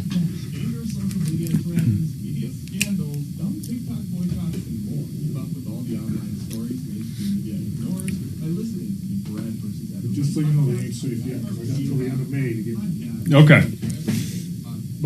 You want to expand your financial portfolio and buy some property and become a landlord and no idea what you're doing? I want you to call Barry Miller. He's got a turnkey approach. He knows the up and coming areas in the country. It could be anywhere.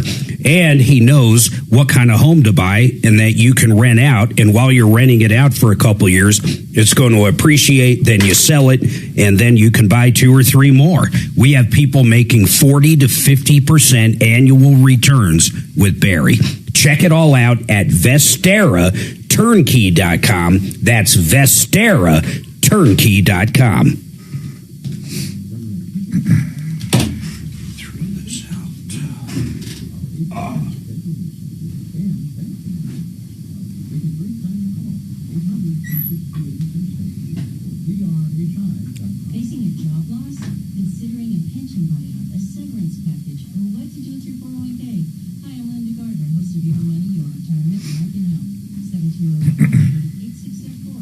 Yep.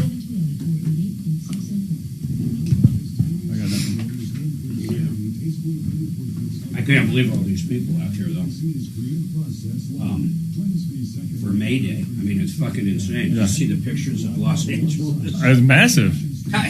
Tons of people. May Day.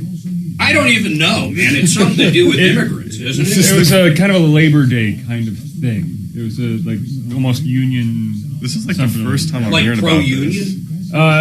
Trying to make sure that the workers, like the 5-day work week or the 8-hour day. So is your meat fest always at the same place?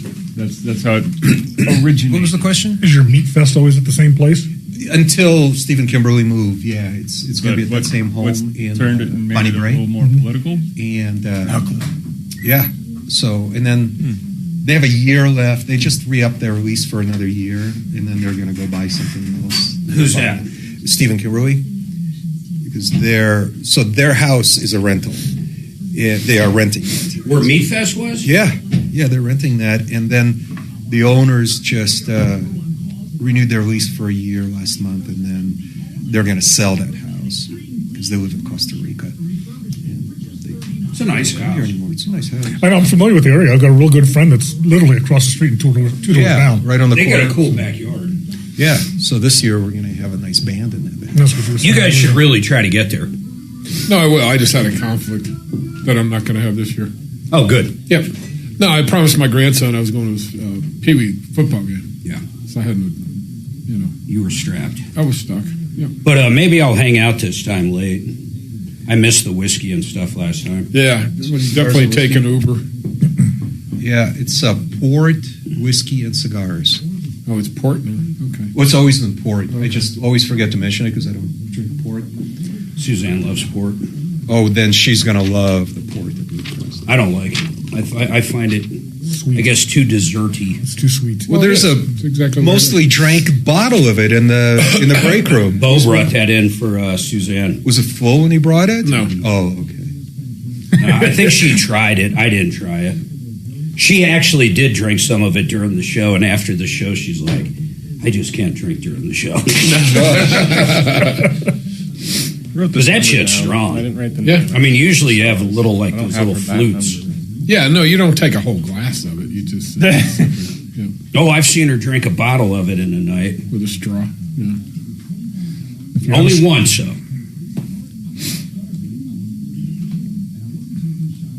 I was with Miles when we got back from that shark fishing, and we hit a couple bars around the hotel in Orlando, and then we were staying at the Embassy Suites, and they have like free drinks for a couple hours at night.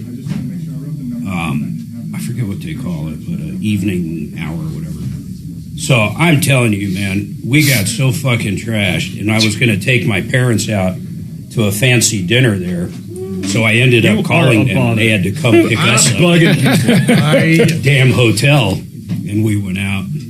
Mark, do you have your taser? That's the last time I remember getting sloshed. Not for you. I still want to get... I want to do it to myself. I'd get tased. I want to know if Mark... You ever tried to bark collar? I put my neighbor in one. Adam's found his new kid. I put my neighbor literally in a bark collar. I have those collars. Archie Hunter. And every time he tried to turn it off, I'd fucking hit the button. It wasn't a bark collar, it was a shot collar, and I had a remote. Why do you have a litter box? I wouldn't let him take it off. It was fucking funny as shit.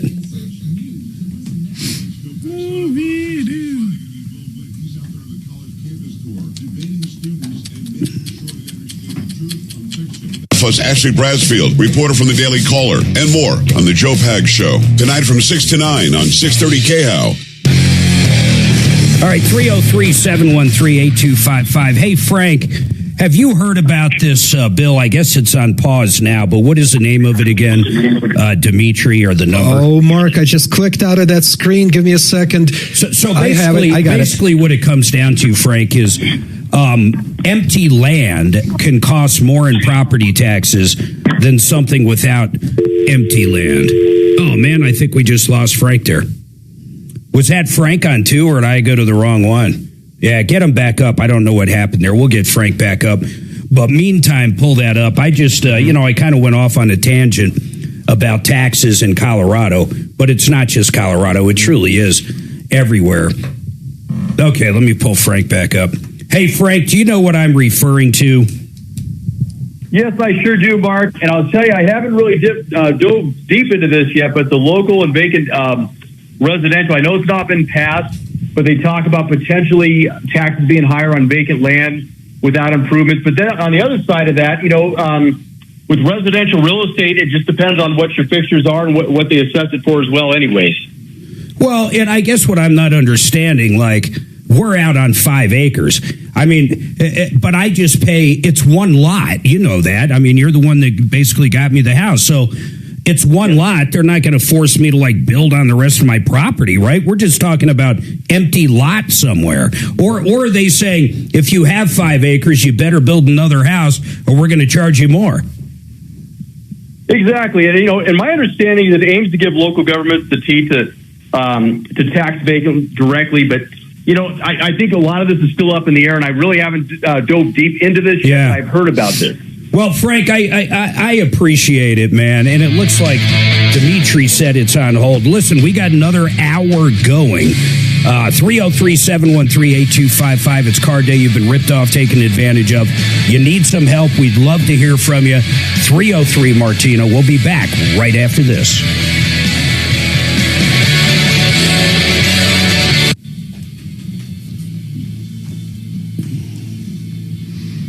I like banana peppers on pizza. Do you like banana peppers? Yeah. I also like them when you do like a slow roast, like a pot roast, like a Mississippi pot roast. Yep. Delicious. Frank's gone, so I like jalapenos on the grill. Some cream cheese filling. Bacon wrap. I like doing cream cheese dips on the smoker. Yep. Do one savory, one sweet, satisfy everybody at the table. Sam's Club, I don't know if Costco does, but Sam's Club's got basically pre-made in the deli jalapeno poppers. Those aren't bad. Bacon. Yeah, I've done those. Simple. Yep. You ever try them with the deep fryer? That's the way to do it. It's hard to keep the cream cheese in them. Not ones that aren't breaded. Nope. You don't need to be just the ones wrapped in bacon. Drop them in the deep fryer. Works great. The cream cheese just it sticks. Cooks. I'm gonna ask one more time. I don't think you guys ever made curds. Yeah, made curds. Mark, my ex was making the curds. So Suzanne learned to make them when we were in Wisconsin for a week one time. You got to freeze the cheese, and then you put it in the breadcrumbs or whatever you're using in the dredge. But because you freeze the cheese, they turn out perfect. Then you throw them in the Fry Daddy, and they don't melt and blow up because they're frozen. They're just perfect.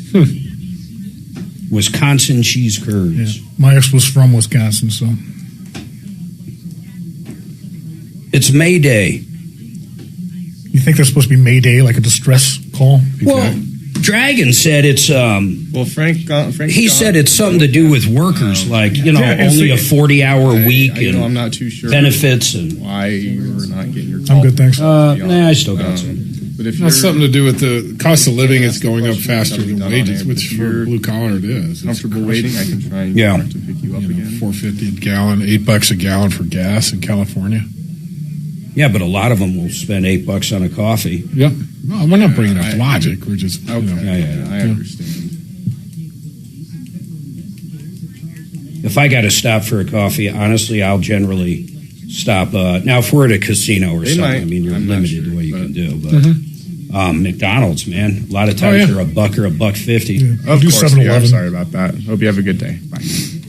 And they'll put in whatever you want. Minutes to respond. Like if you want 6 creams, you put in 6 creams.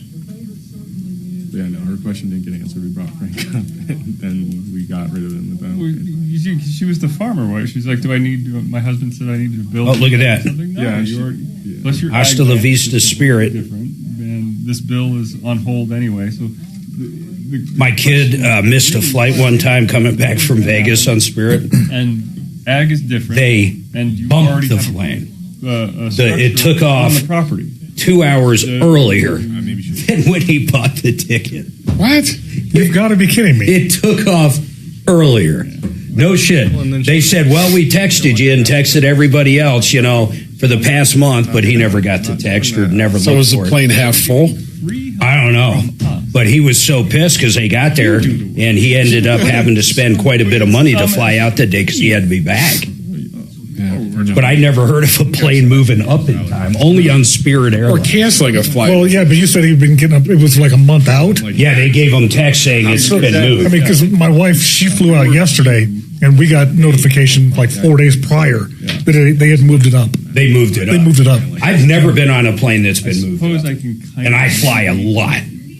Grasp that aspect. You guys ever heard of Champion Air? people pay for. So they used to do like a junket from the advertisers to Vegas way back in the day. It was pretty cheap, so roundabout 5-step way. So me and this dude Joe would take it when we do gambling. That goes. And we were there one time, and it had a flat tire. Chick-fil-A. The plane had a flat tire, and it literally says champion. Pays your salary. And it looks old as fuck. Yeah?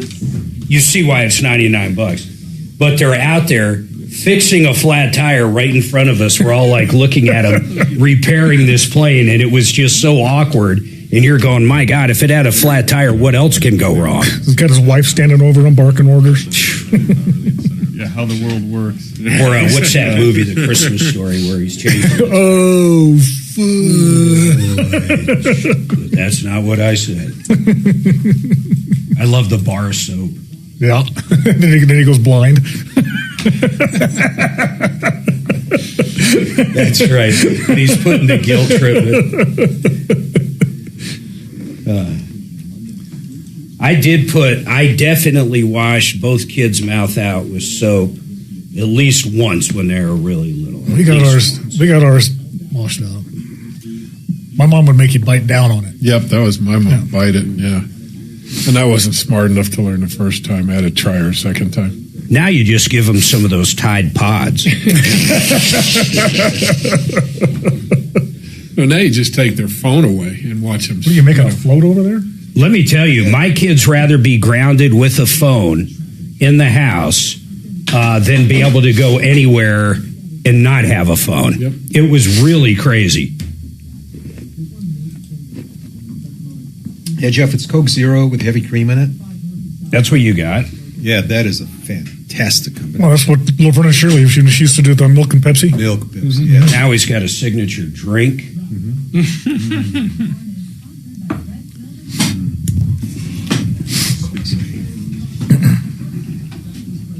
I thought the pizza was good. I liked the other one better. I actually ate the bread today.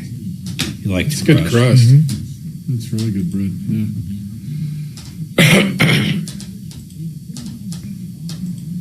No, they got really good sauce. I like their pizza sauce is good. Pizza sauce. Pizza sauce. I don't know what I'm going to do for dinner. I might get wings tonight. I'm marinating some beef tenderloin right now. Are you? Yep.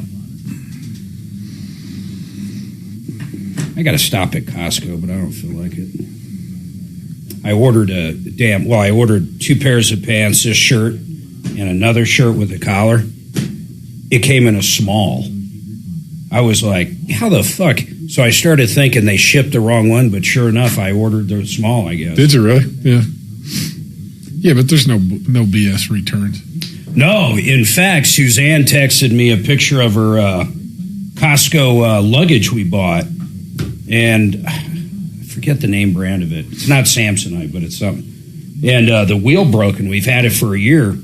So I called up Costco. They're like, yeah, just bring it back, man. It's good forever. Mm-hmm. That's crazy. Yep. Well, I believe they changed the policy on this. When I saw it years ago, it was back when I was living in Parker. A lady was there after Christmas returning a Christmas tree. Yep. Oh, wow. And they gave her fucking money. People have no pride. Yeah. A real tree or a fake? Real tree. Yeah. Think. Weekday afternoons at 4 on Denver's Talk Station, 630 KHOW. Yeah. Ripped off, bad news. You need advice so you don't have to lose. We'll come running just as fast as we can. Troubleshooter's gonna help the common man. This is the Troubleshooter Show. Now, Tom Martino.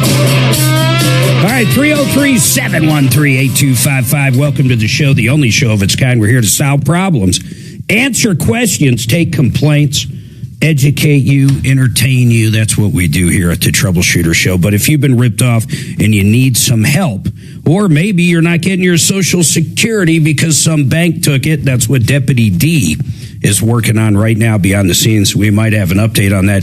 We were talking about Costco during the break. My wife's traveling, so Suzanne's in Nashville with her cousin right now.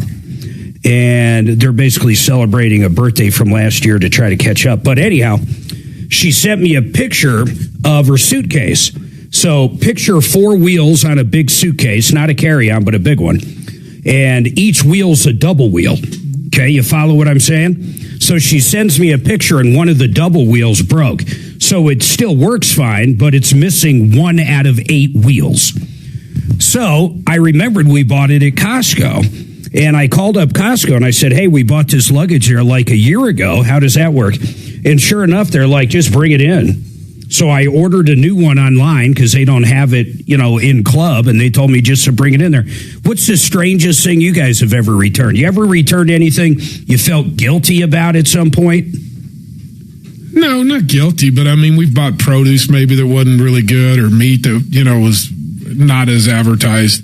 I returned stuff to Sam's Club that was way out of date. Yep. Before, in fact, one of them, basically we opened it up. I think it was Greek yogurt, and the expiration date was still a month out, and it hadn't been opened at all, and it was moldy. Sure. And we brought that back. Yep. No, I brought some steaks back. You get a pack of ribeyes and open it up, and I have 3 ends in the package. Oh, yeah. It's like, what the heck? I didn't spend money for like $20 a pound. Yeah, I didn't spend it for So, years ago, one of the reasons I love Walmart, years and years ago, Suzanne and I had a cake route, and that was our first business. I was 18 or 19. She was 16, about turned 17. And we would go around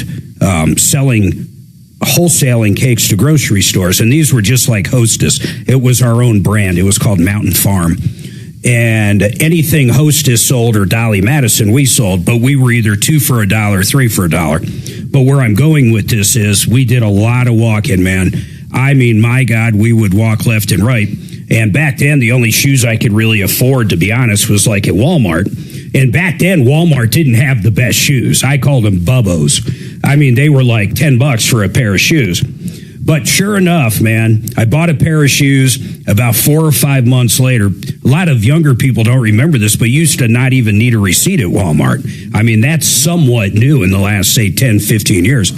But I remember bringing back a pair of shoes I worn out. I was a little embarrassed by it, but I was like, these wore out early. And Walmart was like, go grab another pair. Simple as that, man. And I kind of fell in love with Walmart, and I'm still a loyal shopper there because when I needed it back then, I mean, they were kind of there. My dad returned a couch one time.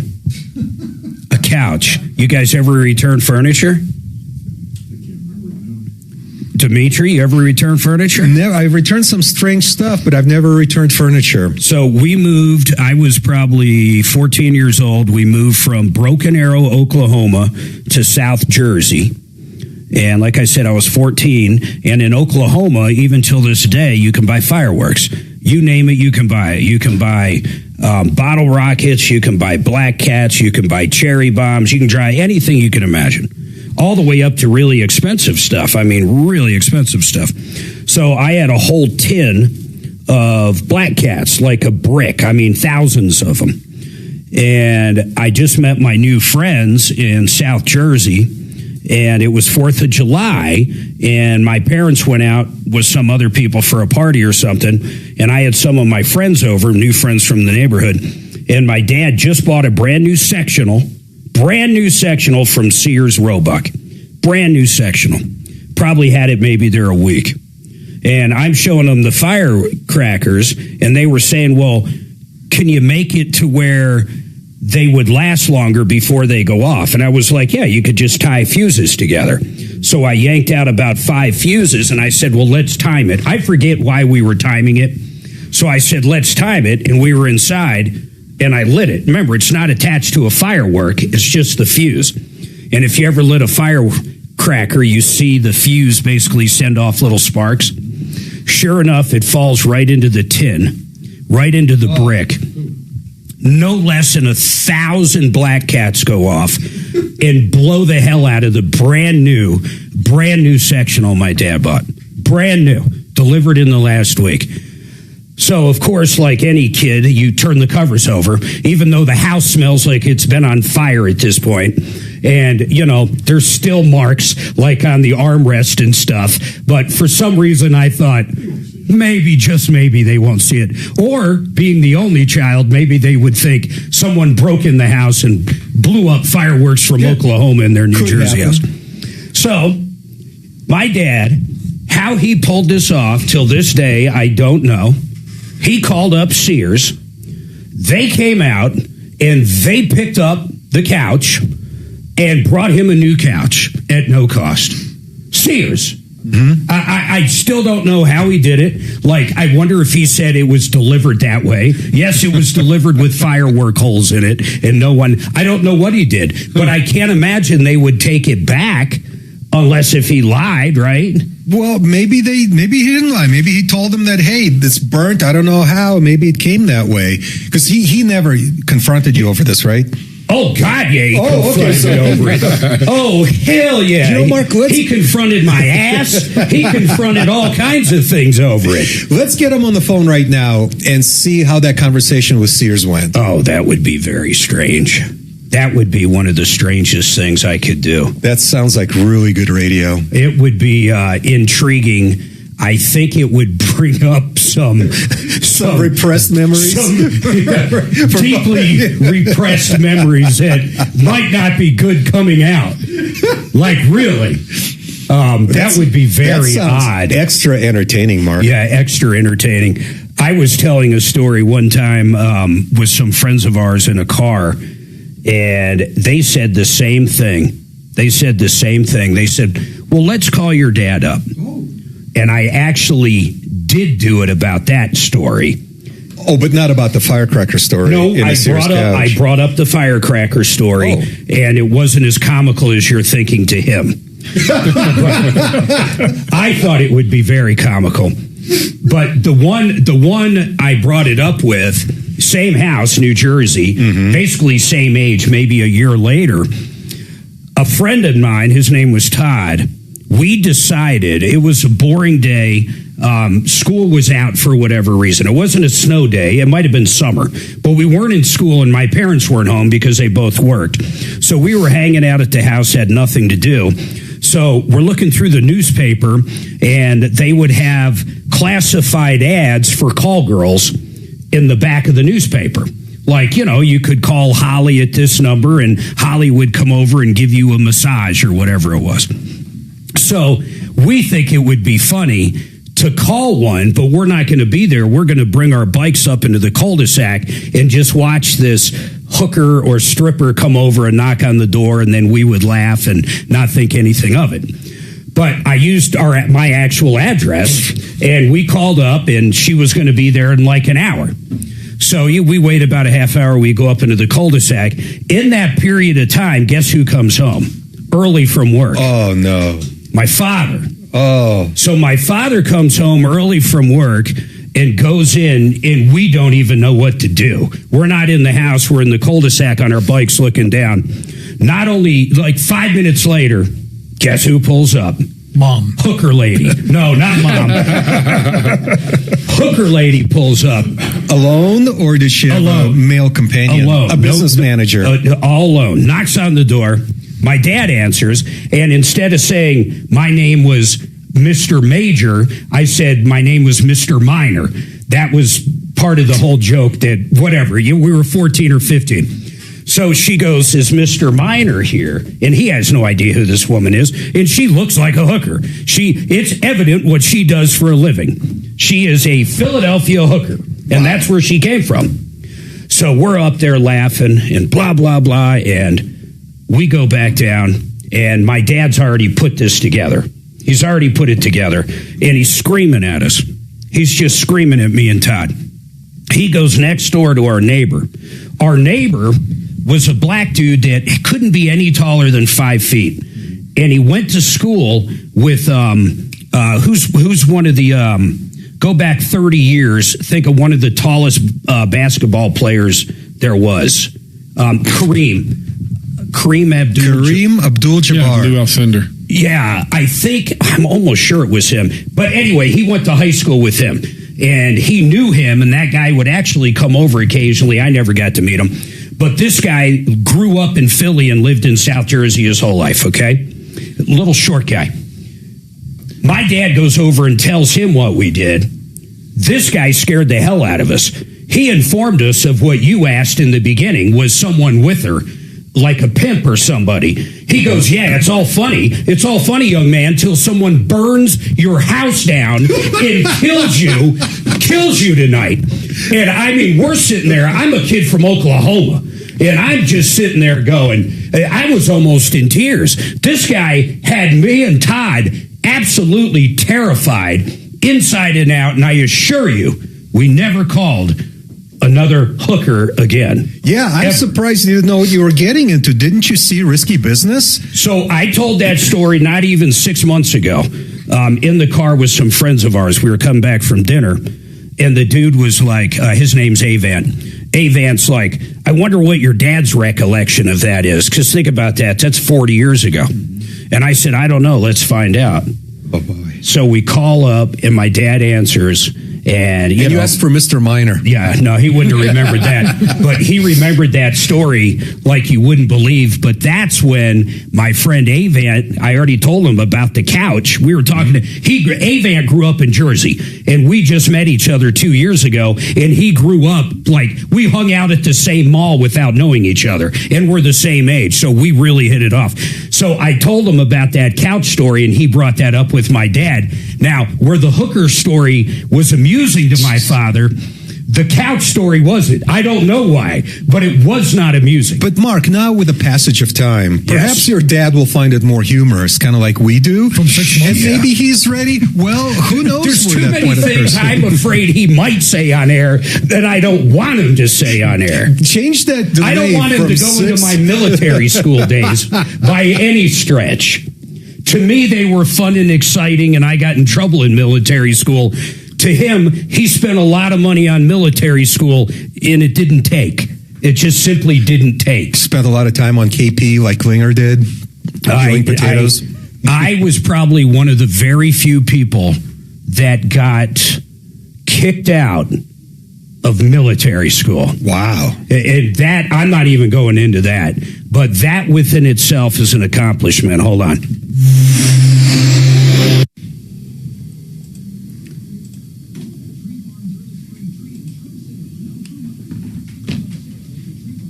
Were you two good kids?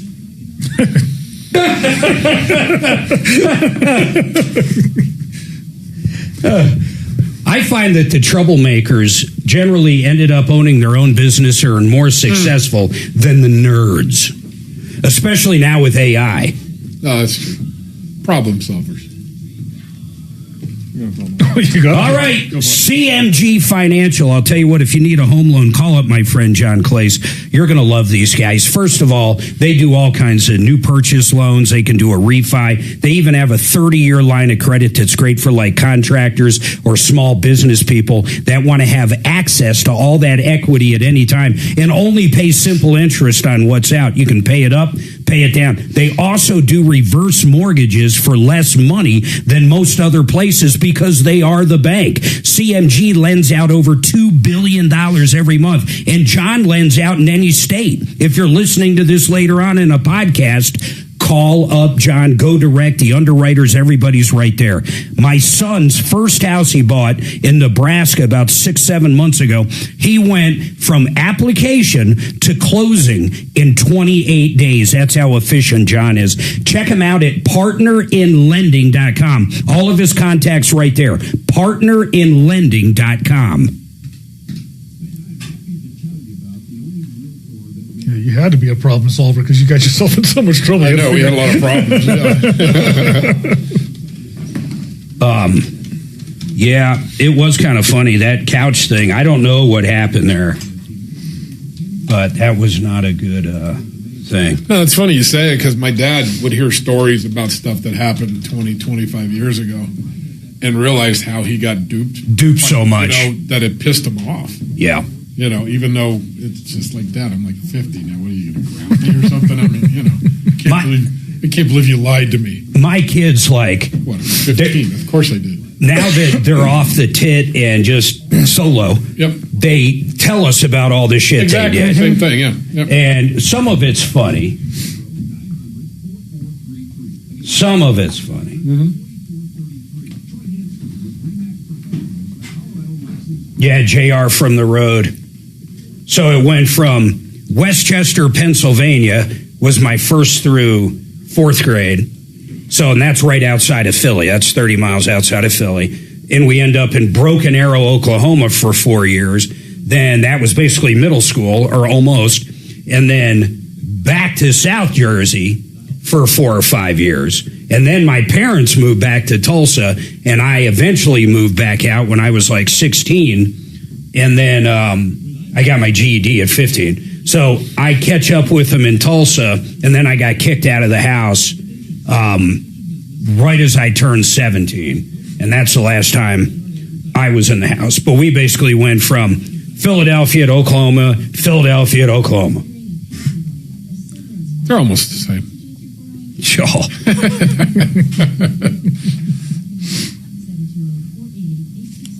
I remember like my high school in Jersey South, we probably had as many black kids as white kids. I mean, it was just a complete mix, in the same way was in Westchester. But when I first went to Broken Arrow, what I remember is we had one black kid in middle school. One kid that was black. I mean, think about that. One person. Mm-hmm. Well, they used to call us, I went to Wheat Ridge High School, and they used to call us White Rich. White Rich. White Rich, because it was just all white rich kids. Yep. Wow. We weren't part of that crowd. We were part of the white part of the crowd, but... You weren't the rich part. Oh, hell no. Yep. No. I've said it before. When I was a kid, there were times where if you didn't wake up with a heart on Christmas morning, you had nothing to play with. Oh, God. I still pass that photo you sent me last year around. What is it? The Confucius. What does it say? It shows Confucius. What's it say? Like, I didn't say none of that shit. I never said any of that shit. Confucius say. I never said any of that shit. I just...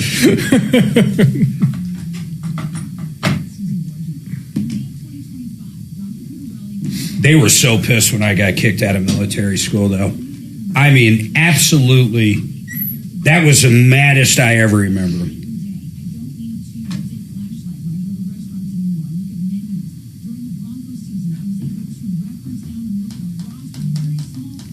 No, some of the crap we used to get into, though, it's a miracle we survived. Mm-hmm.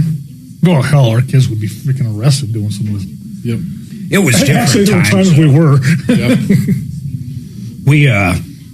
Me and this dude, Brian, when we were probably 14, maybe 15, we borrowed a car in the middle of the night and drove up to 7-Eleven to buy cigarettes.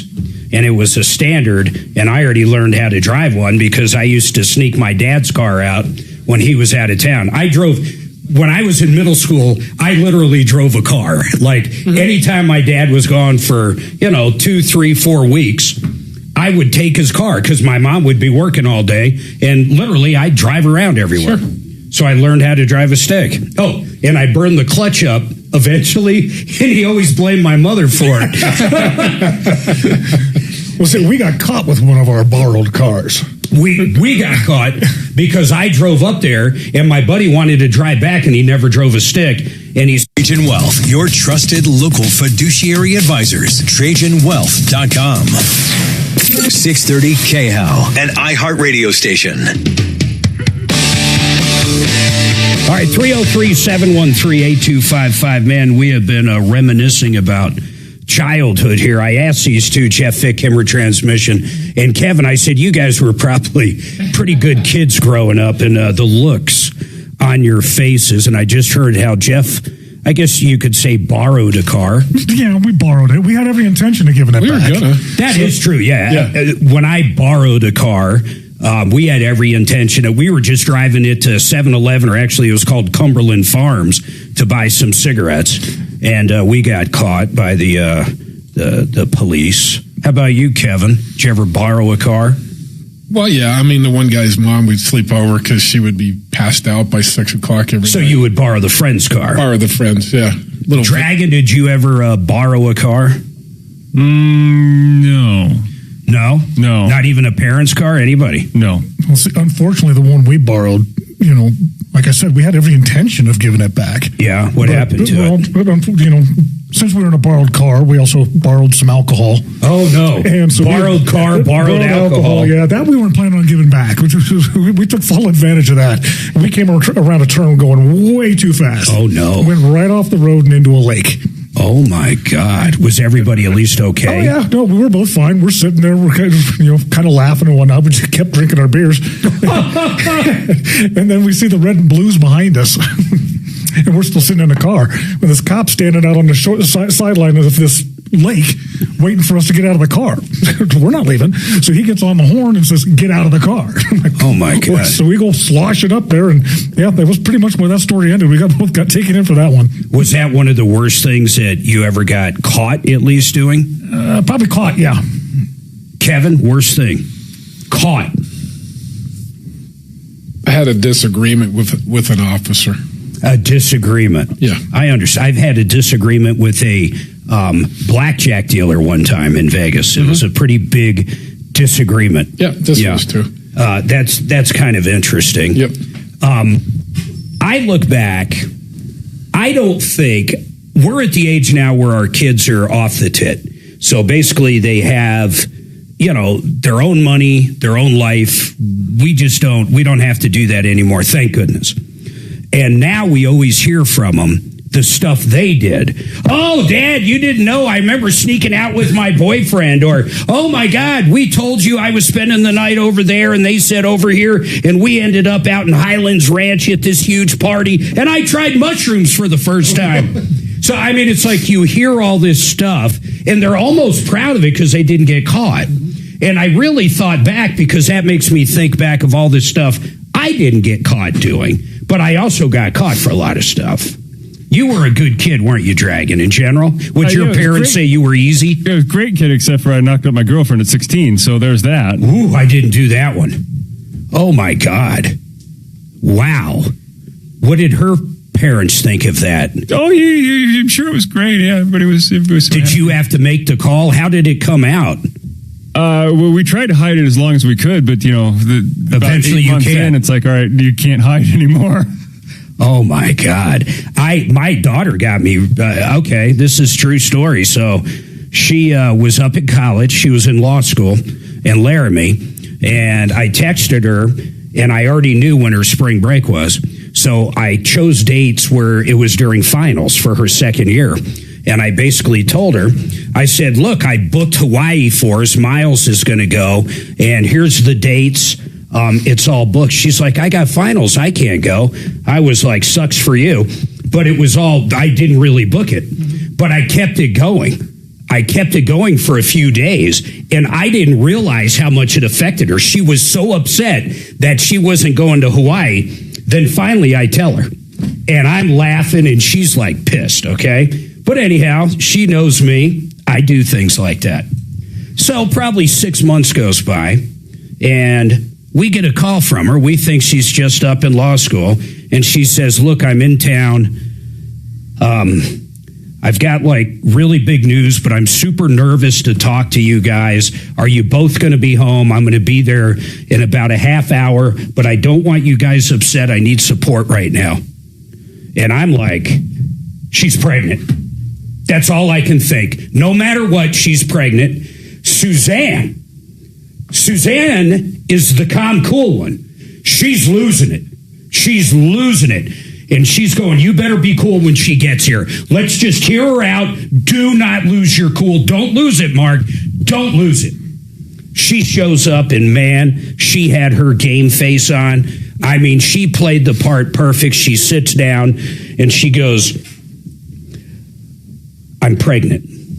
And she'd been seeing this kid that I hated. I hated this kid. So not me, but Suzanne blows up. The woman that told me to watch it. She blows up at her. Where is that boyfriend of yours? Where is that piece of, that son of, he doesn't even have the balls to, and she is going off on Addie. And I'm sitting back like, wow, I did not see that coming at all.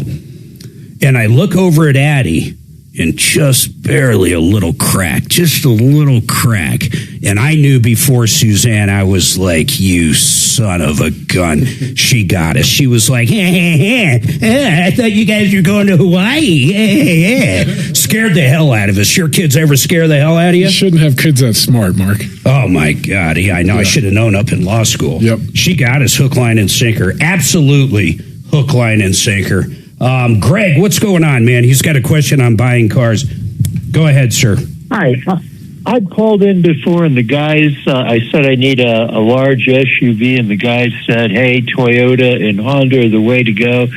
They are extremely expensive. Hell yeah. I was gonna drop some cars and ask the guys what they think they would like. So the ones that I'm looking at are Chevy Traverse, GMC Arcada, Ford Explorer, Jeep Grand Cherokee, and Dodge Durango. How come not like, just curious, like a Santa Fe or a Palisade?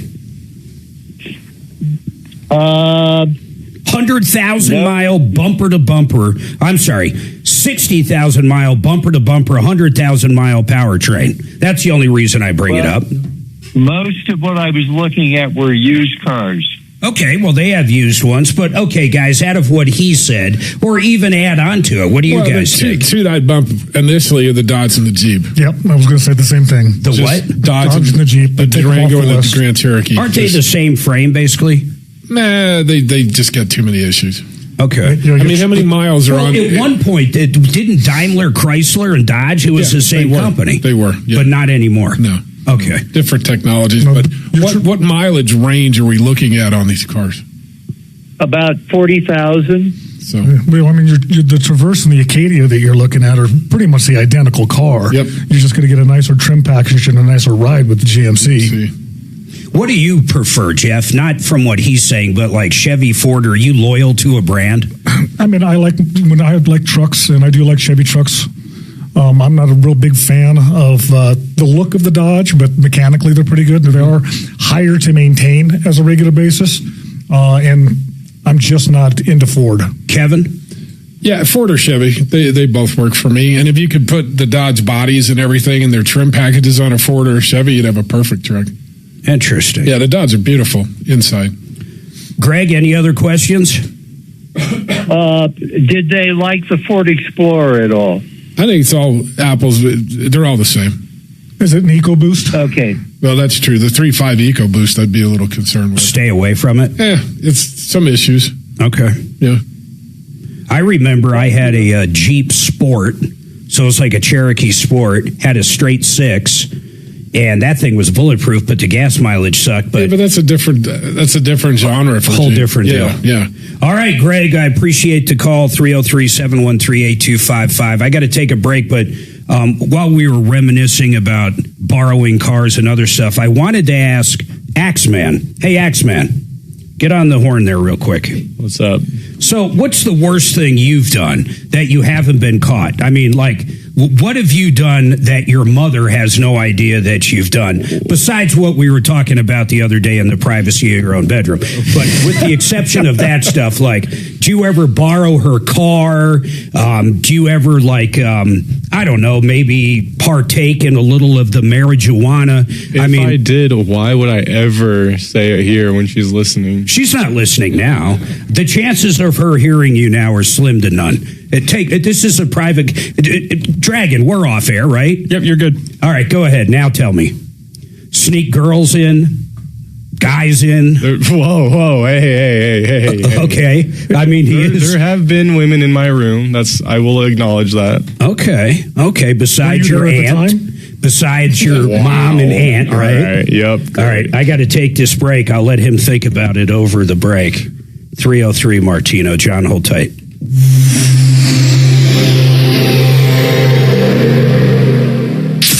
She just said she's not on here. Okay, not you two. Did you really? Tell him I'm not here. Watch, I'll check YouTube. Must see my mom's little icon. She's probably spilling the beans. Nope, she's in here. Confucius say we go to bed with itchy butt, wake up with stinky finger. Oh, God.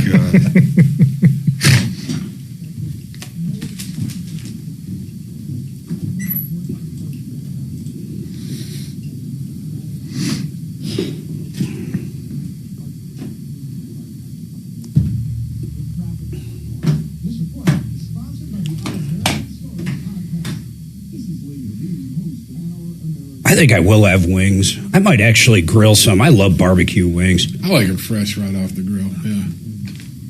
Crispy I don't like skin. to bread them. You know, sometimes too much. I don't like breading them. Yeah. So Compass Insurance, listen to this. They now sell insurance for high deductible insurance.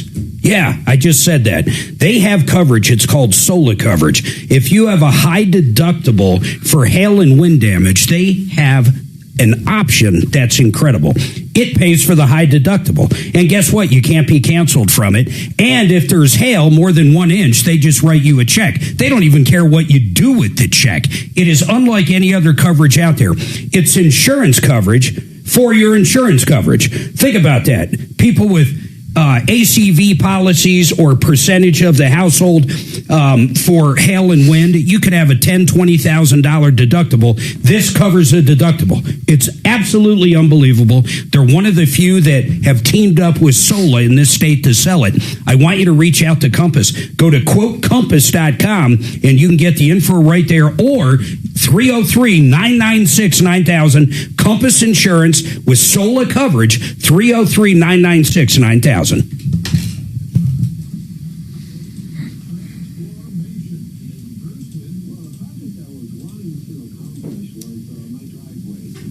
I got in a lot of trouble.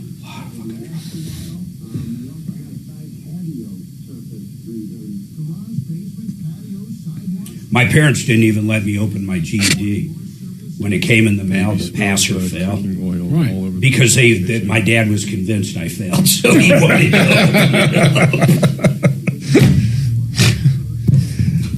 You got to throw hands with a cop too, huh? Mm-hmm. I did that twice. Ooh, you just kept poking that whole bottle of cooking oil. Well, the first time I was up at Boulder Ball Club, and we were already in a fight. Oh, yeah. And somebody jumps on my back. I didn't wait to see who the hell it was. It was a cop. It was a cop. So the second time, I was at a party, and he kept yelling at me, "Get down on the ground, get down on the ground." There's all sorts of shit going on around us. And, I'm like, what did I do? What did I do? What? I'm sorry. He says, "Get down on the ground or I'm going to stick the dogs on you." I'm like, you want me to eat some grass while I'm down there? So they lock me up and take me up to the car. He's telling me to get in the car, and I'm like, what am I getting arrested for? What am I getting arrested for? I'll tell you what. He gets pissed off and slams my head against the hood of the car. I'm good. So I stiff-legged his freaking knee and blew his knee out. I'm not hang tight. Well, then they tossed me in the car, and 4 other officers beat the living shit out of me. I don't normally see them. We were at the Burger King. It's the only thing open after all the bars closed. Yeah. And it's a chicklet place at 3 o'clock in the morning. There's fights everywhere. So my buddy KO's this guy, and we're like, I just found out today that out of here. Cop's sitting right across the street. We take off, and he pulls us over, and blah, blah, blah. Well, his buddies are there and point at me. And I just I'm trying to just yes sir, no sir, the cop's doing this. What's I said, I wish you'd stop that. Why? Is that bugging you, big boy? Yeah, you're really starting to piss me off right now. And he just kept doing it. And I did. I lost two hands right in his chest, lifted him up and threw him. And that was stuffed and cuffed, I am assured. Yeah, not to say I didn't see the other 6 cops there. I normally see. Same thing in the back seat. Mm-hmm. They throw you in and take turns. Oh, yeah. So I got arrested for obstructing governmental administration. You probably that was one of the better beatdowns I ever got. I didn't know Ryan. Those nightsticks hurt. Yep. That's interesting. Yeah. Yep, I had one in Vegas, man. It was a bad deal. I came stumbling out of that jail the next morning, missing a shoe. Suzanne is beyond pissed. I mean, beyond pissed. I'm facing huge charges. It was bad. It was real bad. It's just that instant regret, as soon as you do something. And I knew. As soon as I did it, I didn't come to my senses till pretty much the next morning when I was walking out of there after she bailed me out.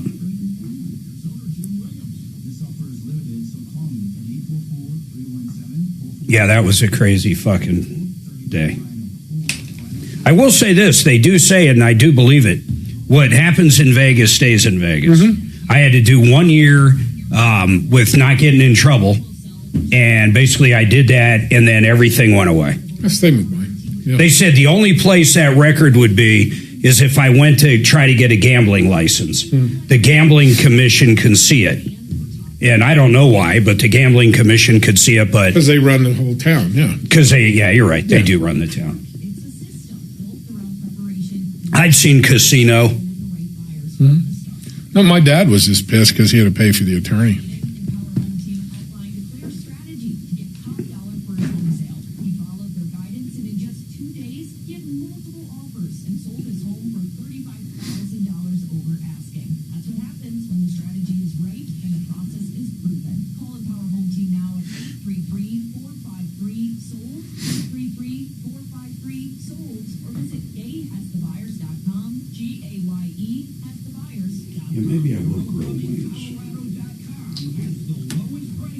Guaranteed. All right, 303-713-8255. Don't forget help at troubleshooter.com. I do want to tell everybody there, or everybody listening, Genesis Total Exteriors. These are great people. Mark Szymanski's the owner. He's a friend of mine. But if you need deck, siding, windows, he does roofing. After a hailstorm, it's great having a company like Genesis because they can actually look at the siding and the doors. They can look at everything else. And you're just going to appreciate them. But right now, if you want to get a deck built, it's time to call them. The exterior of your house painted, time to call them. I've used them multiple times. Always quality work at a very fair price. Genesis Total Exteriors.com. And for that emailer, Brian, his name's Brian at Compass Insurance. That's where that SOLA coverage is. So if you want to talk about coverage, call up Compass Insurance. That SOLA high deductible coverage is incredible. Basically, it pays a high deductible. I can't say it any other way. It's great coverage. And that's about it. Now, let's jump over to John's been holding the longest. Hey, John, what's going on, man? Hey, Mark, I'm loving your guys' stories. I kind of hate to break it up with a car question. No, please. Please, I think the police have already, they might be on the way looking for Jeff. Limitations has already run out. Hey, I got a question. I'm thinking about buying a brand new midsize SUV, and I'm kind of looking at the Hyundai Kona, the Toyota Cross, or the Subaru Crosstrek. I'm wondering if you and your experts would have a favorite of those three. I love the Kona, and then I'll let these guys talk. I bought a brand new one. It was called the Kona Night Edition for my daughter when she got her degree from Metro. And that car lasted her back and forth from law school in Laramie to here. She put 100,000 miles on it. I helped her sell it at 99,500 miles. Not 1 ounce of trouble ever. In fact, Jeff, I think I had you actually eyeball it around 90,000 miles to make sure none of the powertrain was messed up for leaks and stuff. Because remember that one you found on my Santa Fe? Yep. I ended up getting a brand new transmission right around 90,000 miles because it had a little seepage. It was a little bit more than seepage. It was an effective drip.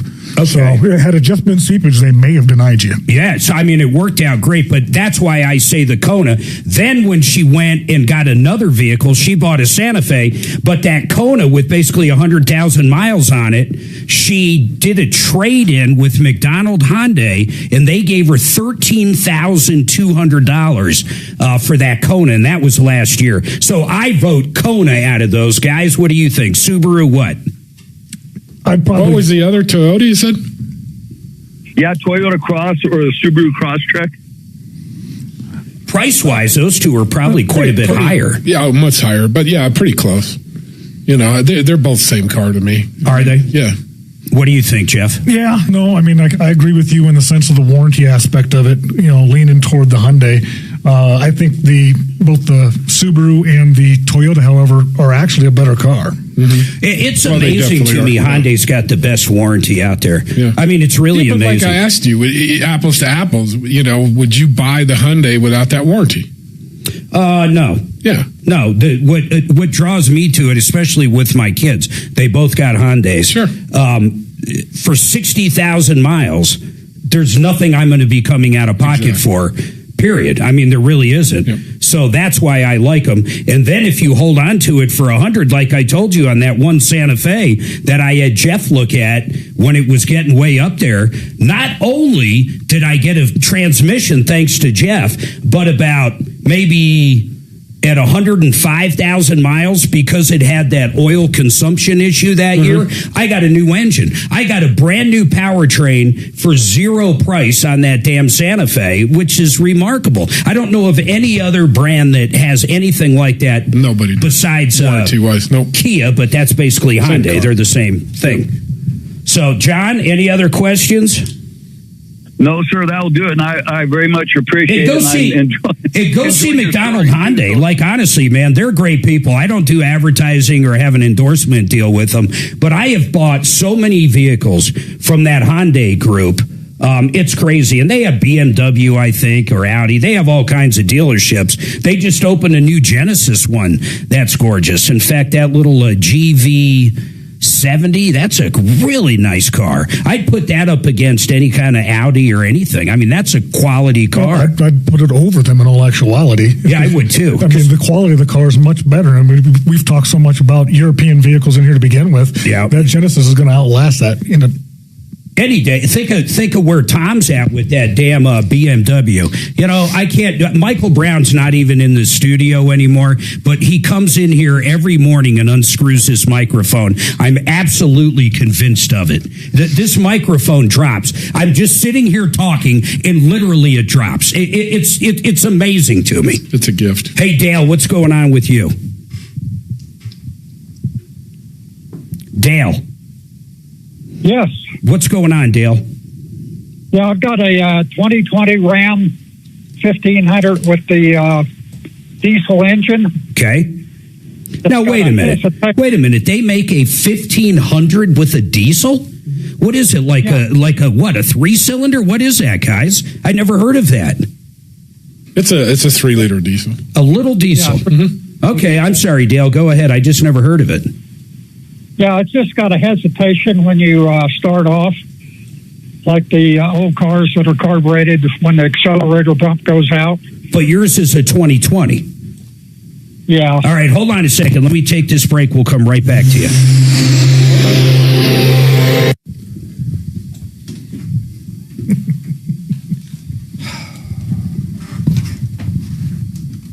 Ooh, this is gonna... Ooh, that's not good. Guys, tell me when I'm supposed to start talking.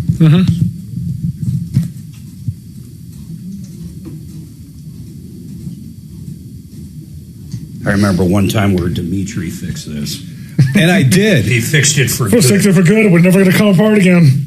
I'm pretty sure that's a quote. It'll never happen to you again, Mark. Ever. This is a totally different mode of failure.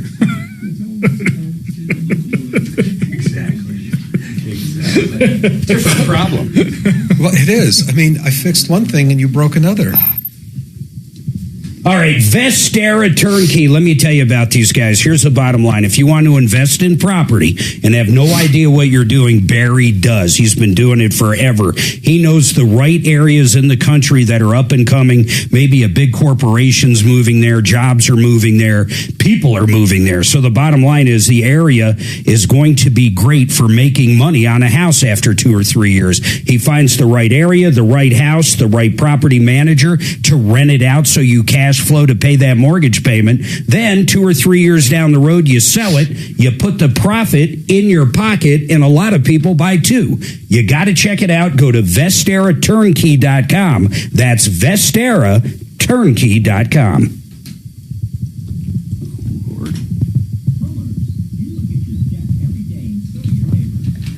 Yep, I'll never forget that. Mark, let me fix it. I'll fix it to where it'll never do it again, ever. And it didn't. Yeah, right. Until it did. No, that's a totally different mode of failure. No, it's not. I'm going to go get a screwdriver and I'll show you how to fix it, for God's sakes. I'm pretty sure Brown comes in here. With a screwdriver? Yeah, that's not going to fix it. That's not how you fix the thing. I'm like MacGyver, brother. Yeah, you're like MacGyver's slow brother.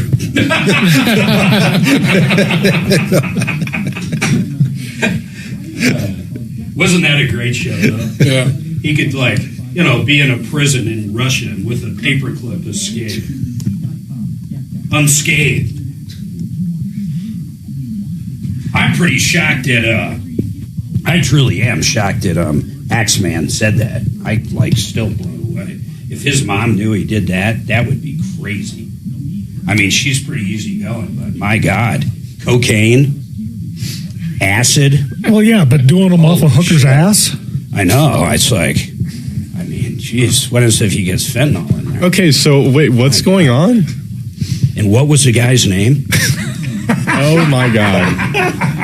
They were just friends, Mark. Strangers in the night.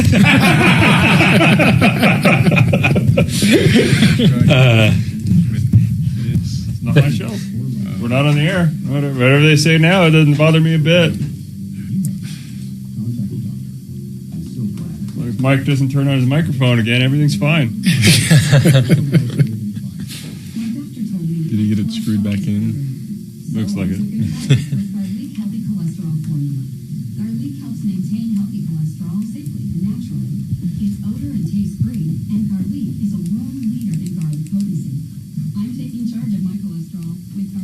May Day protest.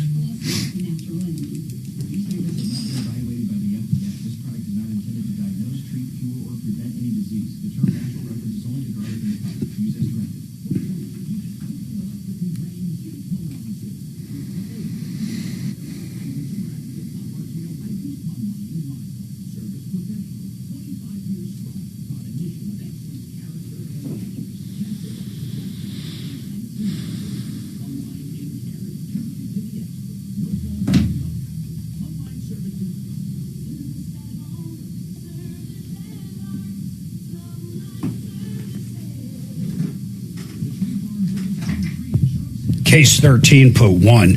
She knows you were wrong. I don't even know what she was talking about. What the hell is she talking about? I don't know. I think Case 13 is one weird chick.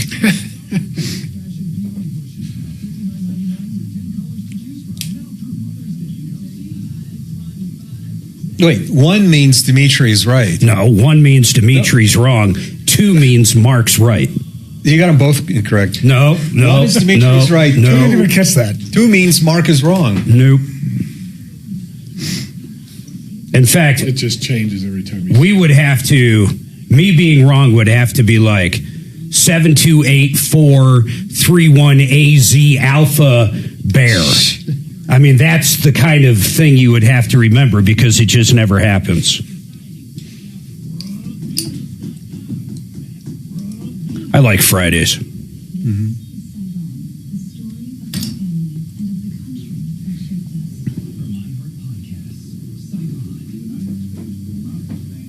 Now I'm going to go be bored.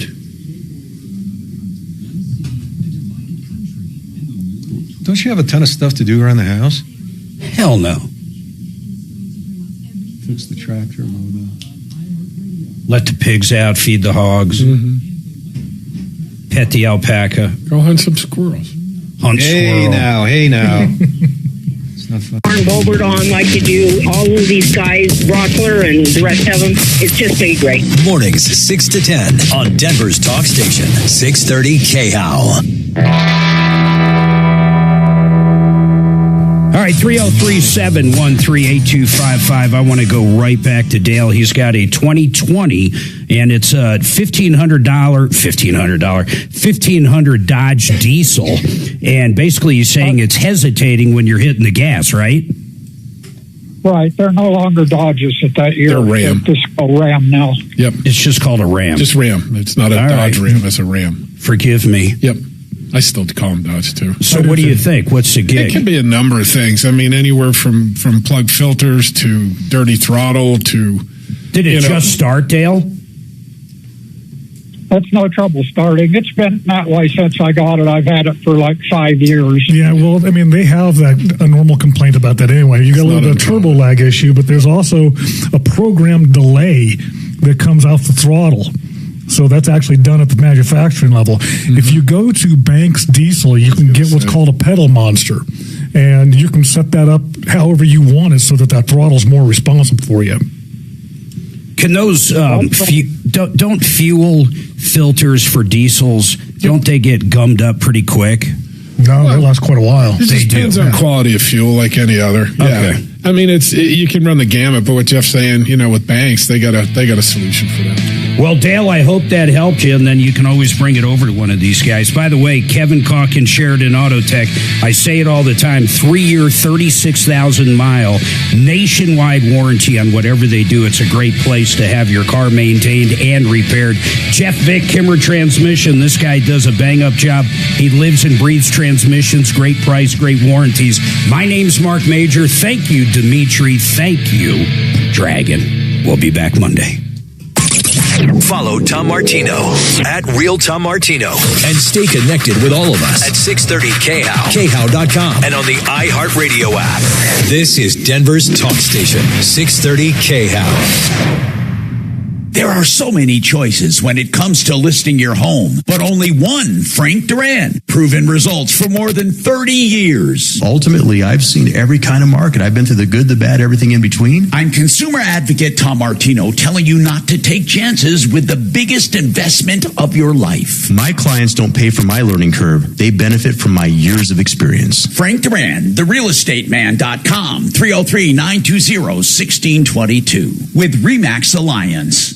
Done right kitchens, baths, counters and floors, finished basements, windows and doors. Our 8% scheduling incentive and bank financing to ask about make a great time to call. 800-362-8370 or drhi.com.